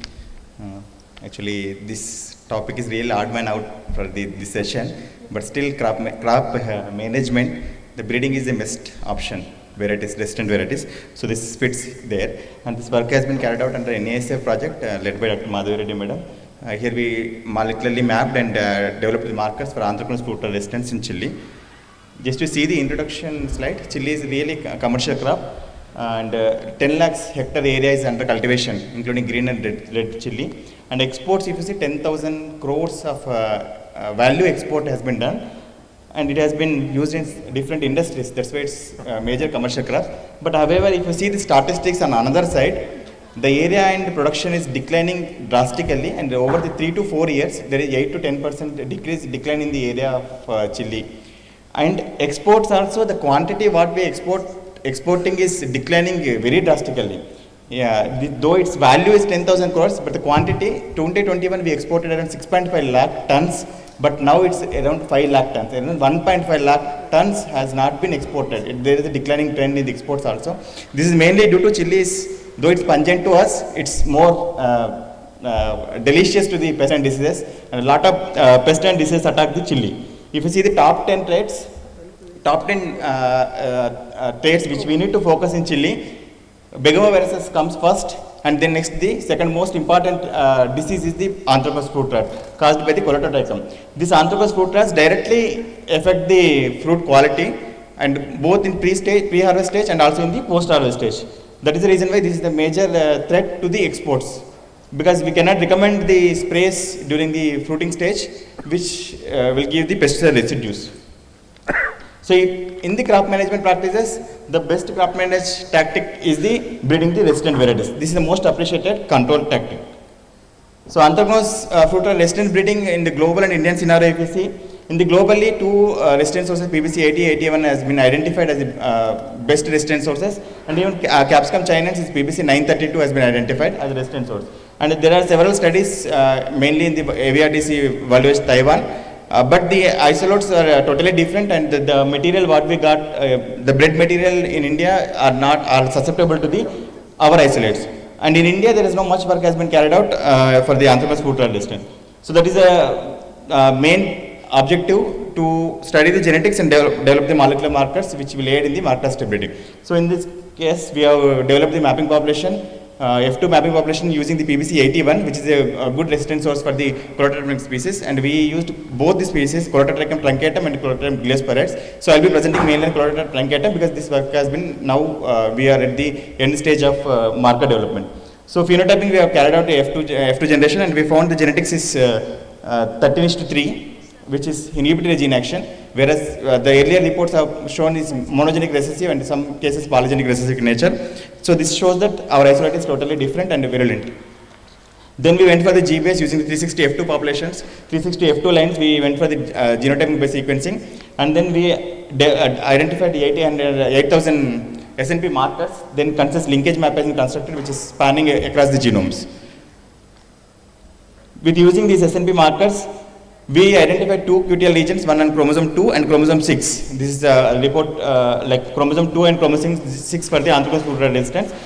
And chromosome 2, it's around 15.12 MB, and on chromosome 2, chromosome 6 is around 5.09 MG. Very big genomic region has been identified for the Anthracnose fruit rot. So as its size is very big, the QTL size is very big, we went for these are the SNP markers, SNPs spanning in the chromosome 2 and chromosome 6 associated with the resistance. So as the size is very big, we went for the in silico mining in those regions, and we developed the 192 SSR markers. 192 SSR marker has been designed. That SSR markers has been surveyed with the parental polymorphism and in the F2 population also. In the parental polymorphism, we found only 20 markers showing the polymorphism. This is again the struggle in case of chilies, where we will get very low polymorphism. Those markers have been again used for the classical QTL mapping, and we found then from the 15.12 MB, we have now delineated to the 4.42 MB region associated with the Anthracnose fruit rot resistance in chromosome 2, and in chromosome 6 is around 5.2 MB. Then we searched the genes, pan genes associated with the Anthracnose fruit resistance in the pan genome, and we found a very good, very important defense-related resistant genes are in this harboring in these regions. So these are the regions. We now finally on chromosome 2 it's 579 KB, which is a cluster of defense genes are present, and on chromosome 6 it's 268 KB. So we delineated from the 15.12 to the 579 KB. Now still we are working on to fine map this region and identify more precise markers. And these two QTLs, interestingly, they are epistatic in nature, interacting with each other in the inhibitory gene action. So that is the reason why it's very difficult to use in marker selection. That's why we are using these two regions in the marker selection, and we found two markers on one on chromosome 2 and one on chromosome 6, which could be able to predict the 78% of the disease resistance. Still we are fine mapping this region. So far what we understood on the Anthracnose fruit rot resistance is, The genetics is inhibitor gene action, and then 2 regions on chromosome 2 and chromosome 6 has been identified, and then we delineated and fine mapped it to 579 kb and 268 kb region on chromosome 2 and chromosome 6. Both are interacting in epistatic interaction nature, and then the markers till now we identified can predict up to 78% for the disease resistance. So further we are fine mapping this region. The major challenge is now this has been done in capsicum baccatum, this one. Now introgressing into the capsicum annum is the major challenge. Then as I said, the chili itself, the genome size is very big, around capsicum baccatum still bigger, 4.2 GB. This is the biggest challenge that almost we reached. We mapped the region into the KB, so now we can use in the marker selection. Next is fine mapping, still we are working on that one to identify more precise markers in those regions only.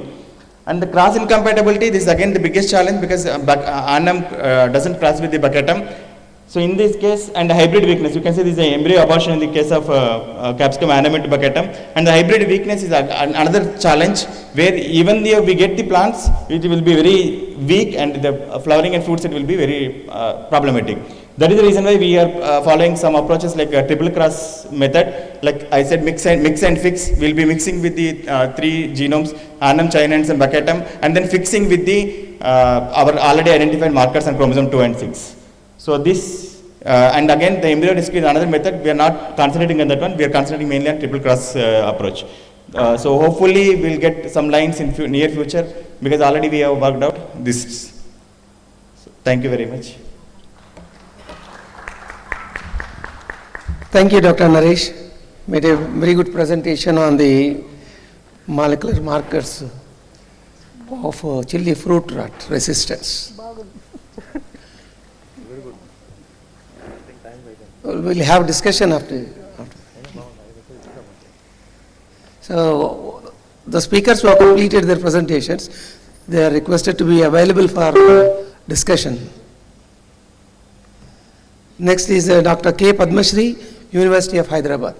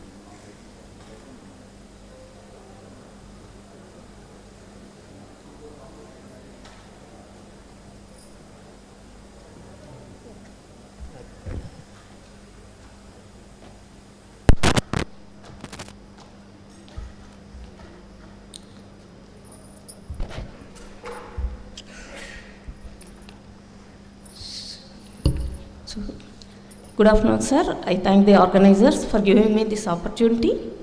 So today's topic is specificity of Bowman-Birk and Kuhn genipetars separated by TC extraction in the management of Icftca and Helicoverpa. As you all know, India is an agricultural based country, and several forms of lepidopteran insects, not few, lepidopteran insects, they play a significant role in devastating the crops, their production.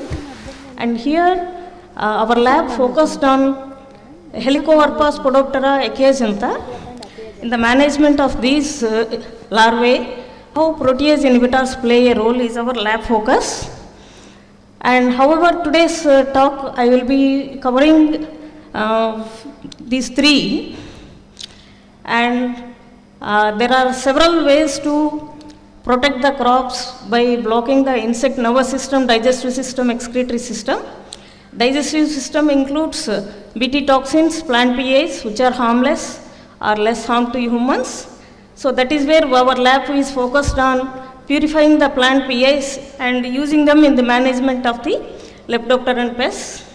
So these proteinase inhibitors are defense proteins. They are distributed in Leguminaceae, Solanaceae, and Graminae members.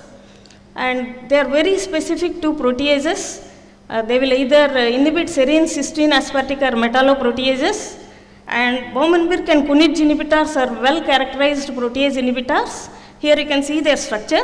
BBI is BBI and K are short names for the Baumann-Birk and Kunitz inhibitors. And these are very small proteins. BBI is less than 10 kDa, while Ka is around 18 kD. And they have, BBI has around 7 cysteine residues, Ka has 4 cysteine residues. They play a very important role in their structure. And coming to the insects, they have a lot of proteases in their gut. And most of the insect gut has trypsin as the major proteases. So we purified protease inhibitor specific to trypsin. And I will show you some in vivo experiments conducted. And before showing the results, I would like to show here the mechanism of action.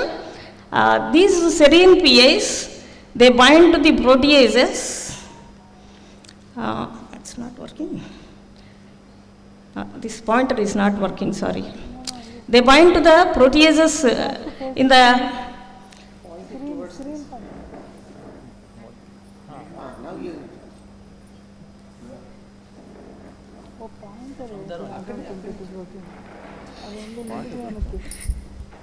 it's difficult. So they bind to the substrate sites.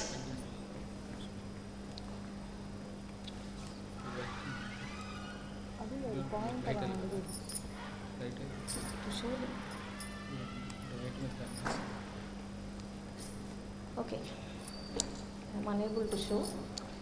So the simple principle what we choose in seed selection is, we have chosen, for example, this is the Cajanus plant. This Cajanus plant is a non-host for right side larvae and host plant to left side larvae. So it is possible to purify the protease inhibitors from this Cajanus cajan and use them in the management of insects which are non-host, the larvae which does not grow on the Cajanus cajan. So this is the simple logic. And Helicoverpa, how it can be controlled is a question. We used wild relatives of the PGNP for its management. So these are the different varieties we used in our studies to purify the proteins. And this is the initial protocol we used for the purification of proteins. So here C11 BBI and T9 BBI are Baumann-Birk inhibitors from the red gram and black gram. So here you see the effect of the PAs on the larval growth. You can see the reduction wherever red point is there, that shows the reduction in the larvae. 79% reduction is there in Icftca. Similarly, Spodoptera is tested, Helicoverpa is tested. They not only affected the larval growth, they also showed the larval pupal intermediates which are shown in the pink color, and pupal adult intermediates are also observed. And pupal weights are reduced. To summarize, each of these protease inhibitor, BBI, from red gram or black gram, they not only reduce the larval weights, they showed the mortality rate, delay in emergence of pupa, resulted in abnormal larval adults, abnormal pupal adults. So the effect is more on Icftca as compared to Spodoptera and Armigera. This is the BBI effects, and literature also shows use of Kunitz inhibitors on Helicoverpa Armigera.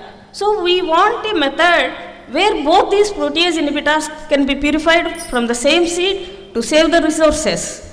So we modified our protocol, and this is the method used to purify BBA and Ka from the PI pool what we get. And we have seen clearly the bottom one shows the specific activity.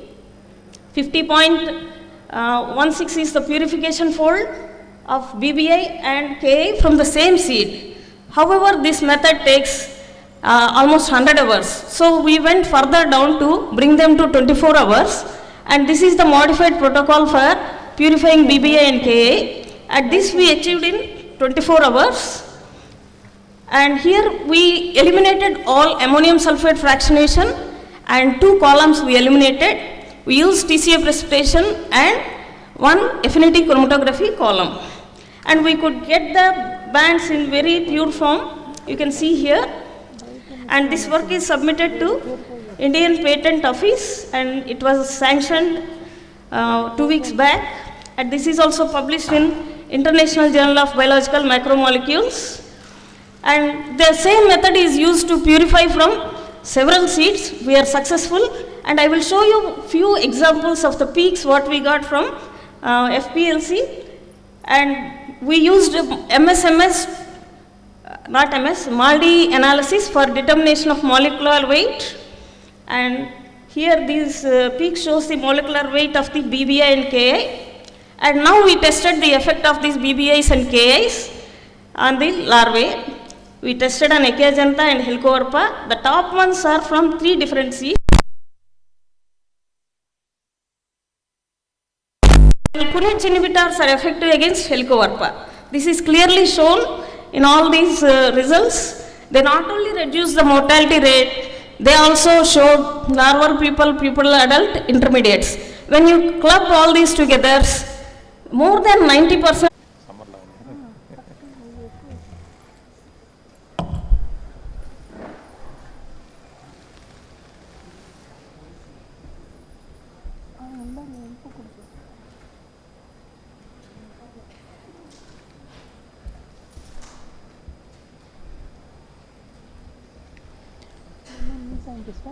Respected Chairman, Co-Chairman, Rapporteur, and all the delegates, I welcome you all for my presentation on customized fertilizers, secondary and micronutrient products for FCV tobacco.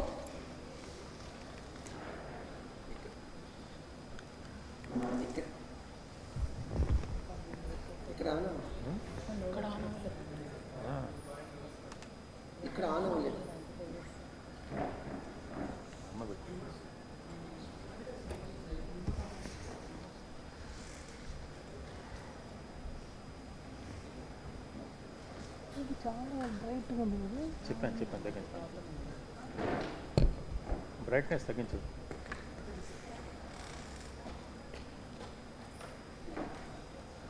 Cooling glass పెట్టుకున్నావా?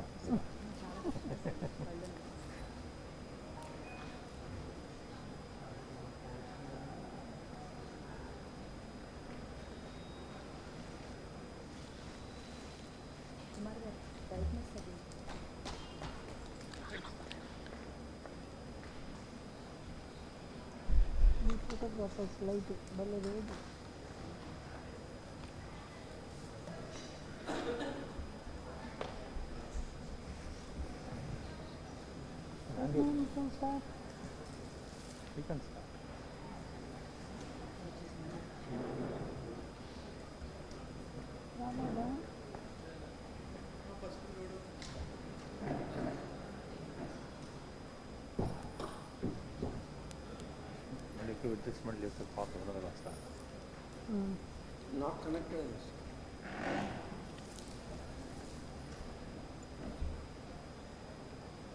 Okay can present. పూర్ణ బిందు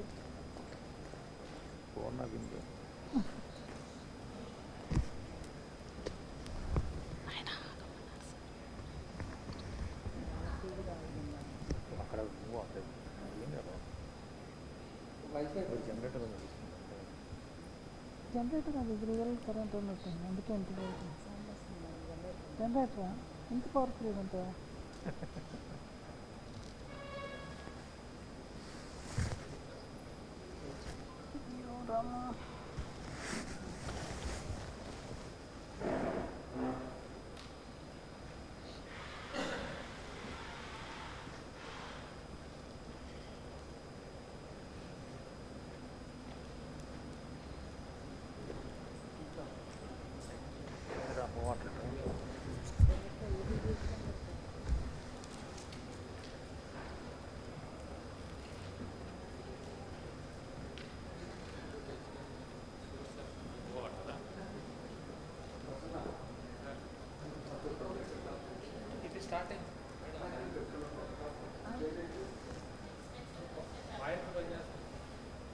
కాదు వాళ్ళకి కనపడలేదు వాళ్ళకి TV రావట్లేదు కనపడలేదు చెప్పాలంటే ఇబ్బంది అనిపిస్తుంది. కుర్చీ తిప్పుకోవాలి చైర్ తిప్పుకోండి సార్. పొద్దున అలాగే కూర్చున్నారు కదా అటు తిరిగి.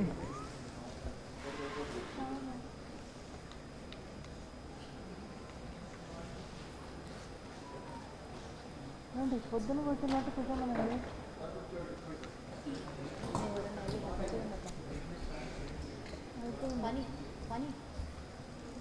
Sir.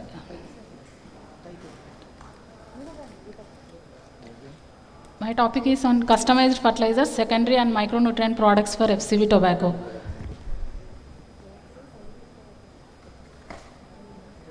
చెప్పమ్మా వాయిస్ తీసుకోవాలి.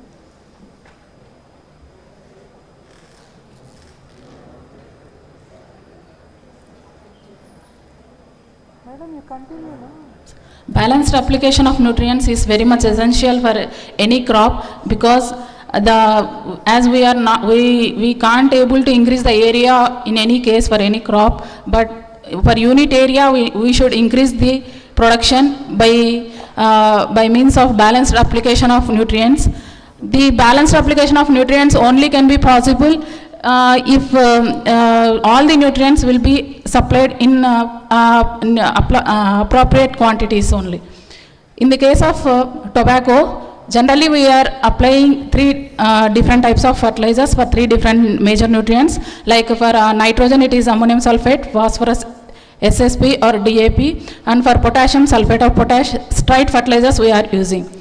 So if you go for in the case of farmer situation, if you see, farmer will apply with the help of three different labors he will go and three different fertilizers he will apply at a time. Then what will happen, he never uses the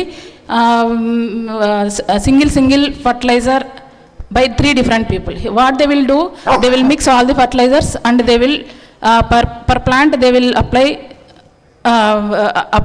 to the crop. At that time what will happen is when he in the front rows he will apply the fertilizer. If you take the like this, if you apply only the granular form of fertilizers will get into the plant first, and then if he at the end of the time end of the plants he will go for only powder form, because only powder form only will be left with the in that container. So what actually exactly happens here is the imbalanced application of nutrients. So to minimize that problem, the customized fertilizer is the one of the option where it is a multi-nutrient carrier which consists of all the macro and secondary nutrients and or micronutrients also will be manufactured through a systematic process and with the help of inorganic sources or organic sources then through a systematic manufacturing granulation process it will be formed by the accredited fertilizer companies, manufacturing companies or any private company. In our case, for FCB tobacco, with the help of Fertis India Private Limited, we have tested the customized fertilizers. So the straight fertilizers, as I said earlier, there are the three different, there are differences that customized fertilizers will be stage specific and multi-nutrient carriers, and it will be a scientific approach and it is easy to use, improves nutrient use efficiency and right time and right quantity, and designed to achieve the target yield to sustain the soil health. So with this aim, the objectives were to see the performance of the customized fertilizers for yield and quality of FCB tobacco, and also the micronutrient products in conjunction with the customized fertilizers on the yield and quality of tobacco. These are the two different grades of NLS we have used, that is a basal grade and top dust grade, which consists of the nitrogen, phosphorus, potassium, sulfur and calcium. And in the case of the acre shield, which is the foliar spray, which consists of carbon, hydrogen, nitrogen and sulfur, and also track shoot, the secondary, and also micronutrient product, which consists of zinc, 6% magnesium, copper, iron, boron, molybdenum, carbon. So these are the different types of products we have tested for FCV tobacco. If you see the TrackSure, what actually it does is it will protects the nutrients from getting fixed and helps in uniform distribution of essential nutrients and better absorption of nutrients, and also the carbon encapsulation matrix with the nutrients. So TrackSure will act like this, and also so it is one of the company material. And if it comes to ICAR-Shield, it is a unique novel cellular defense product where it will thicken the cell wall, and it will increase the with the increasing cell wall, and also the metabolites which are helping the plant during the stress conditions. So ultimately it will increase the yield. So these are the treatments which consists of the straight fertilizer. First one is the customized fertilizers in 3 different splits, and the second one is the customized fertilizers with straight customized fertilizers with our CTRA recommended fertilizers like for secondary nutrients, zinc, micronutrients, zinc sulfate, boron, borax, and also the magnesium sulfate. And in the case of third one is the customized fertilizer along with the TrackSure product, the company product, and the fourth one is the customized fertilizer with the TrackSure and ICAR-Shield, and the fifth one is the one extra split we have used, and the same repetition in the next treatments with the TrackSure with 4 splits and ICAR-Shield with the 4 splits. And the eighth one is the current straight fertilizers for FCV tobacco. So if you see that coming to the green leaf field and cool leaf field, when you go for 3094 kg per hectare, this is the performance of the crop when we go for customized fertilizer.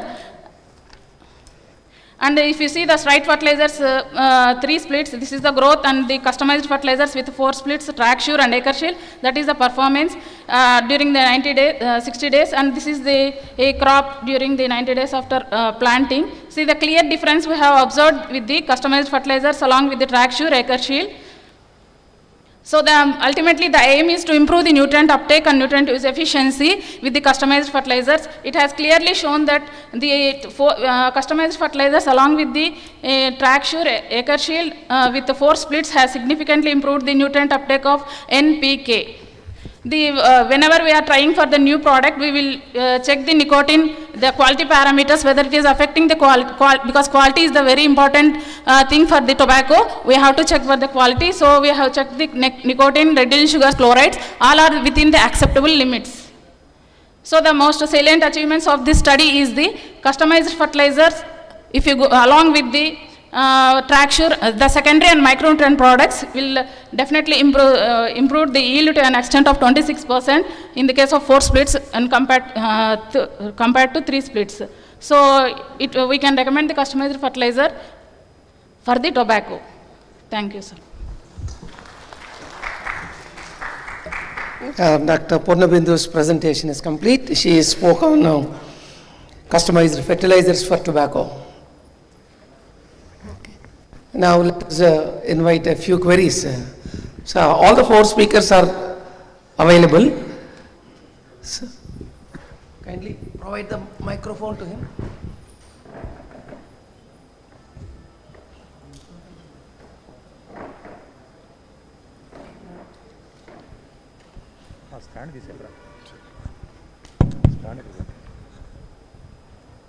Yeah, this is in the customized fertilizers, the presentation.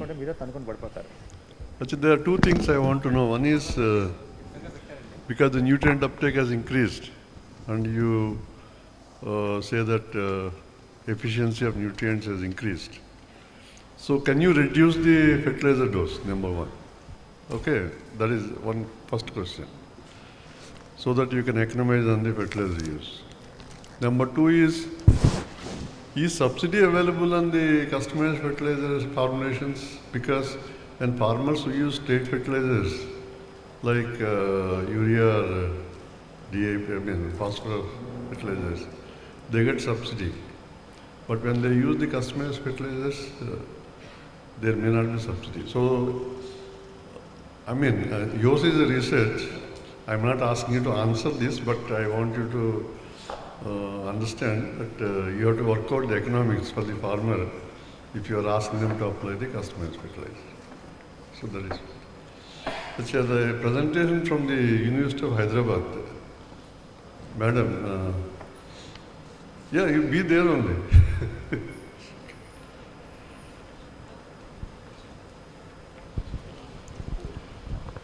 Yeah, that is a very significant work. I must congratulate you. It's very good work, well published. Thank you, sir. And you Thank applied you. for patent, I think it is on the way, I think. Is granted? Granted, sir. Granted, congratulations. Thank you. So, now you want to go for the field trials. Field trial. So what I want to know is, I mean, because you are a professor and professor of the biology, you know better than me. See, many of these molecules, many of these proteins, you know, they'll have a lot of biological activities. Right. So insecticidal activities, fungicidal activities. So in the literature we find many of them, and a lot of patents also have been taken. But why we are not getting those products into the market, number one. Number two is that what is the success rate? What is the kind of success rate in such products for use by the end user, as a farmer or anybody on this? So that is what I want to know from you. Sir, exactly whatever two questions you asked are very relevant, sir. I also agree with you.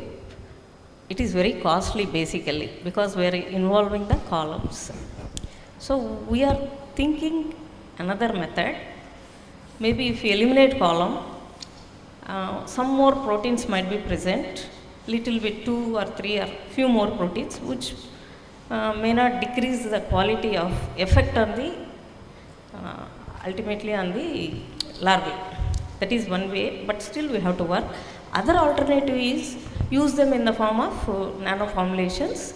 So farmers thinking is because they get the normal pesticides 1 kg 1000 rupees. They will not come for this.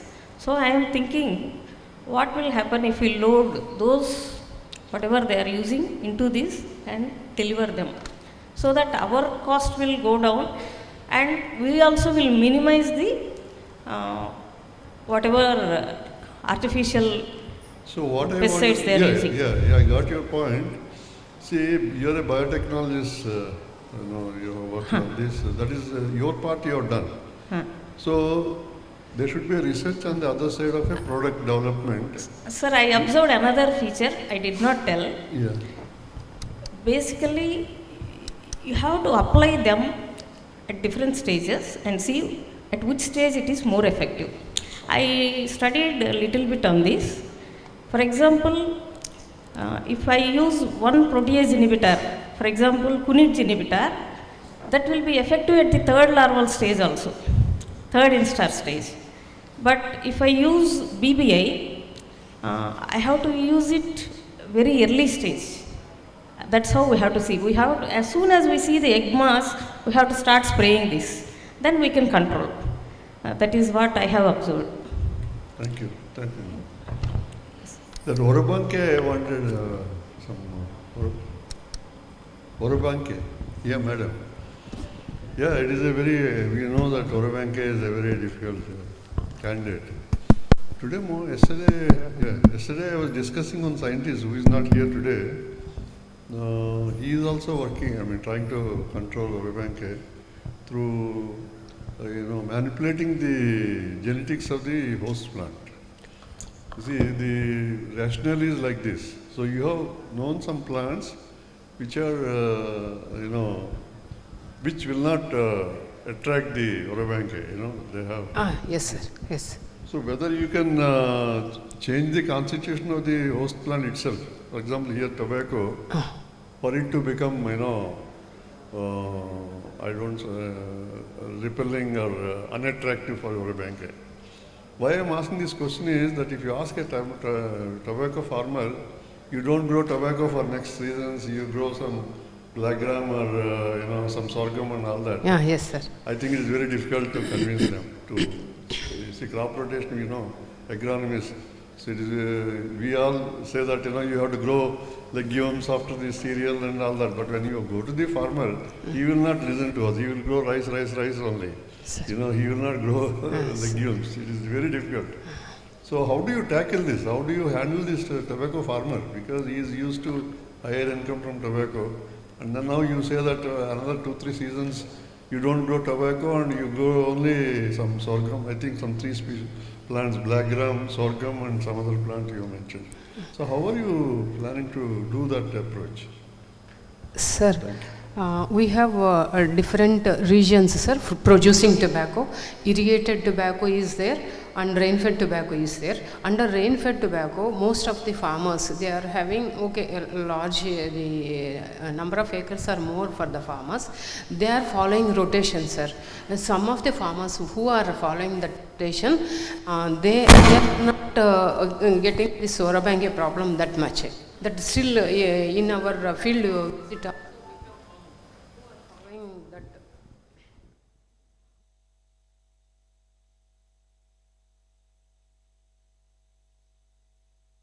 but the farmers who are mostly the tenant farmers, who just for 1 or 2 years they will take the field for lease and they are not maintaining this properly.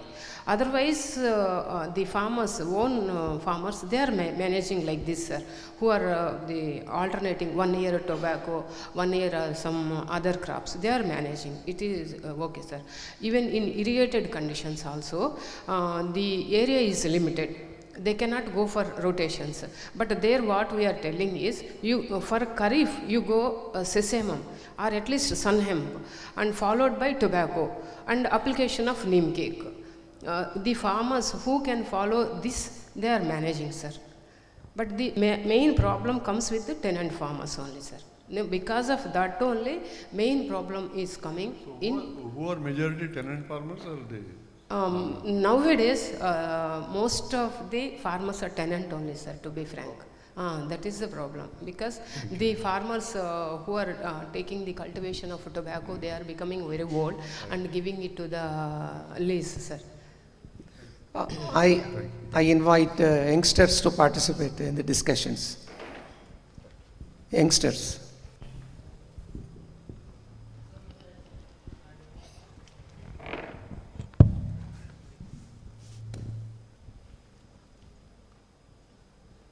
Sir, I am Prabhakar, sir, biotechnologist.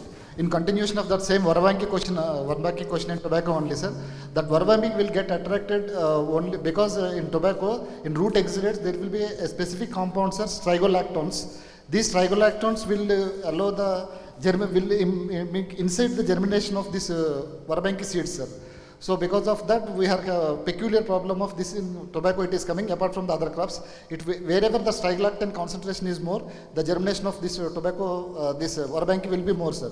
So through genetic approaches, we are handling. So we have taken up one project. Already in some part of the deletion of the chromosome, it's the strigolactone production is getting reduced and it is becoming tolerant to the Varabanki, sir. Soon we will come up with the strategy, sir. Thank you. If there are no, can I have my own curry? Okay. It's regarding Orabanki. I think there is a lot of host specificity for each of the Orabanki species to the higher plants. And some of them are affecting only the leguminous ones. And in that case, we must really check or characterize the strigolactones of each species. Right or wrong? That is there. Has any attempt been made to characterize these strigolactones? And how about the cross applications? Cross applications. Strigolactone from tobacco to leguminous crop, at least in pot culture. So that could be, there must be some triggering mechanism. Another thing is trap crop approach. Trap crop approach. You sow any crop that stimulates Orabanki seeds to germinate and then kill that crop by plowing in situ before the Orabanki sets seed. Trap crop approach. Okay. like that we have not tried, sir. But is it possible in tobacco system? Is it possible in tobacco cropping system? First thing, trap crop. Third thing is, you specifically said about the inhibition of Orobanche seeds by ammonia. Sir. Then why not think of poultry manure? It is a rich source of ammonia. It's a rich source of ammonia, but if we apply high concentration of poultry manure to the tobacco, then again the tobacco cultivation problem is there, sir. Because high uric acid is there. No, because of that problem is there. But we can moderately apply poultry manure to tobacco, but not high quantities. So is it a prohibited manure? Not prohibited, sir, because of the high concentration and uric acid problem. In tobacco cultivation, it is a problem, sir. I think you can test it in pot culture, then scale it up. Yeah, okay. You verify it in pot culture or in micro plots, then you can think of scaling it up. Okay. So that is one of it. Thank you. Second is fruit rot. I have one query. Is it absolutely resistant to Colletotrichum capsicum? Baccatum is absolutely resistant. The PBC 8081 are absolute resistance. Is it absolutely resistant, or is it showing a lower rating for fruit rot? No, it's absolute resistance. Baccatum has that.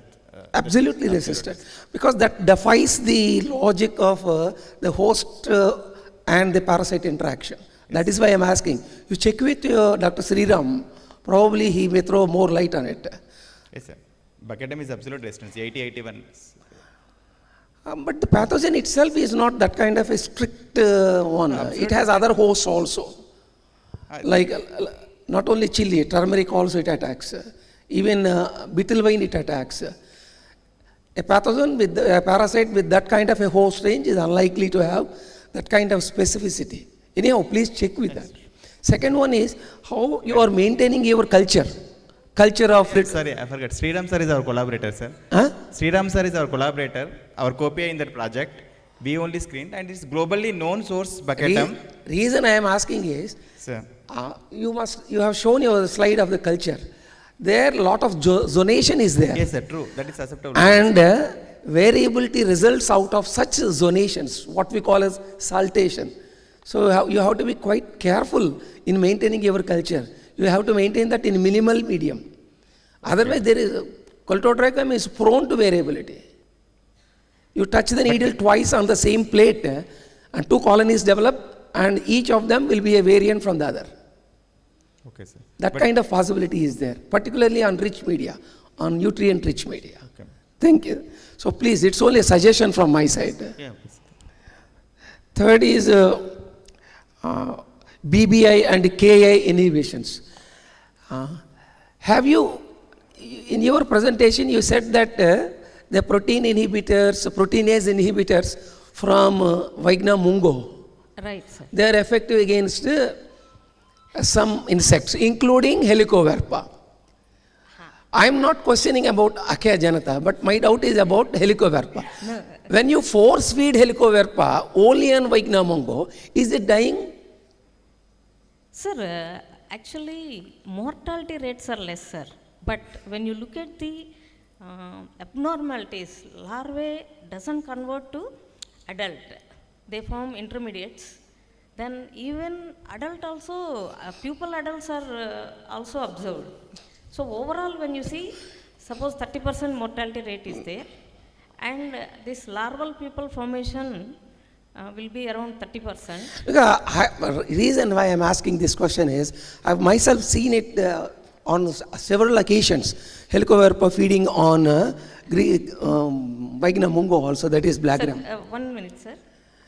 Then why inhibitors are effective against Helicoverpa. Bowman-Birk inhibitor is effective against Achaea janata. But both are present in black gram. Same seed. But both are present in black gram. Varieties we have to see, sir. That's why we did black gram, 2 different varieties we checked. My request or a suggestion Sir, is, check. There are so many competent entomologists in Hyderabad. There are several ICR institutes. Sure, sir.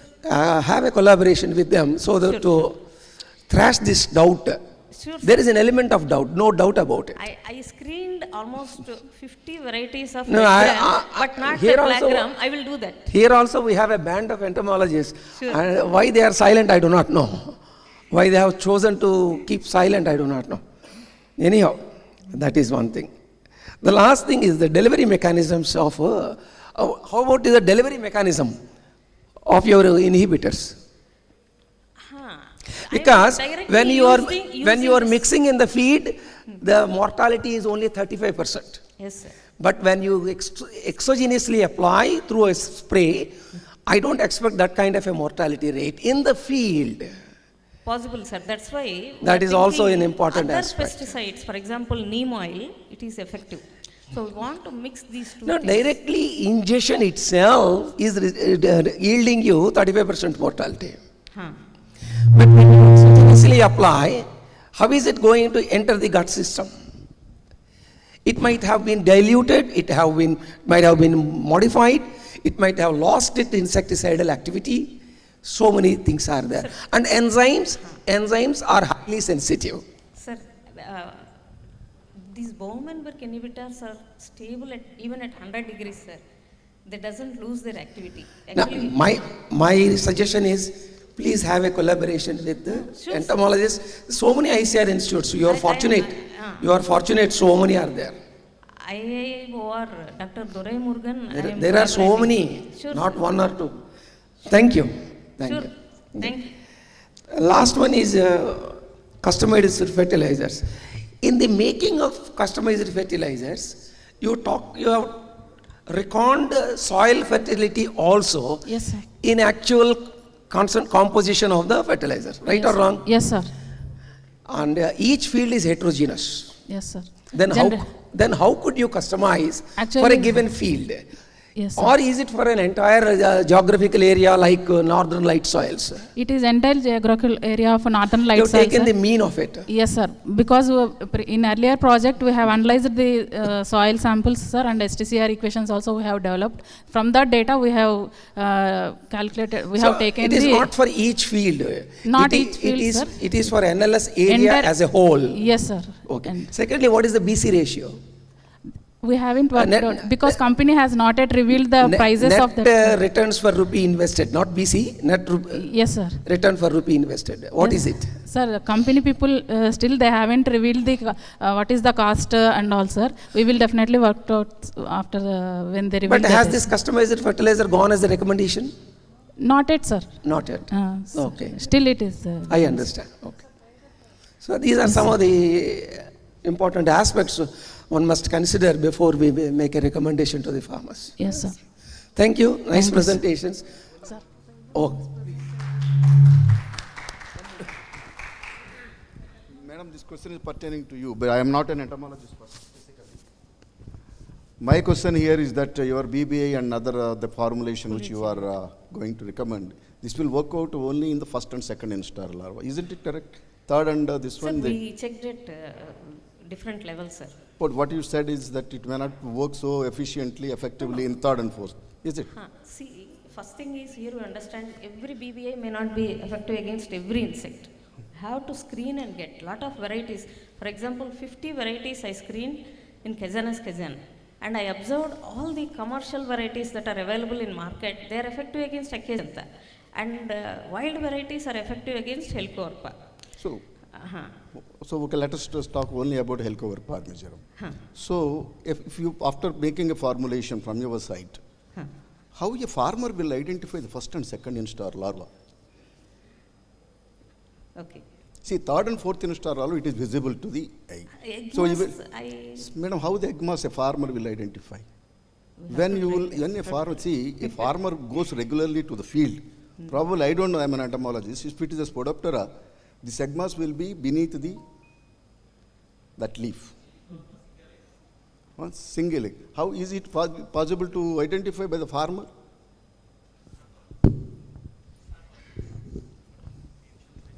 So if your products, if had it been Sir, effective on the this is third and only fourth initial level. stages, whatever I Okay, told. okay. This, whatever finally whatever the research that we have been doing, it has to be translated to the farmer. I will take this So into account. kindly see that in that direction. Finally, the your valuable research and the patented product has to reach the farmers, and it has an end value.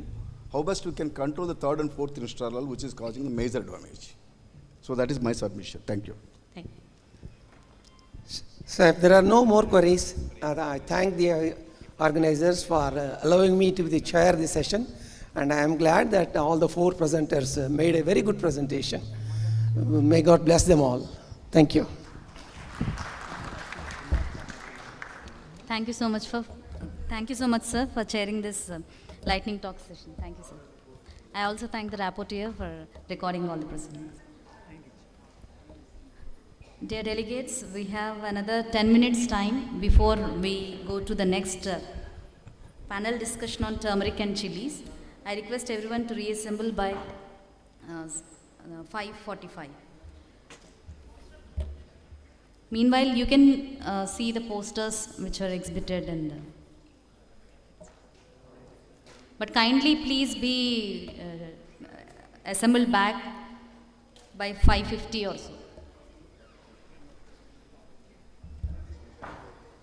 చెప్పండి sir.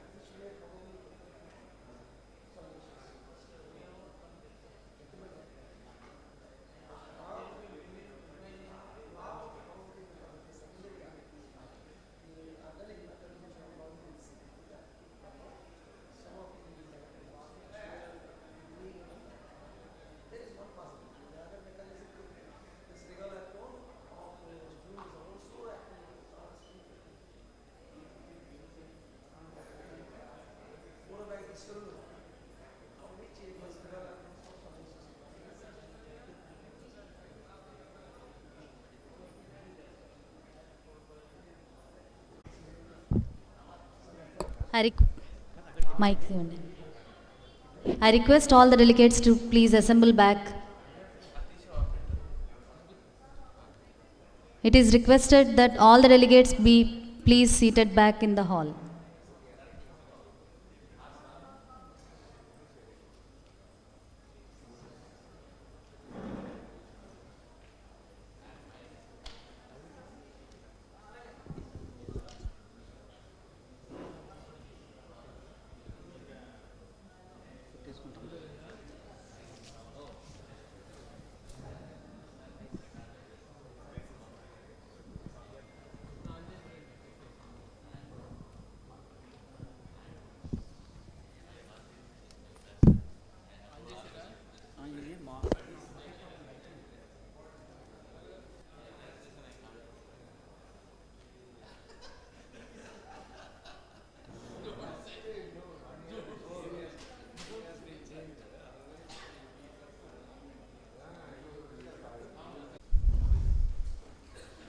I also request Dr. Madhavi Reddy ma'am to please join the panel discussion on turmeric and chilies. I would now like to request Dr. Krishna Prasad ji to join the panel discussion. Dr. Krishna Prasad ji, sir, please join the panel discussion on turmeric and chilies. I invite Dr. EVS Prakash Rao, sir, to please come and occupy the chair on the dais. I request Dr. M. Seshmadhav, sir, to please come and occupy the chair on the dais. I also request Dr. Ahmed, advisor to the government of Andhra Pradesh, to join the panel discussion.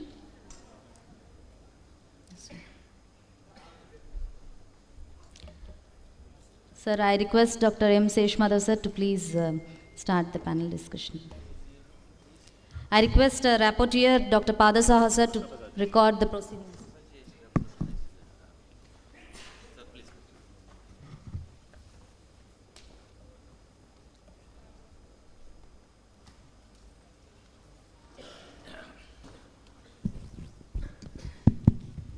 Yeah, good evening, friends. This panel discussion is on chili and turmeric, how to enable these two crops more profitable farming in the coming days. As you all know now, by this time, CTRI, new name is NIRCA, National Institute for Research and Commercial Agriculture. In that, two crops are important crops.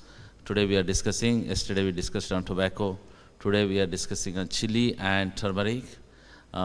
In this panel discussion, my co-panelists are Dr. Dinesh, Director, Indian Institute of Spice Research, and Dr. Madhavi Reddy, eminent breeder in chili from ICAR, Indian Institute of Horticulture Research, and Dr. Krishna Prasad ji, who is, of course, he's for specialist in all the crops. More, when I asked to do something review on turmeric, he did an excellent job in the morning, and he must have, by this time, he must have so many ideas, so that we will take into consideration. And Dr. U.S. Prakash Rao is here, is from CMAP, and Mr. Hamad is my friend, and he's advisor to Government of Andhra Pradesh on horticulture, and Department of Horticulture, and Department of Food Processing, and Department of Marketing. So he's advisor for the three departments. He's a key person in Government of Andhra Pradesh. So he's right now here to share his views on these two crops. And also we have Pratap Reddy, a entrepreneur in chili and having a vast experience in chili marketing and an industry experience he will share with us. So what we can do is, I want to make a few points so that we can talk on that. First is that, I think Dr. Dinesh knows, we did some time back this, with their institute, of course. Now we want to do with everybody. And also I'll ask somebody in the audience, they have any issues or any thing they want to supplement or add, you can add in the later. First, we will go by one points. Like the first point I want to keep is that is it really required to make any suitable agronomic practices really required to is required for local inbreds or not? I mean, you have been doing from long time in IASR, but we have identified some local land races of turmeric especially, as well as some local land races of chili. As Madam knows, now I have given that to chili to Madam, our Madhavi Reddy Madam, for that is for GA tagging, that is Durgada chili, which is a different one. And they said that, the grower said, sir, this requires a different package of practices. So although we don't want to do production technology, but maybe it is alterations are required. Like that, some alterations are required or not, we can discuss. That is the first point I want to say. Then we'll go one by one. No, I'm from IISR, where turmeric is one of mandate crop, and we have been working with turmeric for the last 50 years. And at IISR, we have the world's biggest germplasm collection of turmeric. We have worked on the development of varieties, crop production technologies, protection technologies, etc. So now that turmeric has become a mandate crop of CTRI, I just feel that if you again work on crop production, which we have been doing for the last 50 years, probably you will be wasting your resources, scarce resources. But still, if you want to do, we can do it. In partnership with IASR also we can do. You can be the co-principal investigators, or we can be the co-PAs of your projects. That's what I think. And we should concentrate more on this post-harvest technology also, because that is our weak point actually, post-harvest technology. We are weak in that particular aspect. And we also have very specific varieties also, where we can go for varietal branding. And CTCRI can also take up those varieties and see if they are suitable for your regions as well. That is important. And one more thing is, we have say designer micronutrient formulations. Those have been patented as well, those have been commercialized as well. For turmeric we have, similarly we can do it for tobacco also. I don't think you have any micronutrient formulation specific to tobacco. So we can do that. We can be one of the inventors. No, we can also, tweak the technology for tobacco as well. That's what I thought. And we also would like to get your opinion on how we have to go forward with respect to the cooperation between CTRI and chilies as well as turmeric. Thank you. I just want. Thank you.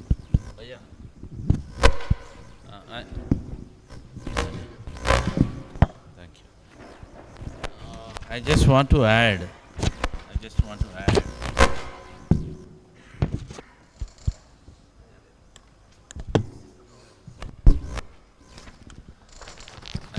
to add here that this local land races, perhaps, can I contribute in ACREEP spices? Now we are the part of ACREEP spices in turmeric. Without reinventing the wheel, can we put in ACREEP, or can I send to you so that you can test there? Is there really require any agronomy practices differently for those? No, we have an ASRP on spices. We are around 38 centers. And we recently received a letter from the DDG, Dr. Sharma, asking us to make CTARI also as a voluntary center.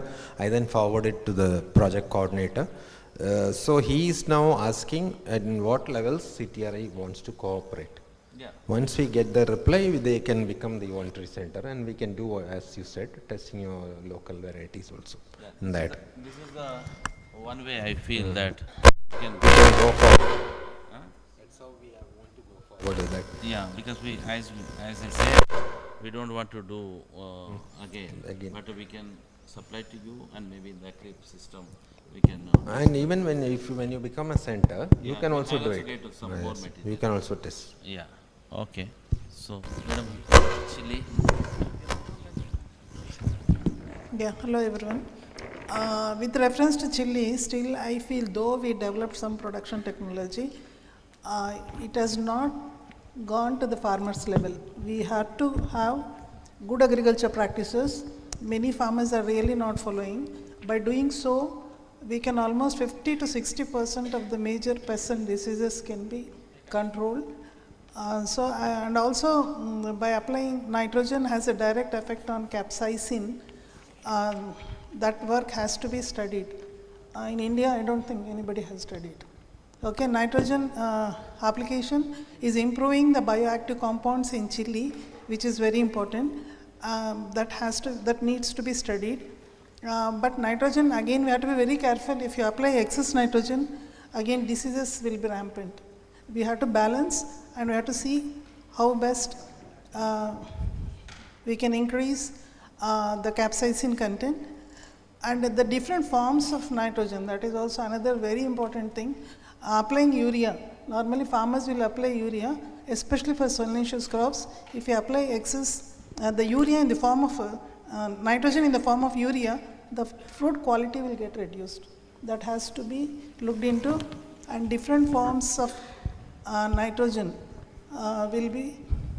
That is our personal experience, because I am working for the past 30 years with the crop.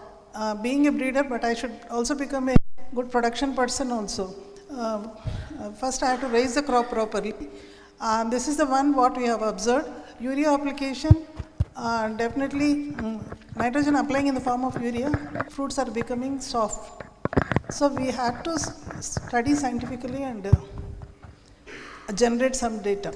That's what I feel, and we need to integrate. There are many microbial products have been developed by our soil scientists and different divisions like pathologists, entomologists, which has to be integrated, and we have to tell to the farmer what they have to do at right time and right thing they have to do. Thank you. Madam, I just want to flag the second part, Hamad. I think you can take up after this, that post-harvest processing at a farmer level, that is like drying in case of chili, and boiling and polishing in case of turmeric. As is, you can even Prasad Reddy also can tell on this. Is this or what farmers are practicing is okay, or is it refinements are required in that? If it is so, what kind of refinements are required? Yeah, it's one of the important aspects which we have to look after, the harvest of the produce, which is coinciding with the winter season, especially from now onwards. Chilies are going to be harvested and coming to the market slowly, and it will go to the peak in the month of March. So many of the farmers will be drying these in the open fields, and many of the farmers are also drying without any tarpaulins directly on the soil, which is making a lot of problem while not only the internal market but also to the export oriented markets. So that is why we are unable to catch the intention and catch the good traders because of these issues. So while drying these chilies, especially people, when you are using as a sun drying method, so a lot of moisture is still it is there in the while they are bringing the produce to the market, and the traders are not at all accepting if it is more than 12%. And if you see in the peak season, the market ad itself is so clumsy, and nothing space will be left even for a bag of the produce also. So at that time, there won't be any space left for the farmer to get it dried in the market ad. Suppose if the trader says the moisture content is high, so there should be mechanism should be developed at the farmer field itself to test the moisture content, so that before arriving to the market, he should be confident enough the amount of moisture having in the produce. And also coming to the boiling point of the chili, turmeric, it is becoming so laborious now, and when I am taking the information from the many of the farmers, because of the unavailability of the labor who are associated with the boiling, many of the farmers are just leaving this rhizomes in the field itself and just waiting for the team to come up and do that boiling process. So as an intervention from the department point of view, we are trying to supply on subsidy and on the reduction rates many of the post-harvest technology machinery, but which are not up to the mark when coming to the final output. So still now that crude practice of boiling of turmeric is also going on. Now a new method of making the rhizome drying without any boiling, directly slicing and rising has developed. So which is going to be one of the new practice which farmer has to adapt. The major difficulty we are finding with the farmers is farmers are very reluctant and very, they are unable to change their practice, even the variety practice, whatever the methodology, technique, lot of effort has to be done by scientists and extension workers, and the government side, people like us, we have to intervene and we have to tell repeatedly to change a little bit also. It is becoming very difficult. So these two practices are the major bottlenecks which I feel in both chili and the turmeric crops.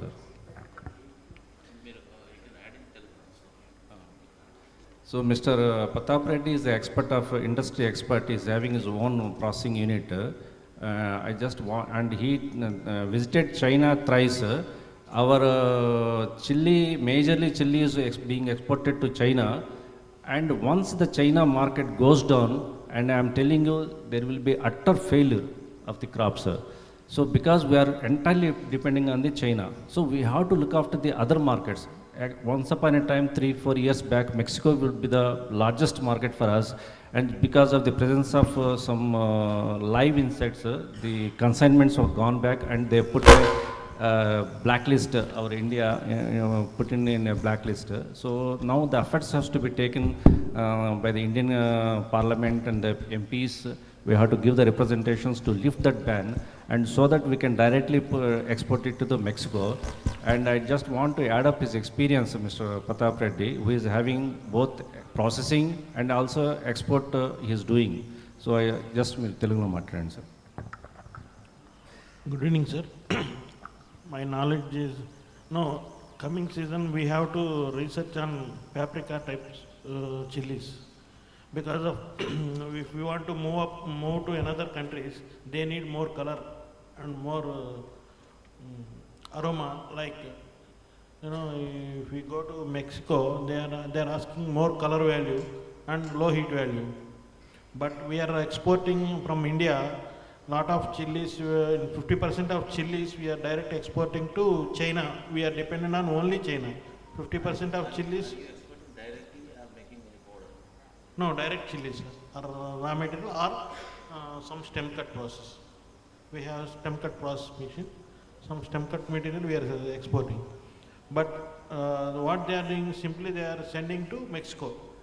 Why we cannot directly send to Mexico? Some people are China people are doing, they are grinding the material along with their paprika type chilies and sending to Mexico, powder. They are sending to powder formation. Some people, they are making some flakes along with that. Basically China chilies, they don't have high heat value. Heat value. They have only low heat value. Now they are becoming high heat also. 50,000 SHU, they are coming into the SHU levels, 50,000 SHU levels. So they don't want to buy Indian chilies. So they grind their own chilies, they can do. So compared to last 2 years, our China exporting is drastically down compared to price, based on price and this thing also. So Pratap Reddy Garu, what you say is that now the demand for high SHU ones are required now. That is the demand. Presently. China. Okay. Now they don't need. They have their own varieties. Okay. So their own varieties they are cultivating now. Okay. So what is the demand now? Now it is we have to search for other countries. Okay. So that destinations we have to change. That's what you say. That country is acquiring high color value. Okay. Okay. That point. Anyway, it will coming again. But anyway, you said.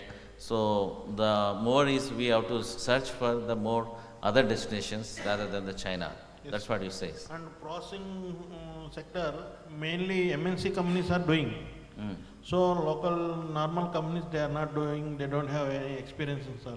Only IDC, Olam, like that MNC companies are only, they are doing processing, chili powder or chili flakes.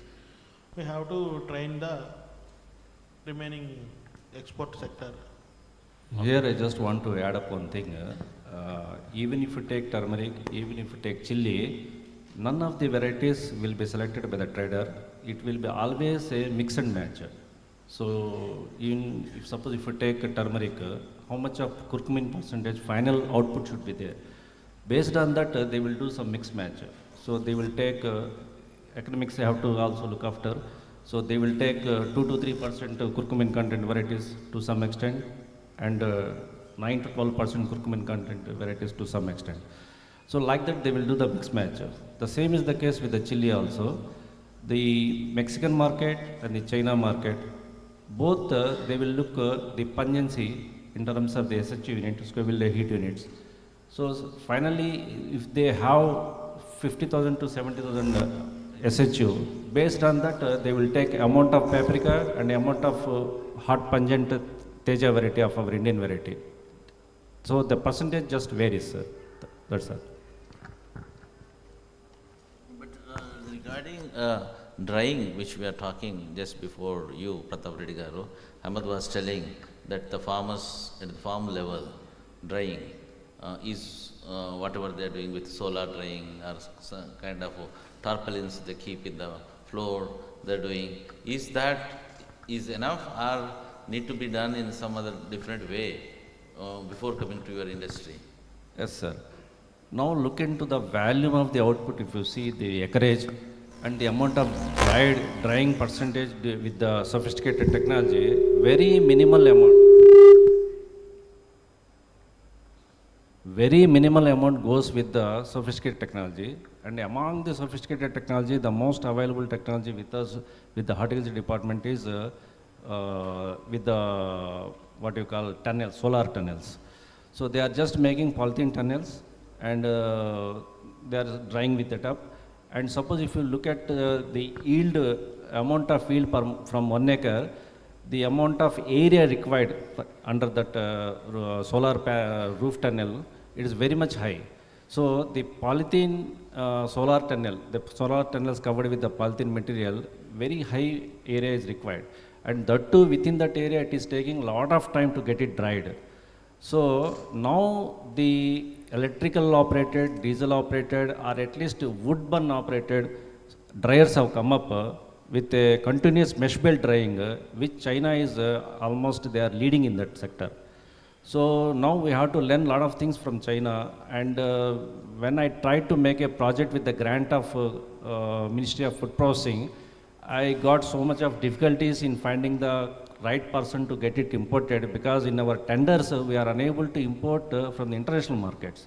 So there should be someone, some Indian player who can have that kind of a supply in the market so that we can go with the tendering.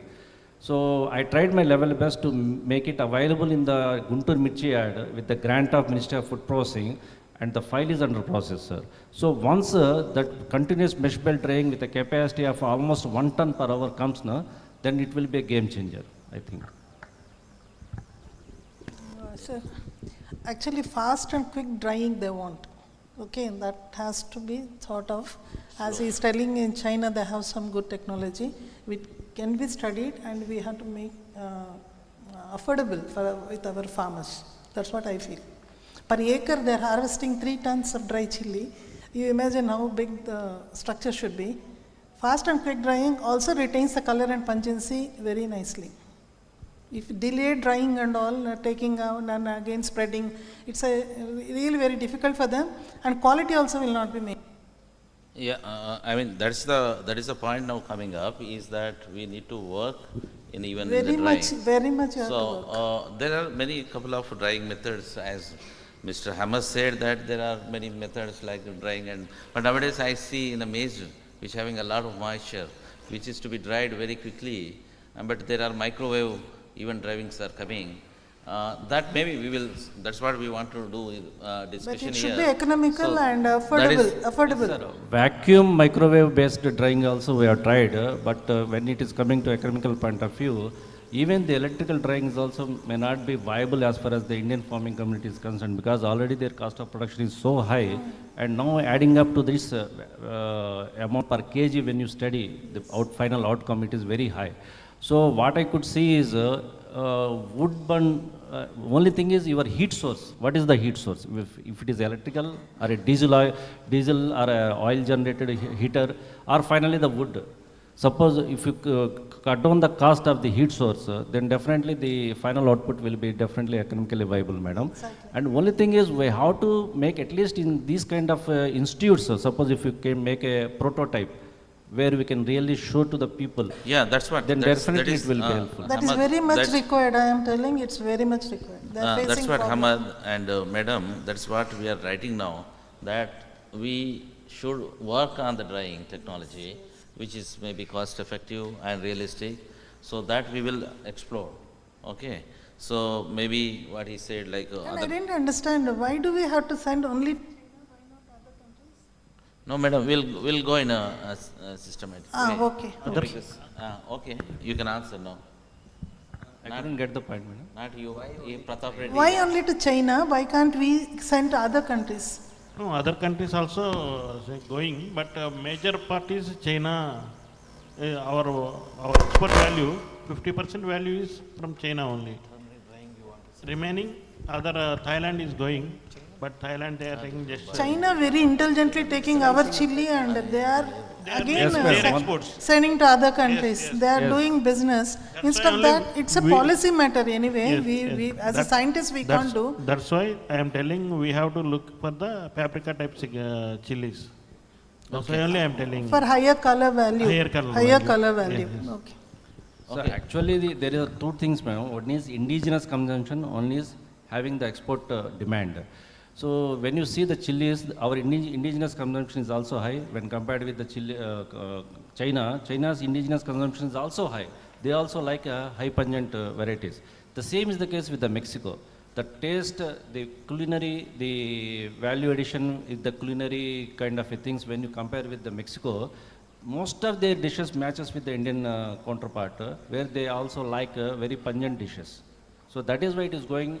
These two countries are importing a lot of material, and unfortunately, as you said, it is a policy matter where actually we can only give a representation to the political parties where they can do really a kind of a pressure on the parliament so that they lift the ban on the Indian chilies should be lifted by Mexico.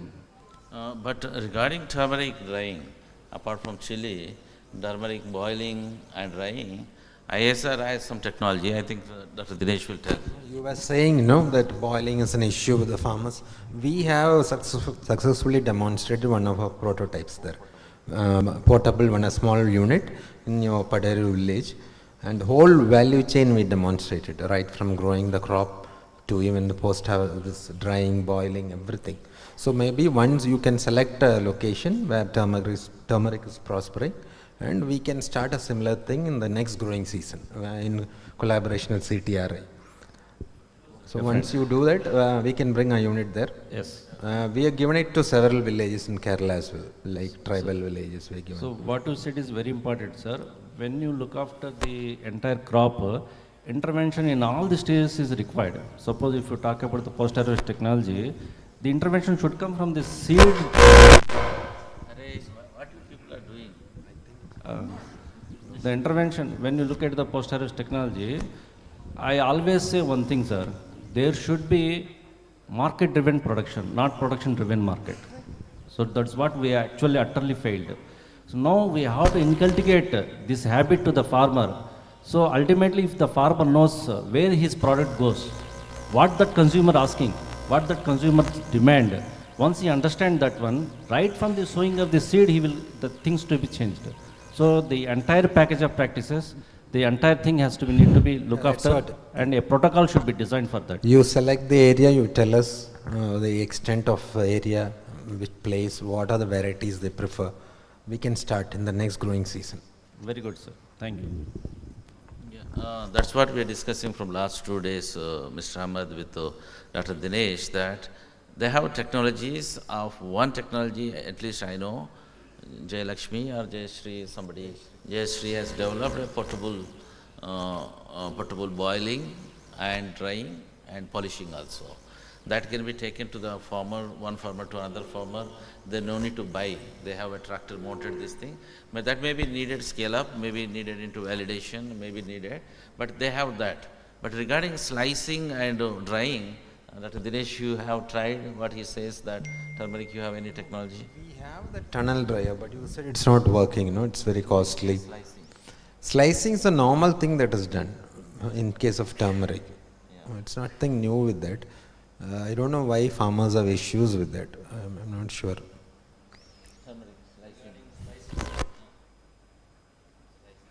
Actually, the corms which are after being harvested, so the natural routine process is the boiling.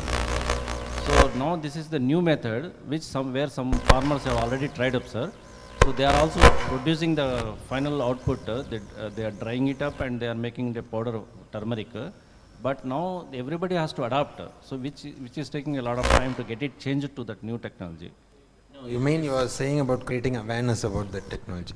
If it's good, if it is easy, everybody can. Because slicing is already done. It's nothing new. People have been doing that. Again, after slicing, getting it dried is becoming a problem. So once you sliced it, you can't just pour it on the soil. So you have to have a very clean area and larger area. Suppose if you say from the output of the 1 acre, you need at least half an acre area is required to get it dried. So when you make it a slicing. Suppose if it is a normal boiled drying, once you after get it boiled and you want to dry, make it a dry, even you can pour it on the soil. So that's why they are liking it much. Yeah, I think this we can flag it now that whatever we have technologies for the whatever the technology we have with ISR or maybe with the farmers need to be validated, need to be systematically studied so that it can be taken up more. The slicing and drying, what you said, may be a new thing for the farmers, maybe that may be tried. But drying nowadays is many crops drying. Multi-crop dryers are coming, which I also saw in many, not in China, but in many YouTube these things. But I don't know how much it works. But that can be also be explored. Now let us see. This is the flag. We can put a flag on that. But even the drying, without drying in the case of rhizomes in turmeric, there is a method to extract the capsaicin, even with the wet. That is the technology as there with CFTRA, curcumin. CFTRA has a technology. If that is technology is there, why can't we take that technology and evaluate that? If that is there, then directly it can be used. That is a technology with CFTRA. It has a similar curcumin content extraction without even drying. Yeah, Dr. Madhav, that's what I am telling. Technologies are available, they are not reaching the farmers. You select the technologies which are available with different institutes and you try which is more viable for them. Yeah, that's what we are trying now. And any small modifications required that you can take up. That's what my suggestion is. Yeah, we are understanding a little bit more by talking like this. Yeah, so you want to say anything, Prasadji? So most of the commodities, both the commodities, they are consumed in the country. In the country, up to 80%. Only 20% goes outside export. So we have to identify which are the areas where we want to have this kind of an export technology. We have to be I think we have to resort to top-down approach.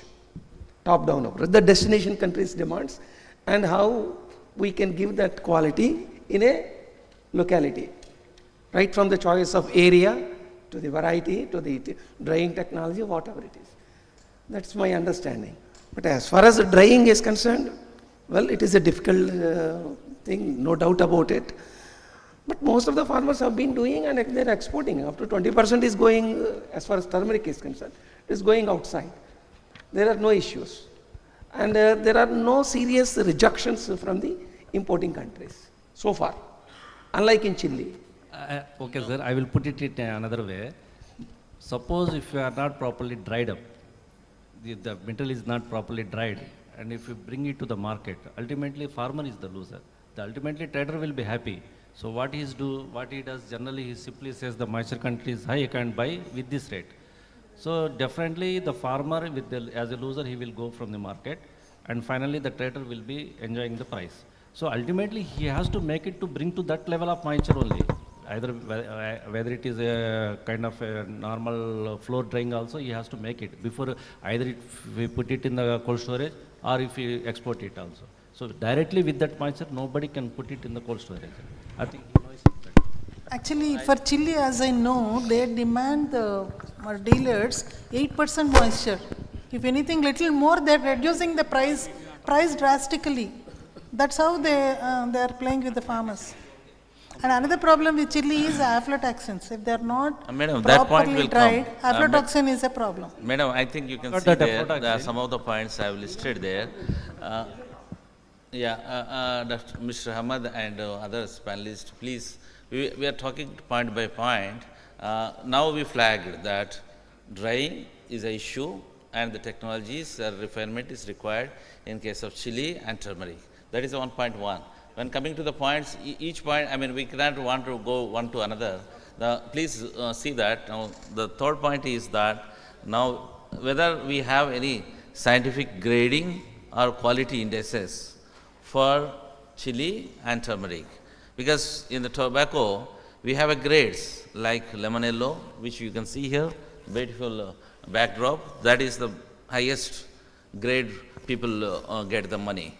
Like that, you have any grades in case of chili or turmeric, which should be adopted by either spice board or by maximum, at least by the traders. In case of tobacco, we have given indices and which is adopted by the tobacco board while buying. If lemon yellow, they will give very good, then little yellow, greens, they will give less. Like that, we have around 6 or how many grades we have? That's 64 grades, which is scientifically made, and we made a sheet. That kind of grading, why I am saying this kind of grading makes farmers very easily, and they can bargain better price. Is that happened anywhere, or if it not happened, is really we need to do? That's, you can comment. I wish you would have invited Spice Board people also. I invited, they did not come. Okay. Chile, they have some grades. Spice Board is having some grades, but definitely I can say our crops are not organized as tobacco. That's very clear, which you have to look into. Sir, turmeric, they may In be turmeric, we have grades, but say we have different colors of turmeric, okay. Market, they require Japanese, they require light colored turmeric, and they are not bothered about the curcumin content. But we have varieties which is both light in color but high in curcumin. And in industry, people like very solid yellow color, or golden yellow color. But in the market, when you go for selling, they're not bothered about the color. They are bothered about the bulk, the size. Yeah, that's right. The indices may not be a color. Maybe a color, maybe a size of the rhizome, or maybe a curcumin. All three put together, can we make some indices of this index, maybe having this, maybe the best one, maybe this is second best, this is maybe third best. Let it put our Indian turmeric into the grades, and we can say that Salem's coming from Alapi, this is the quality we'll get. From Dugirala, we get this kind of this thing. And let us fix that, and then let the destination markets decide. Can we maybe, with your help and with our efforts, maybe the new board, tobacco, tobacco is coming. Tobacco is ingrained in our mind, but turmeric board, new turmeric board is coming. I think we need to advise. What you say, Dr. Dinesh? No, when you see, the normal turmeric, we have turmeric which is less than 2.5% curcumin, which is considered as very low in curcumin. But we have varieties. Even ASAP centers, universities have also released varieties which have high curcumin content. So nowadays it's about varietal branding. We have companies which are taking specific varieties and then branding the products. Like Diaspora, they have taken our variety, Pragati, and they are branding a Sai curcumin variety in USA. So that can be done also here also. No, I mean, 1 minute. What I say is that when we go to the market, Mr. Ahmed, what really matters in the turmeric? Is it a size of the rhizome or is it a color? Curcumin anyway they don't see at all. So what really matters when if you see the biggest market, maybe the Girala or maybe the Nizamabad, which is in Telangana, or maybe the Sangli market in Maharashtra, what it really makes, because there they don't define Pragati or Pratibha or maybe Lagdang or maybe nothing. What really defines there? Traders are fixed with their minds because they know from where the produce is coming. Suppose if in the Girala market, suppose if you go ask any trader, he will be having this fixed mindset that this variety will be having this much of percentage of curcumin only. So ultimately he knows where he can sell it. So based on that he will decide the price just by looking at the appearance of the bulbs, rhizomes, and also the size and also the neat appearance, without any weevils or rods and any kind of entomopathogenic or pathological issues. So just the appearance of the rhizomes and the neatness will make the difference. Yeah, of course, morphological characters definitely in any crop makes this thing.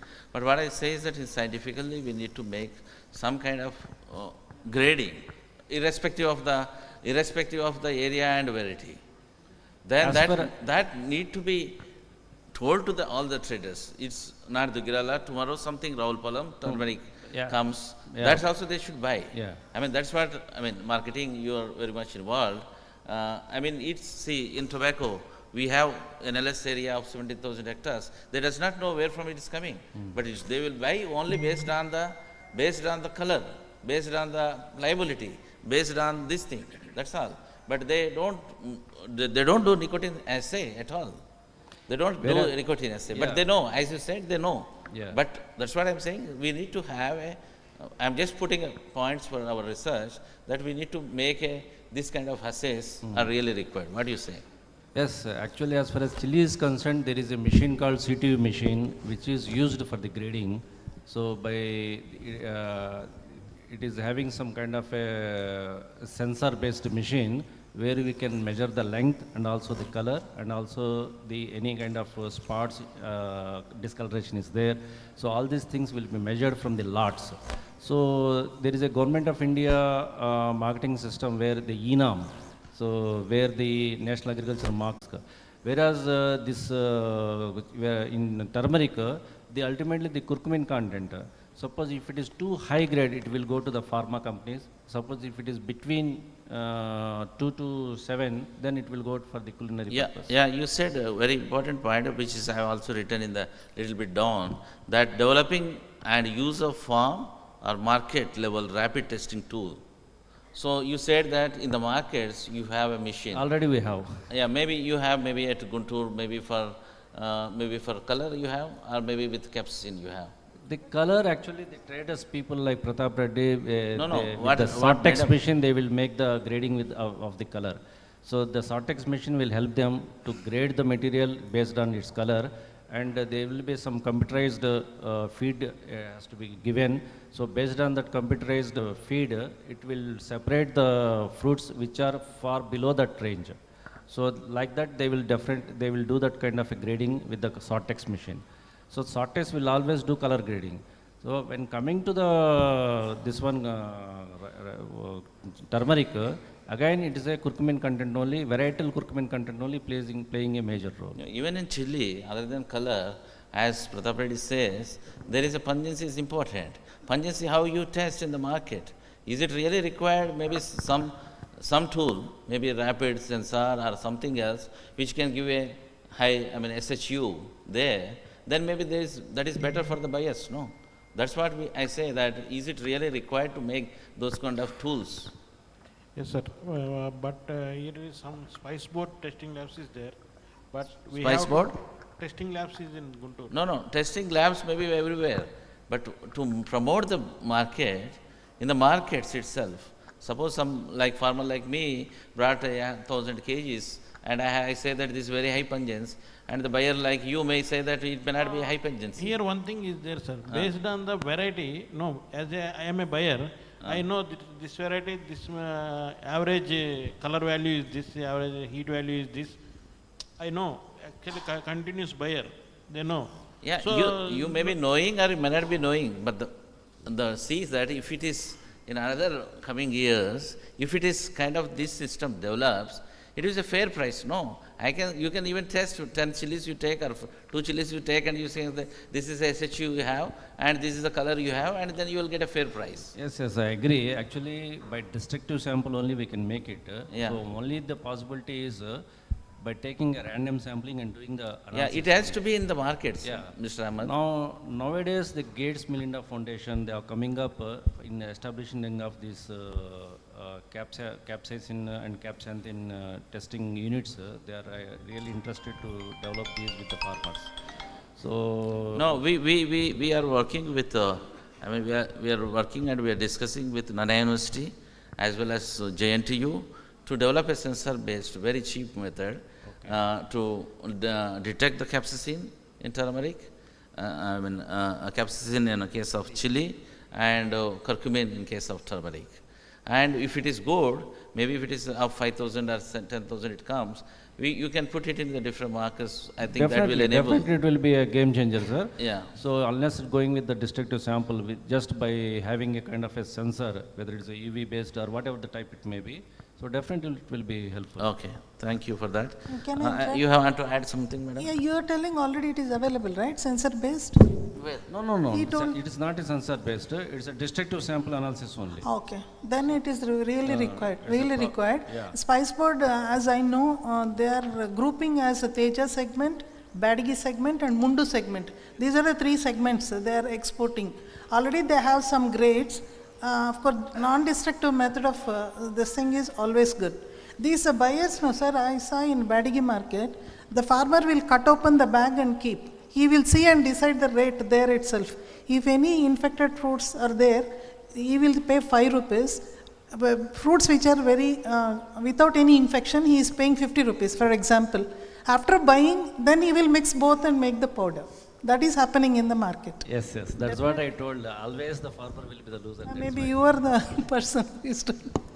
Yeah, I just want to, Sir Prakash Rao, sir, you want to add any point here? We are going to the I think I have learned more than what I can tell this August panel, but a few things have come very clearly today. Number one is IISR has already developed several technologies and varieties.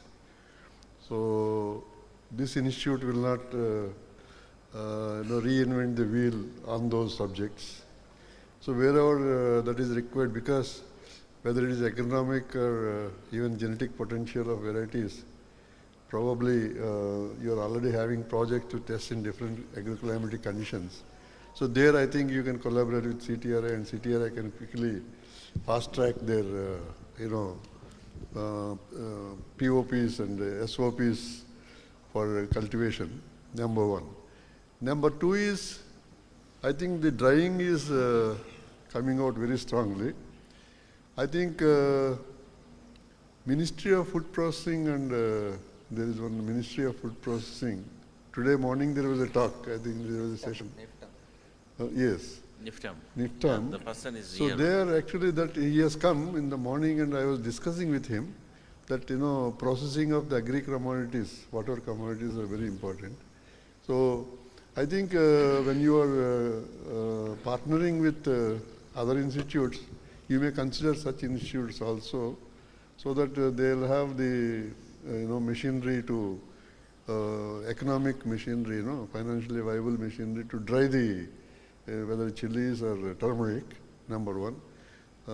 Number two is, of course, we have talked about aflatoxins, but chilies, the pesticide use is very high. That is a point now coming, so sir. now residues, you see, for example, the time has come, even in Indian consumers. For example, if I am going to shop and buying a chili powder, turmeric powder, I'm afraid to buy turmeric powder from a normal shopkeeper because I do not know whether it is a genuine turmeric powder or not. So I am going to a brand, like for example, we believe that ITC is good. They would have done their homework and all that. So I go and pick up, ITC chili powder, even if it is slightly more costly. So the consumer behavior, you see, Professor Krishnaji has said that it has to be from the consumer and market to our, technology. So what is the consumer? You see, our generation consumers, we will go by price, but our next generation consumers will not necessarily go by price, but they will also go by the quality. They also go by any residues. For example, if there is a pesticide residue, if they read any newspaper or in a YouTube, then they will not buy that product at all. So, as a research institute, research organization, can we foresee this future? Because you are saying future farming. That's what I see your title of this thing. So, future is safe products. Future is quality products.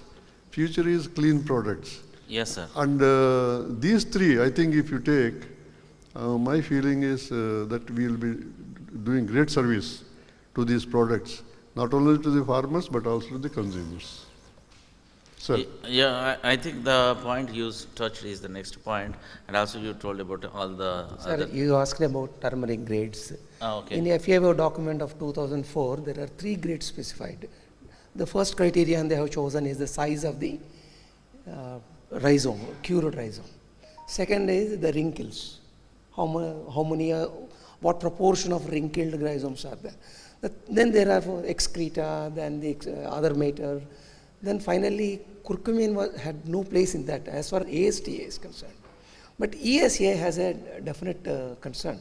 They require lesser curcumin, whereas Americans, they prefer more curcumin.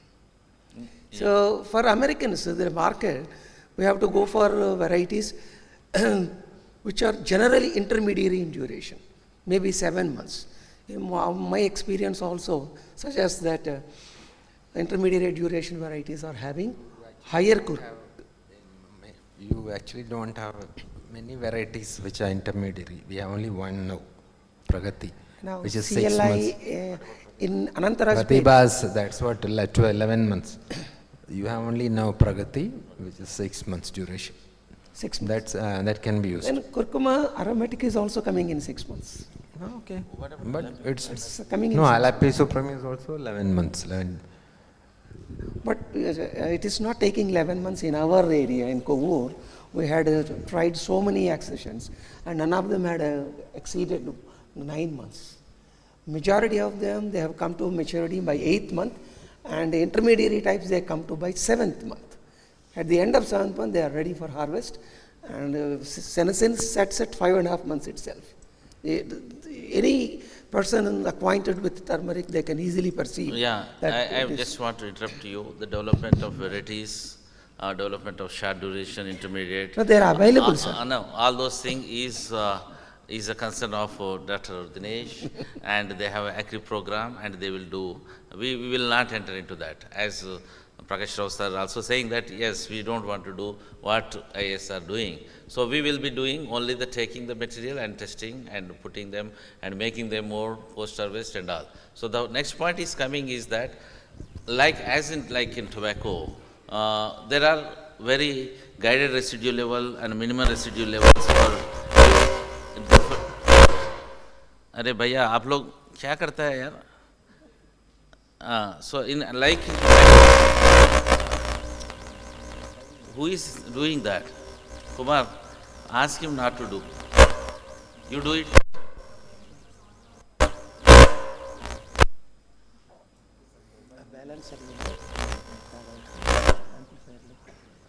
Okay, I think okay. So what I'm saying is that in tobacco, Mr. Hamad, I think you can also put interest in this, that in case of tobacco, different pesticide residues, guided residue levels and minimum residue levels are fixed for different countries, for different pesticides. But as Prasadji says, or Prakash Rao says, that when they want to consume, they are afraid that they may have a pesticides in case of chili and as well as in turmeric. This kind of residual levels for these two products, like chili and turmeric, we feel it is not there. If it is there, and that need to be practiced in the farming. Like suppose some X chemical you don't use, or Y chemical you need to use only one time, or you should not use before harvesting, or maybe 45 days before or 60 days before. This kind of information, we feel it is missing in case of chili and turmeric. I think chili, Dr. Madhuri can tell, and then afterwards turmeric.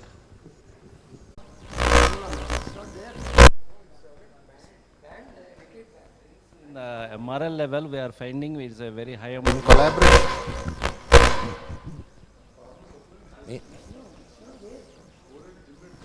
It's banned, and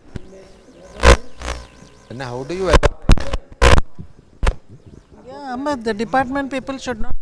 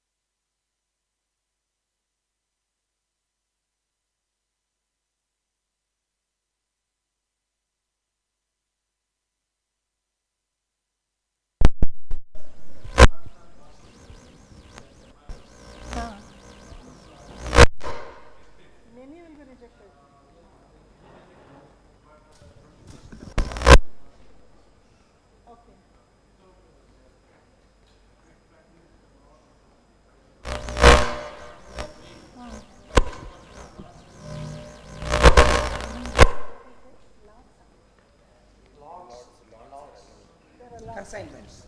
It's again international trade lobbying. See, just for the information of Dr. Seshu and others, we designed GAPs along in collaboration with Spices Board and World Spice Organization. We have that. We know what chemicals we have to use, everything, GAPs. But farmers are not following that. That I know. They are going for rampant application, everything. Unfortunately, there are no prescribed or CIBRC registered pesticide for spices. Even for ginger, turmeric, there is only one. Cardamom also around 3 or 4, that's all. So we are now working with the pesticide industry people and spices board, and we are generating the data for new molecules and then giving it to the industry people so that they can submit it. We cannot do it. CAB has to do it and get the expansion of label claims or more label claims. That's what is happening now. That is the present status. Are you also doing pesticide residue analysis? We have a lab, but it's not enable accredited. By March, we'll accredit it. We'll get the accreditation. Is accredited at But IHR. Spices Board has.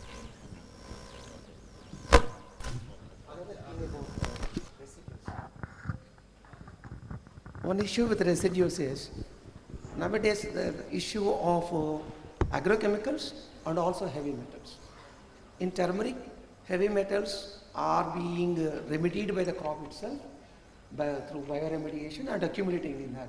So such fields we should not grow. In such fields we should not grow turmeric. And because if tested, the limits will certainly be higher. The second thing is, when curing, the water may also be containing some of the heavy metals. The third source is the bicarbonates, carbonates and alkaline material used for boiling and curing. They are also the third source. So one has to be quite careful. If we can supply the alkali materials that are tested for their absence of, proven absence of heavy metal, then that's good. About aflatoxins, the limits are well known. For turmeric I have presented, it is aflatoxin B not more than 5 parts per billion, and total aflatoxin not more than 10 billion. So these are the two important toxicity factors, and the most important, of course, insecticides. Fungicides are not a big issue. Insecticides are yes. Now even fungicides are bracketed along with insecticides. The reason is technology has developed so well, so it has become so sensitive that they can even pick up nanograms, not milligrams and micrograms, even nanograms. When such technology is there to estimate and quantify, the foreign countries are so clever in twisting our arm that they are reducing the limit of quantification. It is no longer the concept of MRL or TRL, it is the LOQ or LOD, limit of determination or limit of quantification. That's rice exporters in India and Brazil, they face this. They face it with the tricyclozone, and which is the most often used chemical for managing blast disease. Now only Thai rice is encouraged in the United States and Europe, but not Indian rice. Our rice goes mostly to some poor African countries and Arab countries where ethnic population is there. So LOQ is what is to be done. So our methods of estimation also have to go really. Yeah, coming to the methods and pesticide residue, we have a long history, and in technology also with IASR for doing this. But as coming to the chili, aflatoxin, we know all those things, but is there any, madam, is there any method, because aflatoxin you know very well when drying in a open system with the soil and it's coming and all, but is there any measures or methods are there to reduce the aflatoxin contaminations into the very low levels? Yeah. And mainly the moisture content is the culprit. Yes. Quick and fast rain is required.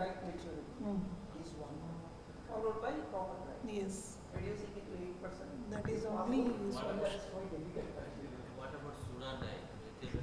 And also, sir, farmers while drying, they will add this red mud, thin layer, to dry fast. That has to be avoided. ఇప్పుడు చేయట్లేదా?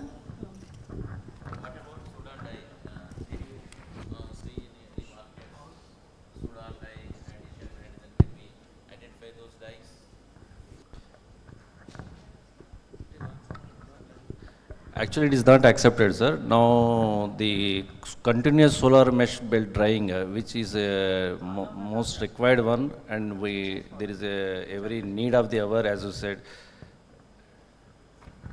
It's a need of the hour to have a kind of a prototype with the correct source of heat, which is viable. That could be the only solution, which I think. The issue is again related to the one which we talked about drying. Yes. I think that we can, we can discuss, enough we discussed. Yes. But I'm asking about Sudan dyes or any other deterrents which are making export rejection. Yes, they are working. They have. They are having. No, coffee. So you mean to say reuse of gunny bags? Even gunny bags also they are studying whether the Sudan content is from the bag or from the fruit. Okay. They are studying. There are scientists, I am in that review committee. Jute is hygroscopic, naturally. That is one reason why. So, but if it is used one for some other thing. With the Rema, ma'am, you can have a word with her. Yeah, madam, one point is coming up very. All of them are at the same maturity. Yeah, exactly. So unless the ones that have not reached maturity, they are actually serving as a source of moisture for increase in aflatoxin. Exactly. So it is during the process of drying, the contamination is taking place. So it is because of the non-uniformity in reaching up to maturity in chili. And one more thing. Not all fruits in the same plant will come to the same degree of maturity. Some will be immature, but the harvesting is done simultaneously. That is why some remain immature, contain more moisture, and in the process on the drying floor, they are the sources of contamination. Exactly, sir. That is happening. Because of the labor problem, they will harvest. One point. And one more thing also I observed, sir. In chilies, high heat values varieties, there is a very less aflatoxin issues. Low heat value varieties, there is issues in aflatoxin. Maybe, but we cannot generalize like that. But let's see. Yeah. His observation is correct. That is depending on the pericarp thickness. Pericarp thickness is more, fungal infection will be more. More or less? More. Okay. I think we have scientists from IIVR. They can tell. I think who is ready, and there are another people are there from IIVR. Yeah, is there Varma? What is your name? I forgot. Yeah, can you able to tell about this dry? I mean, what you said, uniform maturity. There are Mainly this area is a green chili growing area, it is. We are only working on green chili, not dry chili is not our South in our India mandate. only, mainly south, Madhya Pradesh and down. Yeah, it is a mandate of NIRCA now. It is not even mandate for IHR. Maybe it's there, but it's not a mandate. Dry chili. Not our mandate, but people do not work. Solve some of the issues in Chile. They are earning maximum from chili actually, spice exports. Exports, yeah, not them. Chili only, sorry, I am telling him as a spice. Okay, chili only 32% of money is earned by chili export only now, compared to other spices. But unfortunately they can't grow the crop in Kerala. That is the issue. That's why IHR has taken up. Yeah, the scientist besides you is a chili breeder, and we have one more breeder. They can, I mean, that is the point now coming up is uniform maturity is the one trait for the dry chili is important. Okay, when you breed, that need to be taken. Of course, Sudan dye we discussed, and then coming to the important point that value-added products from chili and turmeric. Apart from these powders and all, still any more is required, and how it is required, and what is the level of certification is there in that? So, is it? Sir, strictly speaking, in chili, we are not working at all. Maybe CFTRA may be doing little, but ICAR institutes are not working on value-added products, which is really required. The oleoresin extraction, the industries they are doing themselves, and they are having some problems actually. The people who are exporting oleoresin and people who are exporting flakes and powder. That's why I gave one contact number of Mr. Pereya. He is one of the persons, but many are there. There are many industries. When I got some information from Karnataka State Department, around 200 industries are there in Karnataka, which we are not knowing. Highly unorganized, that's what I told you, it's highly unorganized. But we have to discuss with them what is the problem they are facing, and accordingly we may have to plan their work. Value-added products, we have one, that's the golden milk. And it has been licensed also to Kerala State Milma. They have taken up. It's in both powder. And there is one licensee who is doing curcumin. I think she knows the details. And that is doing well. These are the two products that is available in case of turmeric.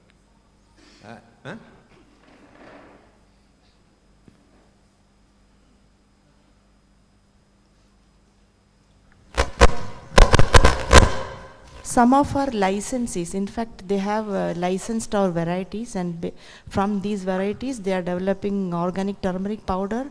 Then they are making a value-added product like curcumil. It's actually a spread made from Pradima, and also morning first drink. Another, drink which you can have in the morning, which has turmeric. So these are the few products which are. Madam is from ISR, Dr. Shija. She's working on agri incubator and also head of. Actually, she's a biotechnologist. Yeah, I'm head of division crop improvement and biotechnology. Yeah, for the benefit of audience, I'm introducing Madam. Yeah, I said that. Of course, I'm saying that turmeric milk very well, and then you said that there is a curcumin also. Some people are doing. Apart from that, capsaicin are capsaicin-based products. Like my scientist is there here. She made some what I can say, some prototypes or some almost finished products like chocolates and then peppermints, some kinds of capsaicin. Capsaicin, not capsaicin, curcumin, sorry, curcumin, curcumin-based products are made, and which are, we feel that is important, which we may also collaborate with you. Maybe you can show to Shija Matthew, madam, and then we can scale up, and we are in the process of taking a FSSAI certification for those. I think there is a demand. Now, what we now came to know that only one product, maybe two products, one is like milk, of course, that is very good. I also tasted. And second one is like curcumin, one is there. But curcumin-based products, if, because sir, here I want to tell you, this both Godavari districts, a lot of entrepreneurs are there, and people coming with a lot of ideas. And if some small technology which is even unfinished, they want to put money to scale up those and want to test in many places. That's what we are putting an incubator in my place for all the crops, all 5 crops, in fact, all 4 crops other than the tobacco. 4 crops we are putting an incubator. So let's see those processing and how it can be done. Okay, I think Mr. Ahmed, can you add on this? Coming to value-added products as far as chili is concerned, nowadays because of the pizzas, the chili flakes are coming up, the demand is coming up more. And also chili rings, they are also asking chili rings. So these are the 2 recent products which the market is asking.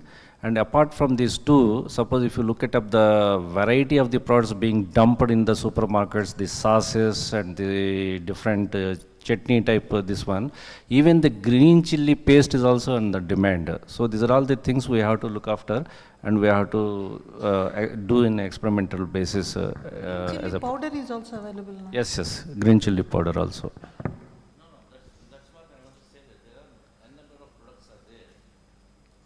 N number of products are there. Even Madam also shown in our slide in a presentation from the chili, and there are N number of products are there in turmeric. But still, are they products? Maybe they are from the very corporate companies. Maybe they are this thing. But still, there are scopes to do.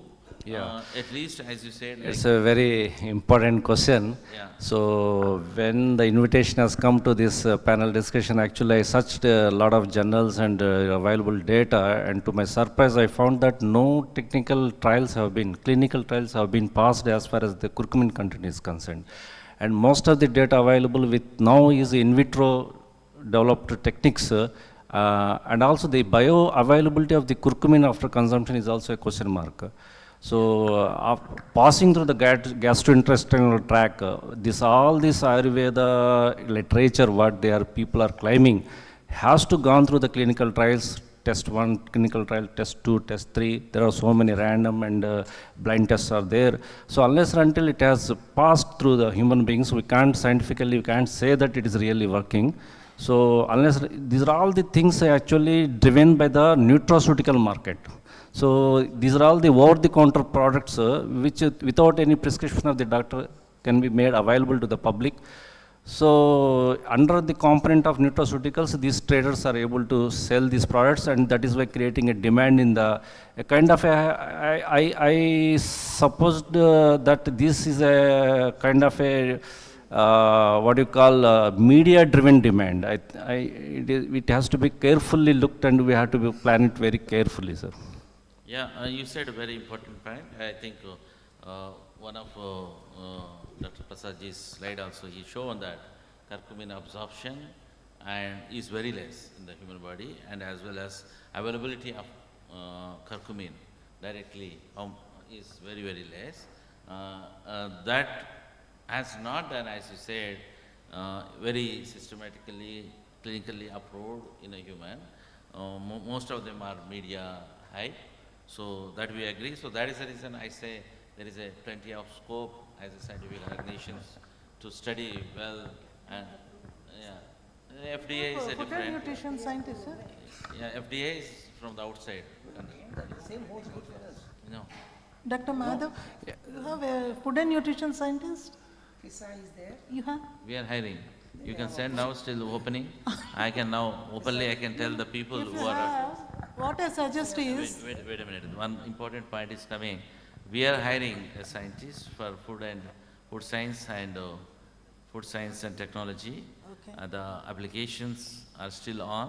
This last date is December 31st. Whoever want to tell to your friends or someone, they can apply. I even sent to CFTRI and I have sent. I want a person who has done a PhD and having experience. Okay? So that is a That's very up important. after you hire with the collaboration with NIN. Better you can have a good project. Yeah, projects. It's required really, that's what Mr. No, Ahmed how is to saying. implement, that we will discuss later. But now only the points we want. How to implement, That's how to what make Dr. it. Ahmed told, that is required actually. Yeah, that's the point is coming very well. Okay. So when we talked about primary processing, I mean, I think we even talked about, I think you have some point, sorry. So we have seen an exhaustive range of turmeric products, and maybe they do not have any scientific basis or clinical basis, to be precise. But as of now, there has no adverse reports on any of these products. One thing. Second thing is, okay, FDA approved, whether that holds good for us or not, it's a matter to be settled. The other thing is, we can think of blends with the different other spices. Turmeric with blends of different or mixes of other spices. That is a very important thing. And Indian culinary, at least in the domestic market, Indian culinary will welcome such a mixtures, such mixtures. So this is. Sir, one thing, sir. In rats, which where these people are tested, the toxicity has been observed in rats. So already there so many reports are there. I agree with Hamad. I think the any curcumin RDA levels are very, very low so far. If anything is taken, excess is not a good. Yes. So that is Yes. that has to be, because FDAs and other things okay, but when a scientific organization is giving a product, let it be a simple product, there will be hue and cry. So we need to test all those things. As Madam said, we are tied up very closely with NIM. You need two scientists actually, not one. Yeah, we need Your many. products are many. We need many, actually. That's what I said to ICR. Let's see. We have started a journey now. How many can come and how many will join from other institutes. If anybody interested from ISR, also I can take. I am telling you openly. I mean, yeah. Anybody? Yeah. Yeah. Somebody, if you want to send and transfer, yeah, you can send it. So I think that is a point we discussed, Hamad and all. Yeah. But I just want to put one more point, madam, like how much we exploited the secondary agriculture technologies, chili and turmeric, which I actually, Faryas, I want to ask you when you presented Dr. Prasad ji, that my Chandrasekhar Rao also has the same question, that when we boil turmeric, that water which we just to throw away has a lot of value, and I saw in Nizamabad that is to be used as a manure like that they are using. I mean, there will be something, because the boiling for 24 hours, 48 hours, and then there are so many compounds will be out from that. So that, I don't know how much, I mean, Dinesh ji can talk on that. And as well as in the turmeric dried leaf has some oil, which I know, which I mean, studied somewhere. So those two things you can. Those two things we are not working. Even this, he's talking about leaf and even spent turmeric after you extract everything. That we haven't done much. We can leaf also we have no, water also we have not done. Frankly speaking, so that we can. Absolutely not working. From Chile, one of my young colleague, Anandita Pal, is trying to do something from the chili stems, and pericarp to isolate some of the compounds. So I think because in Guntur market you can see the Todimal, a lot of things goes waste. So there are people say that there are some chili stocks. For oleoresin, this synthite people are purchasing the what you call the leftovers and all those things, sir. Oleomer is a no. So from the stem, you only the either Stem fiber- only for power generation and all they are using. Power generator, okay. Ajmer. Yes, today for power generation only we can use. Okay, okay. Yeah, there are report that has a lot of vitamins, especially B vitamins, and then a lot of fiber is there in that. I mean, that's, we can flag it that that is not done. Okay, okay, that's okay. No, we are not working. Yeah, these are the points only I have written And by. not only the fruit and all, even the plants also go waste after harvest. The plants can be, as you, Narayana, Dr. Narayana from IHR, he came here on IRC, he said the plants can be used for paper, board and all those things, which is, I feel, may not be cost effective because there are many other are there. Even from lutein, from chili also may not be that cost enough, I mean cost effective, because there are many like chrysanthemum, many flowers are there.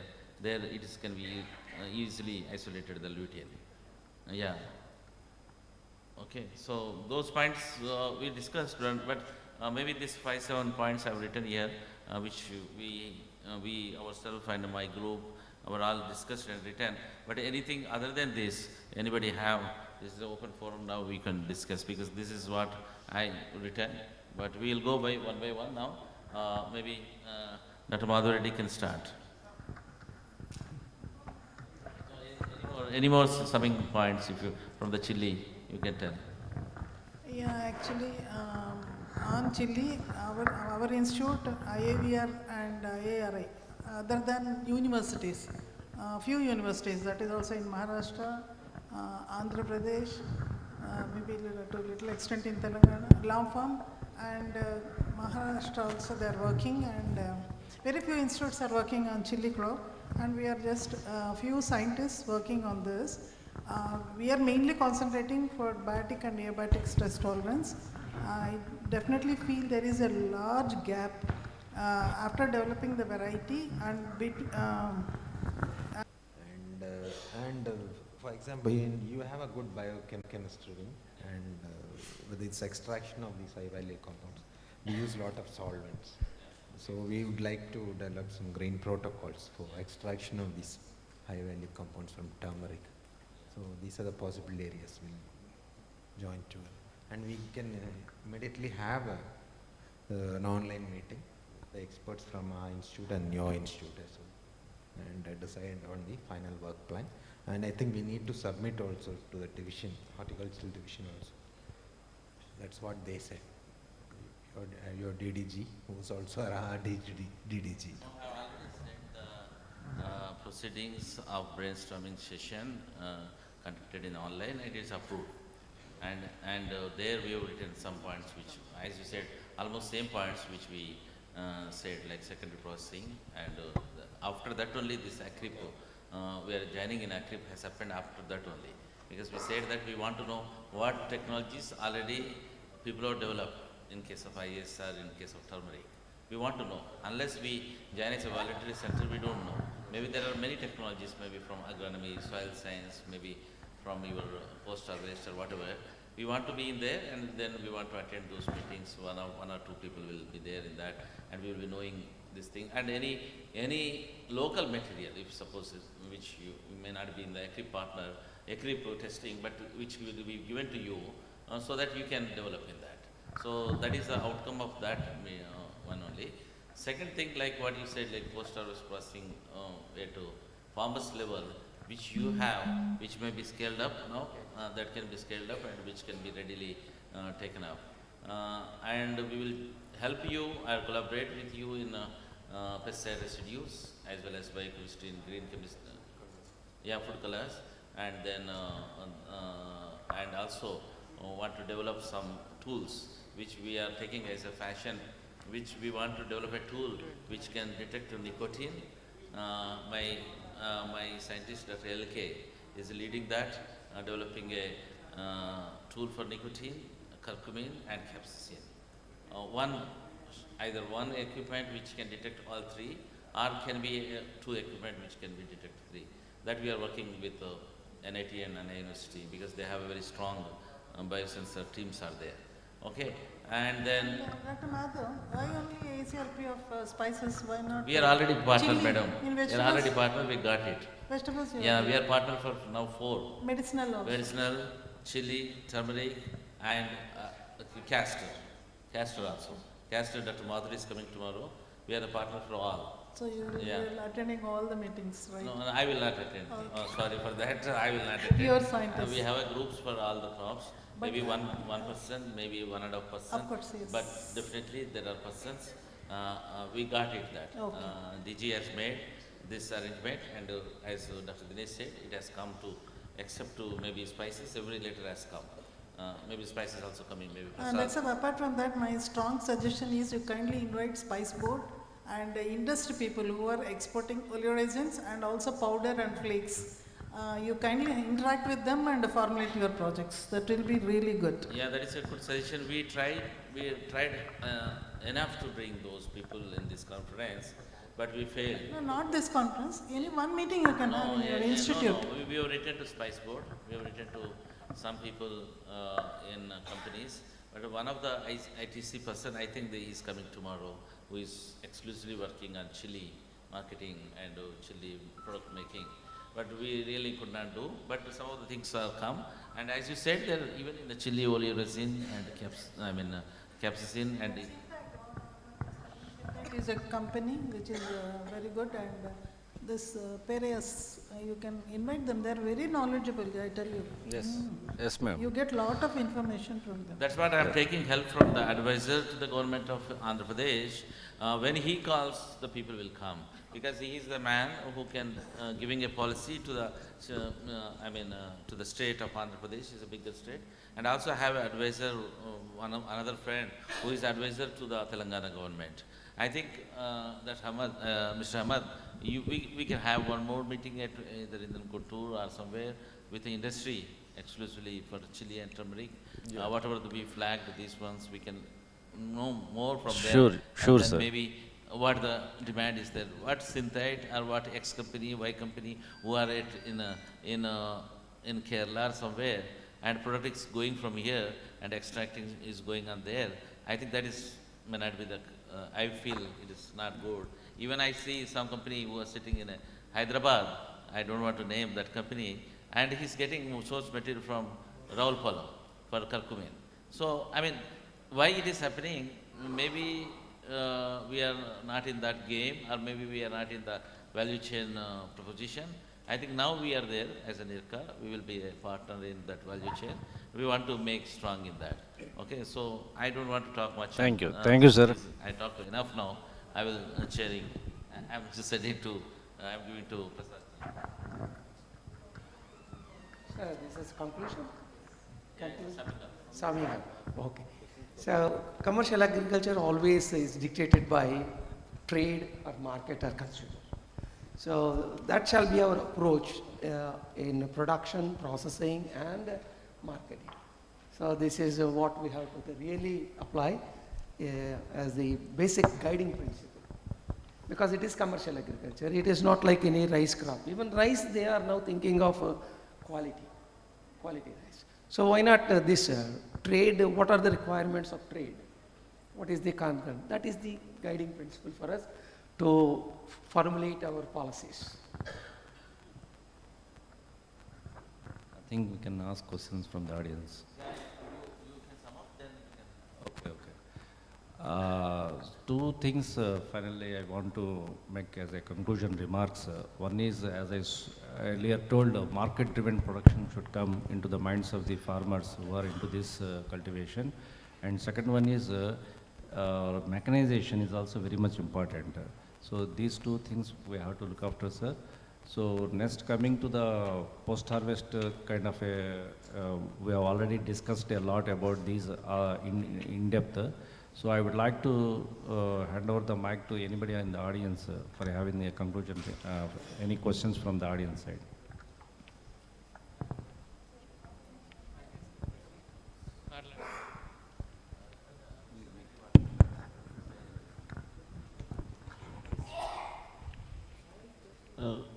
As of my knowledge, I got here one point. if we are introducing mechanization in the farming level, 80 rupees per kg we can save the farmer. Plucking and transplantation, all, no, the chili cropping is mainly depend on labor.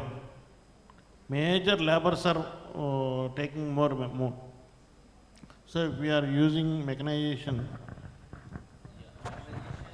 we can save 80 rupees per kg. Yeah, you said very important point, that's good.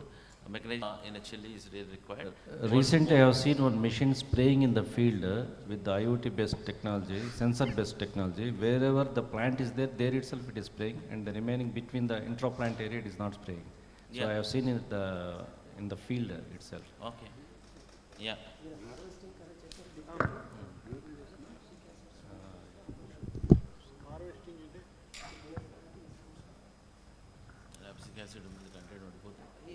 Okay, now as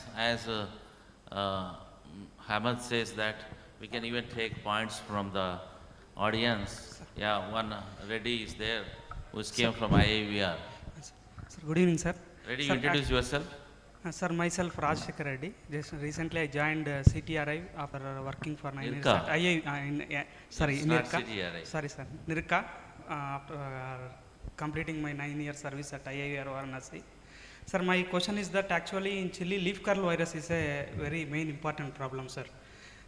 In entire country, only PIU they have identified one dominant gene. That's all. But still more work is to be done in chili crop, sir. Because Guntur is one of the hotspot zones for chili leaf curl virus.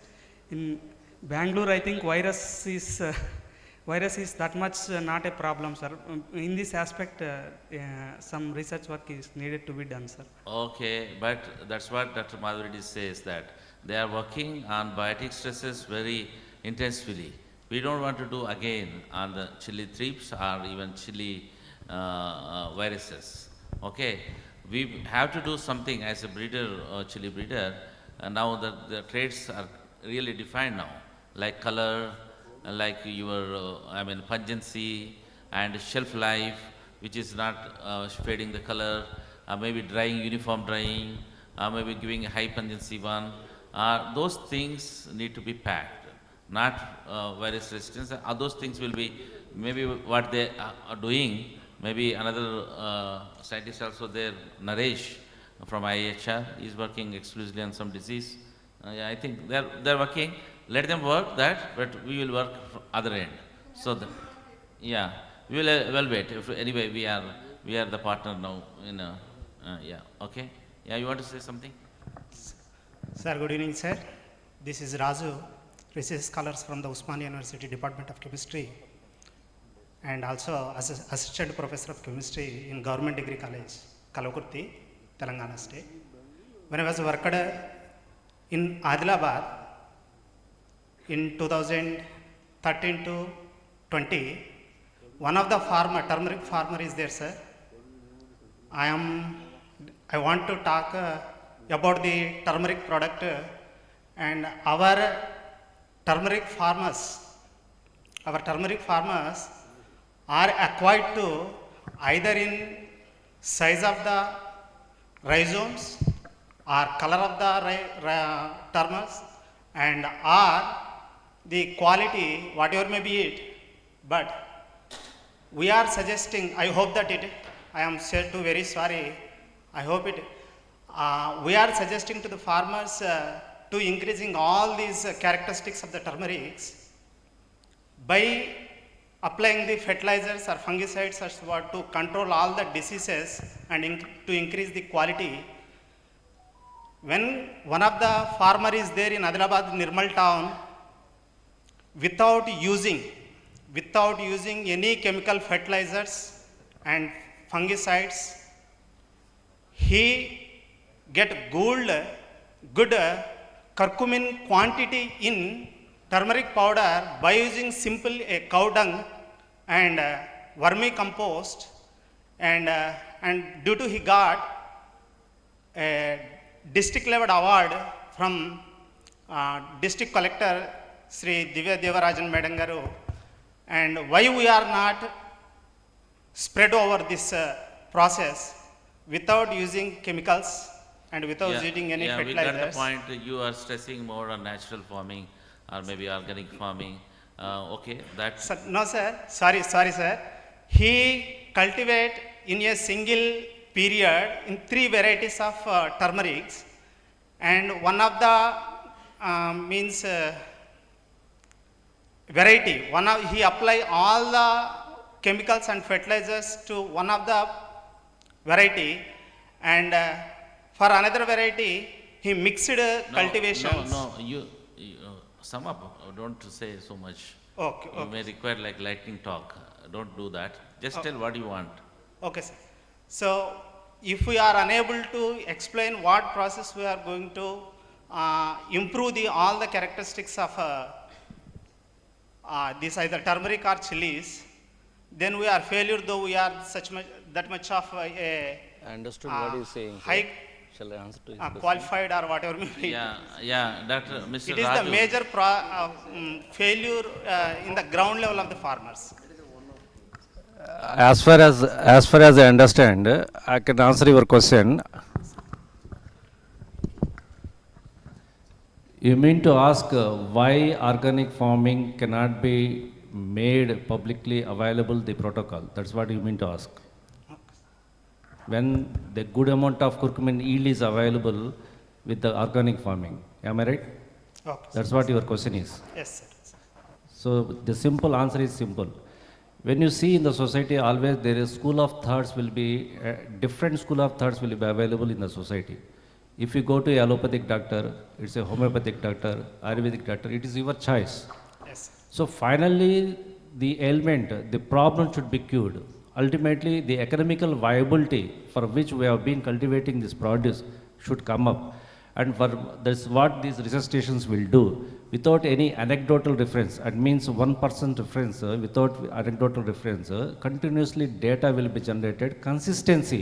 ఒక year వచ్చిందా రెండో year వచ్చిందా మూడో year వచ్చిందా every year మనం వేస్తున్న ఇన్పుట్స్కి అంతే output వస్తుందా లేదా అనేది చూడాలి. ఒక్కసారి ఏదో వర్జిన్ సాయిల్స్లో బాగా సారవంతమైన భూముల్లో ఒకసారి వేసేసి అది బాగా ఇల్లు వచ్చింది అని చెప్పి దాన్నే మన అడ్డోల్టర్ రిఫరెన్స్గా తీసుకుని అతనికి ఏదో అవార్డు ఇచ్చేసి అది అందరూ పాటించాలి అంటే అది కరెక్ట్ కాదు. Okay, you got my point? Okay sir. Thank you.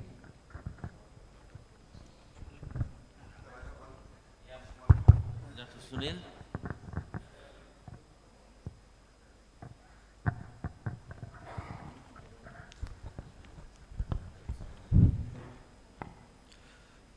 Good evening, sir. My name is Dr. Sunil. Sir, I have 2 questions. One is, sir, do you have any plans in future to collaborate with the seed industry? Already, NIRCA already have a plans to collaborate with ICAR institutes to do the future research work, especially on turmeric and chili, ashwagandha and castor. Do you have any plans in future to collaborate with seed industries also? How they are doing? Because to compare with ICAR institutes, almost we have so many seed industries, especially in Andhra and Telangana and throughout our country. They have more and more varieties. Okay, what is your second question? You want to? Second question is there any possibility to sell the seed in a reasonable cost to the farmer in future? Okay.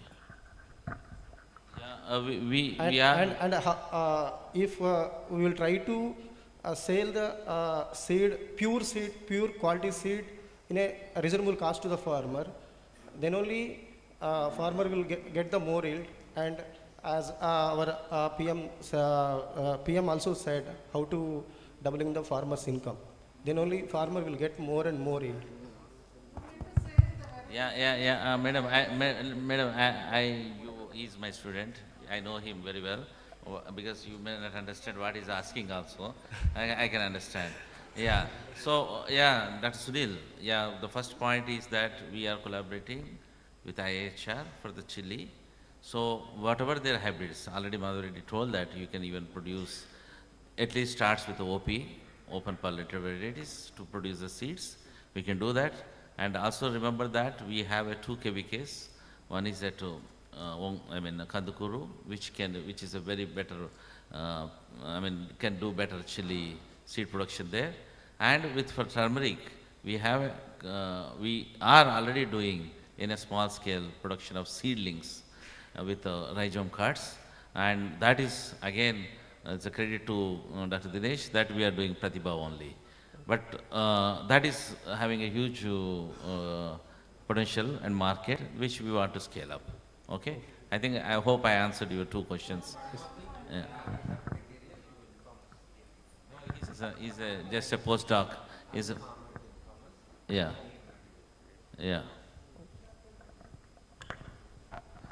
And apart from OP varieties, if hybrids, in Kandukuru, if you evaluate and if you feel it is doing good, that seed will be made available with you, F1 hybrids, okay? For the availability of local farmers. Thank you, sir. Thank you, ma'am.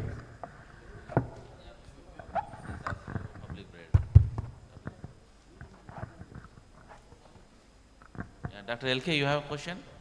Organizing Secretary? No. Yeah, please. Hello, sir. Yeah, myself, Dr. Birendra Kumar Verma. I am working at ICR. Yeah, where were you? Just I was searching for you. Yeah, just for information, sir. As you all know that in NEH region, most of the farmers, they are marginal and small. So for them, turmeric and ginger both are commercial crop, and our institute has developed boiler, slicer, dryer, and one more unit. So complete setup we have developed, sir, for marginal and small farmer. All the information is with me. If anybody interested, I can share those information. We have hybrid type solar dryer, sir. What is that? Hybrid type solar dryer we have developed, and that is solar dryer. For day times that solar dryer will work, and for the night times the energy source is mainly biochar we are using. That briquette technology we have developed, so that we are using as a source of energy. We are in high rainfall area, so that our time taking is around 3 days to dry around 1 ton material in area of I can say 5 by 10 meter square area. So that kind of technology we have. If you want, we can share those information. Yeah, Verma, I think it's very important information you said. And again, with you and with your head of the department, Binay Kumar Singh, we are also going to collaborate, and we have NEH scheme. There we want to take those machines and want to give, because my KVK coordinators both are sitting. One is Dr. Babu and another is Dr. Naidu. They will be taking those miniature equipments, whatever your prototypes you have, that can be given and tested in your place. Sure. So wonderful information. We will be discussing more with you. Okay, sir. Yeah. Thank you, sir. Pardon me, sir. Where are you from? ICR complex Padapani. I know. Yes, sir. ICR Kalingapatnam. Padapani, Meghalaya. It is in Meghalaya. Northeast. Yeah. Dr. Verma, very good. Yeah. Next. Yeah, Dr. Chandrasekhar garu. Sir, my question is pertaining to the chilies. So the sir also told that the 80% we can, by mechanization, we can reduce the cost by 80%. As I understand that the chili is a multi-harvested crop. Can we have a variety where we can harvest the entire chilies at a single point?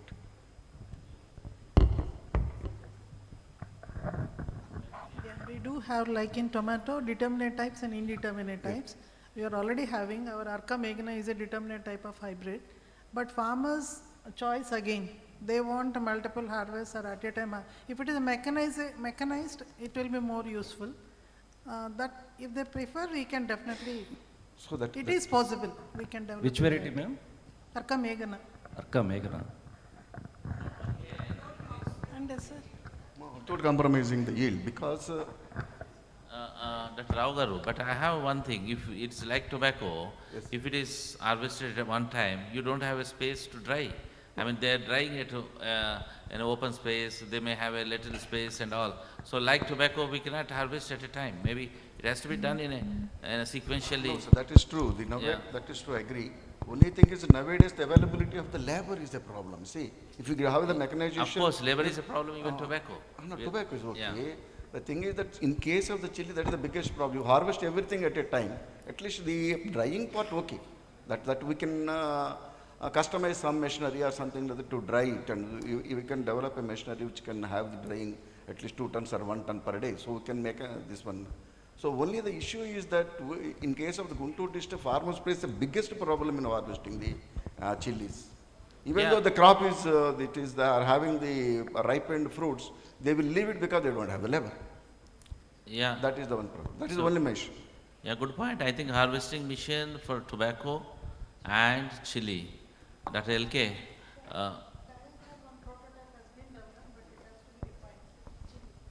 Yeah, madam, that somehow you need to help. You need to help those to get those technologies. It's not A. It's not. No, it is not A based.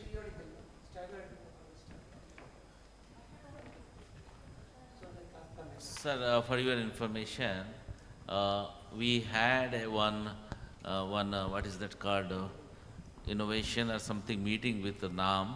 There are people who have a technology, a small robot is going and doing intercultural operation, plucking this chili fruits, and it is only 3 lakhs. And it is a young entrepreneur. He came to our institute for ideation and other things. I think our ITMU saw that, and he can do modifications whatever you require. I think that is now it is in a innovated, it is in the incubation at NAM, and now he says it is doing intercultural operations and fertilizer application and harvesting. I think there are many. That's what I don't want to take more time now, but there are things are there which need to be tested, which need to be validated properly, and to be advocated and to use. Like what yesterday or somebody said, that small scale farm. It's useful for solar.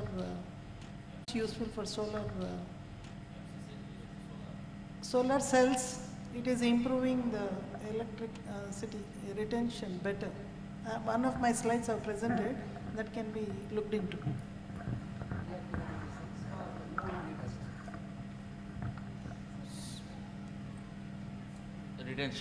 Retention of the cells, maybe more, and all those things. Yeah. If nothing is there, no, I cannot see any raised hands. I think now, I want to say a big thanks to Dr. Dinesh, the Director IASR, who is now is the right hand for us, for the NIRCA. I thank you, sir, for being in a panel. And also I thank Dr. Madhavi Reddy Garu, Principal Scientist, Head of the Department in IASR, IHR in Bangalore, and Dr. Prasadji, as I said always, I always say, and I'm happy to say that he's a moving encyclopedia, and my friend and advisor to Government of AP, Mr. Hammer, I thank you very much. All the way he came from Guntur for this one, and he came to travel from there, and he has a lot of interest in making farmers friendly and also making agriculture towards, we want to change something in marketing and also getting more profits. And also thank Reddy Garu for sharing your knowledge in industry. And I also thank all the people actively participating in this very important panel discussion. I think we got enough points to do research. I think my colleagues have taken, especially Dr. L.K. Prasad and Dr. Suman Kalyani and the breeders who are there in the for the chili and turmeric. Okay, with this note, I will conclude this session. I think there are some more announcements from organizing team.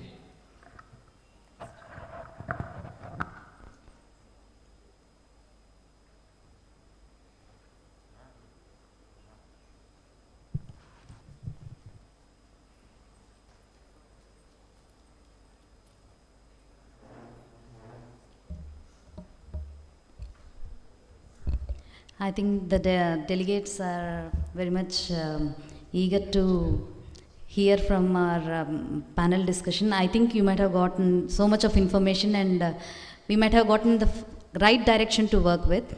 Thank you very much, sir. Thank you very much, ma'am. And now it's time to felicitate our advisor to the government of AP, Ahmed sir. Sir, I request our director, Dr. M. Sesh Madhav, to please felicitate Mr. Ahmed.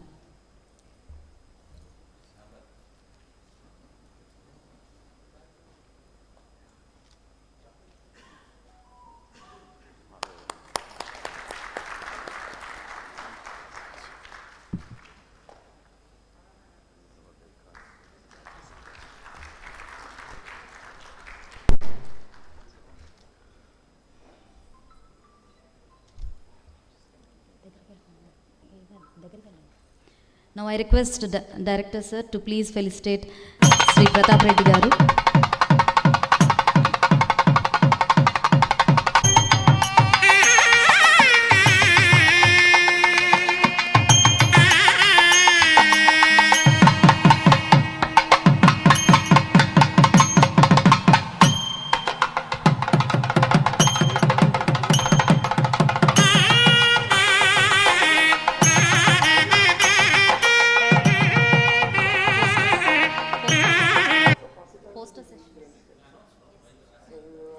So, I request all the delegates to kindly move to the poster session. Now we'll have a poster session for about 20 minutes or so.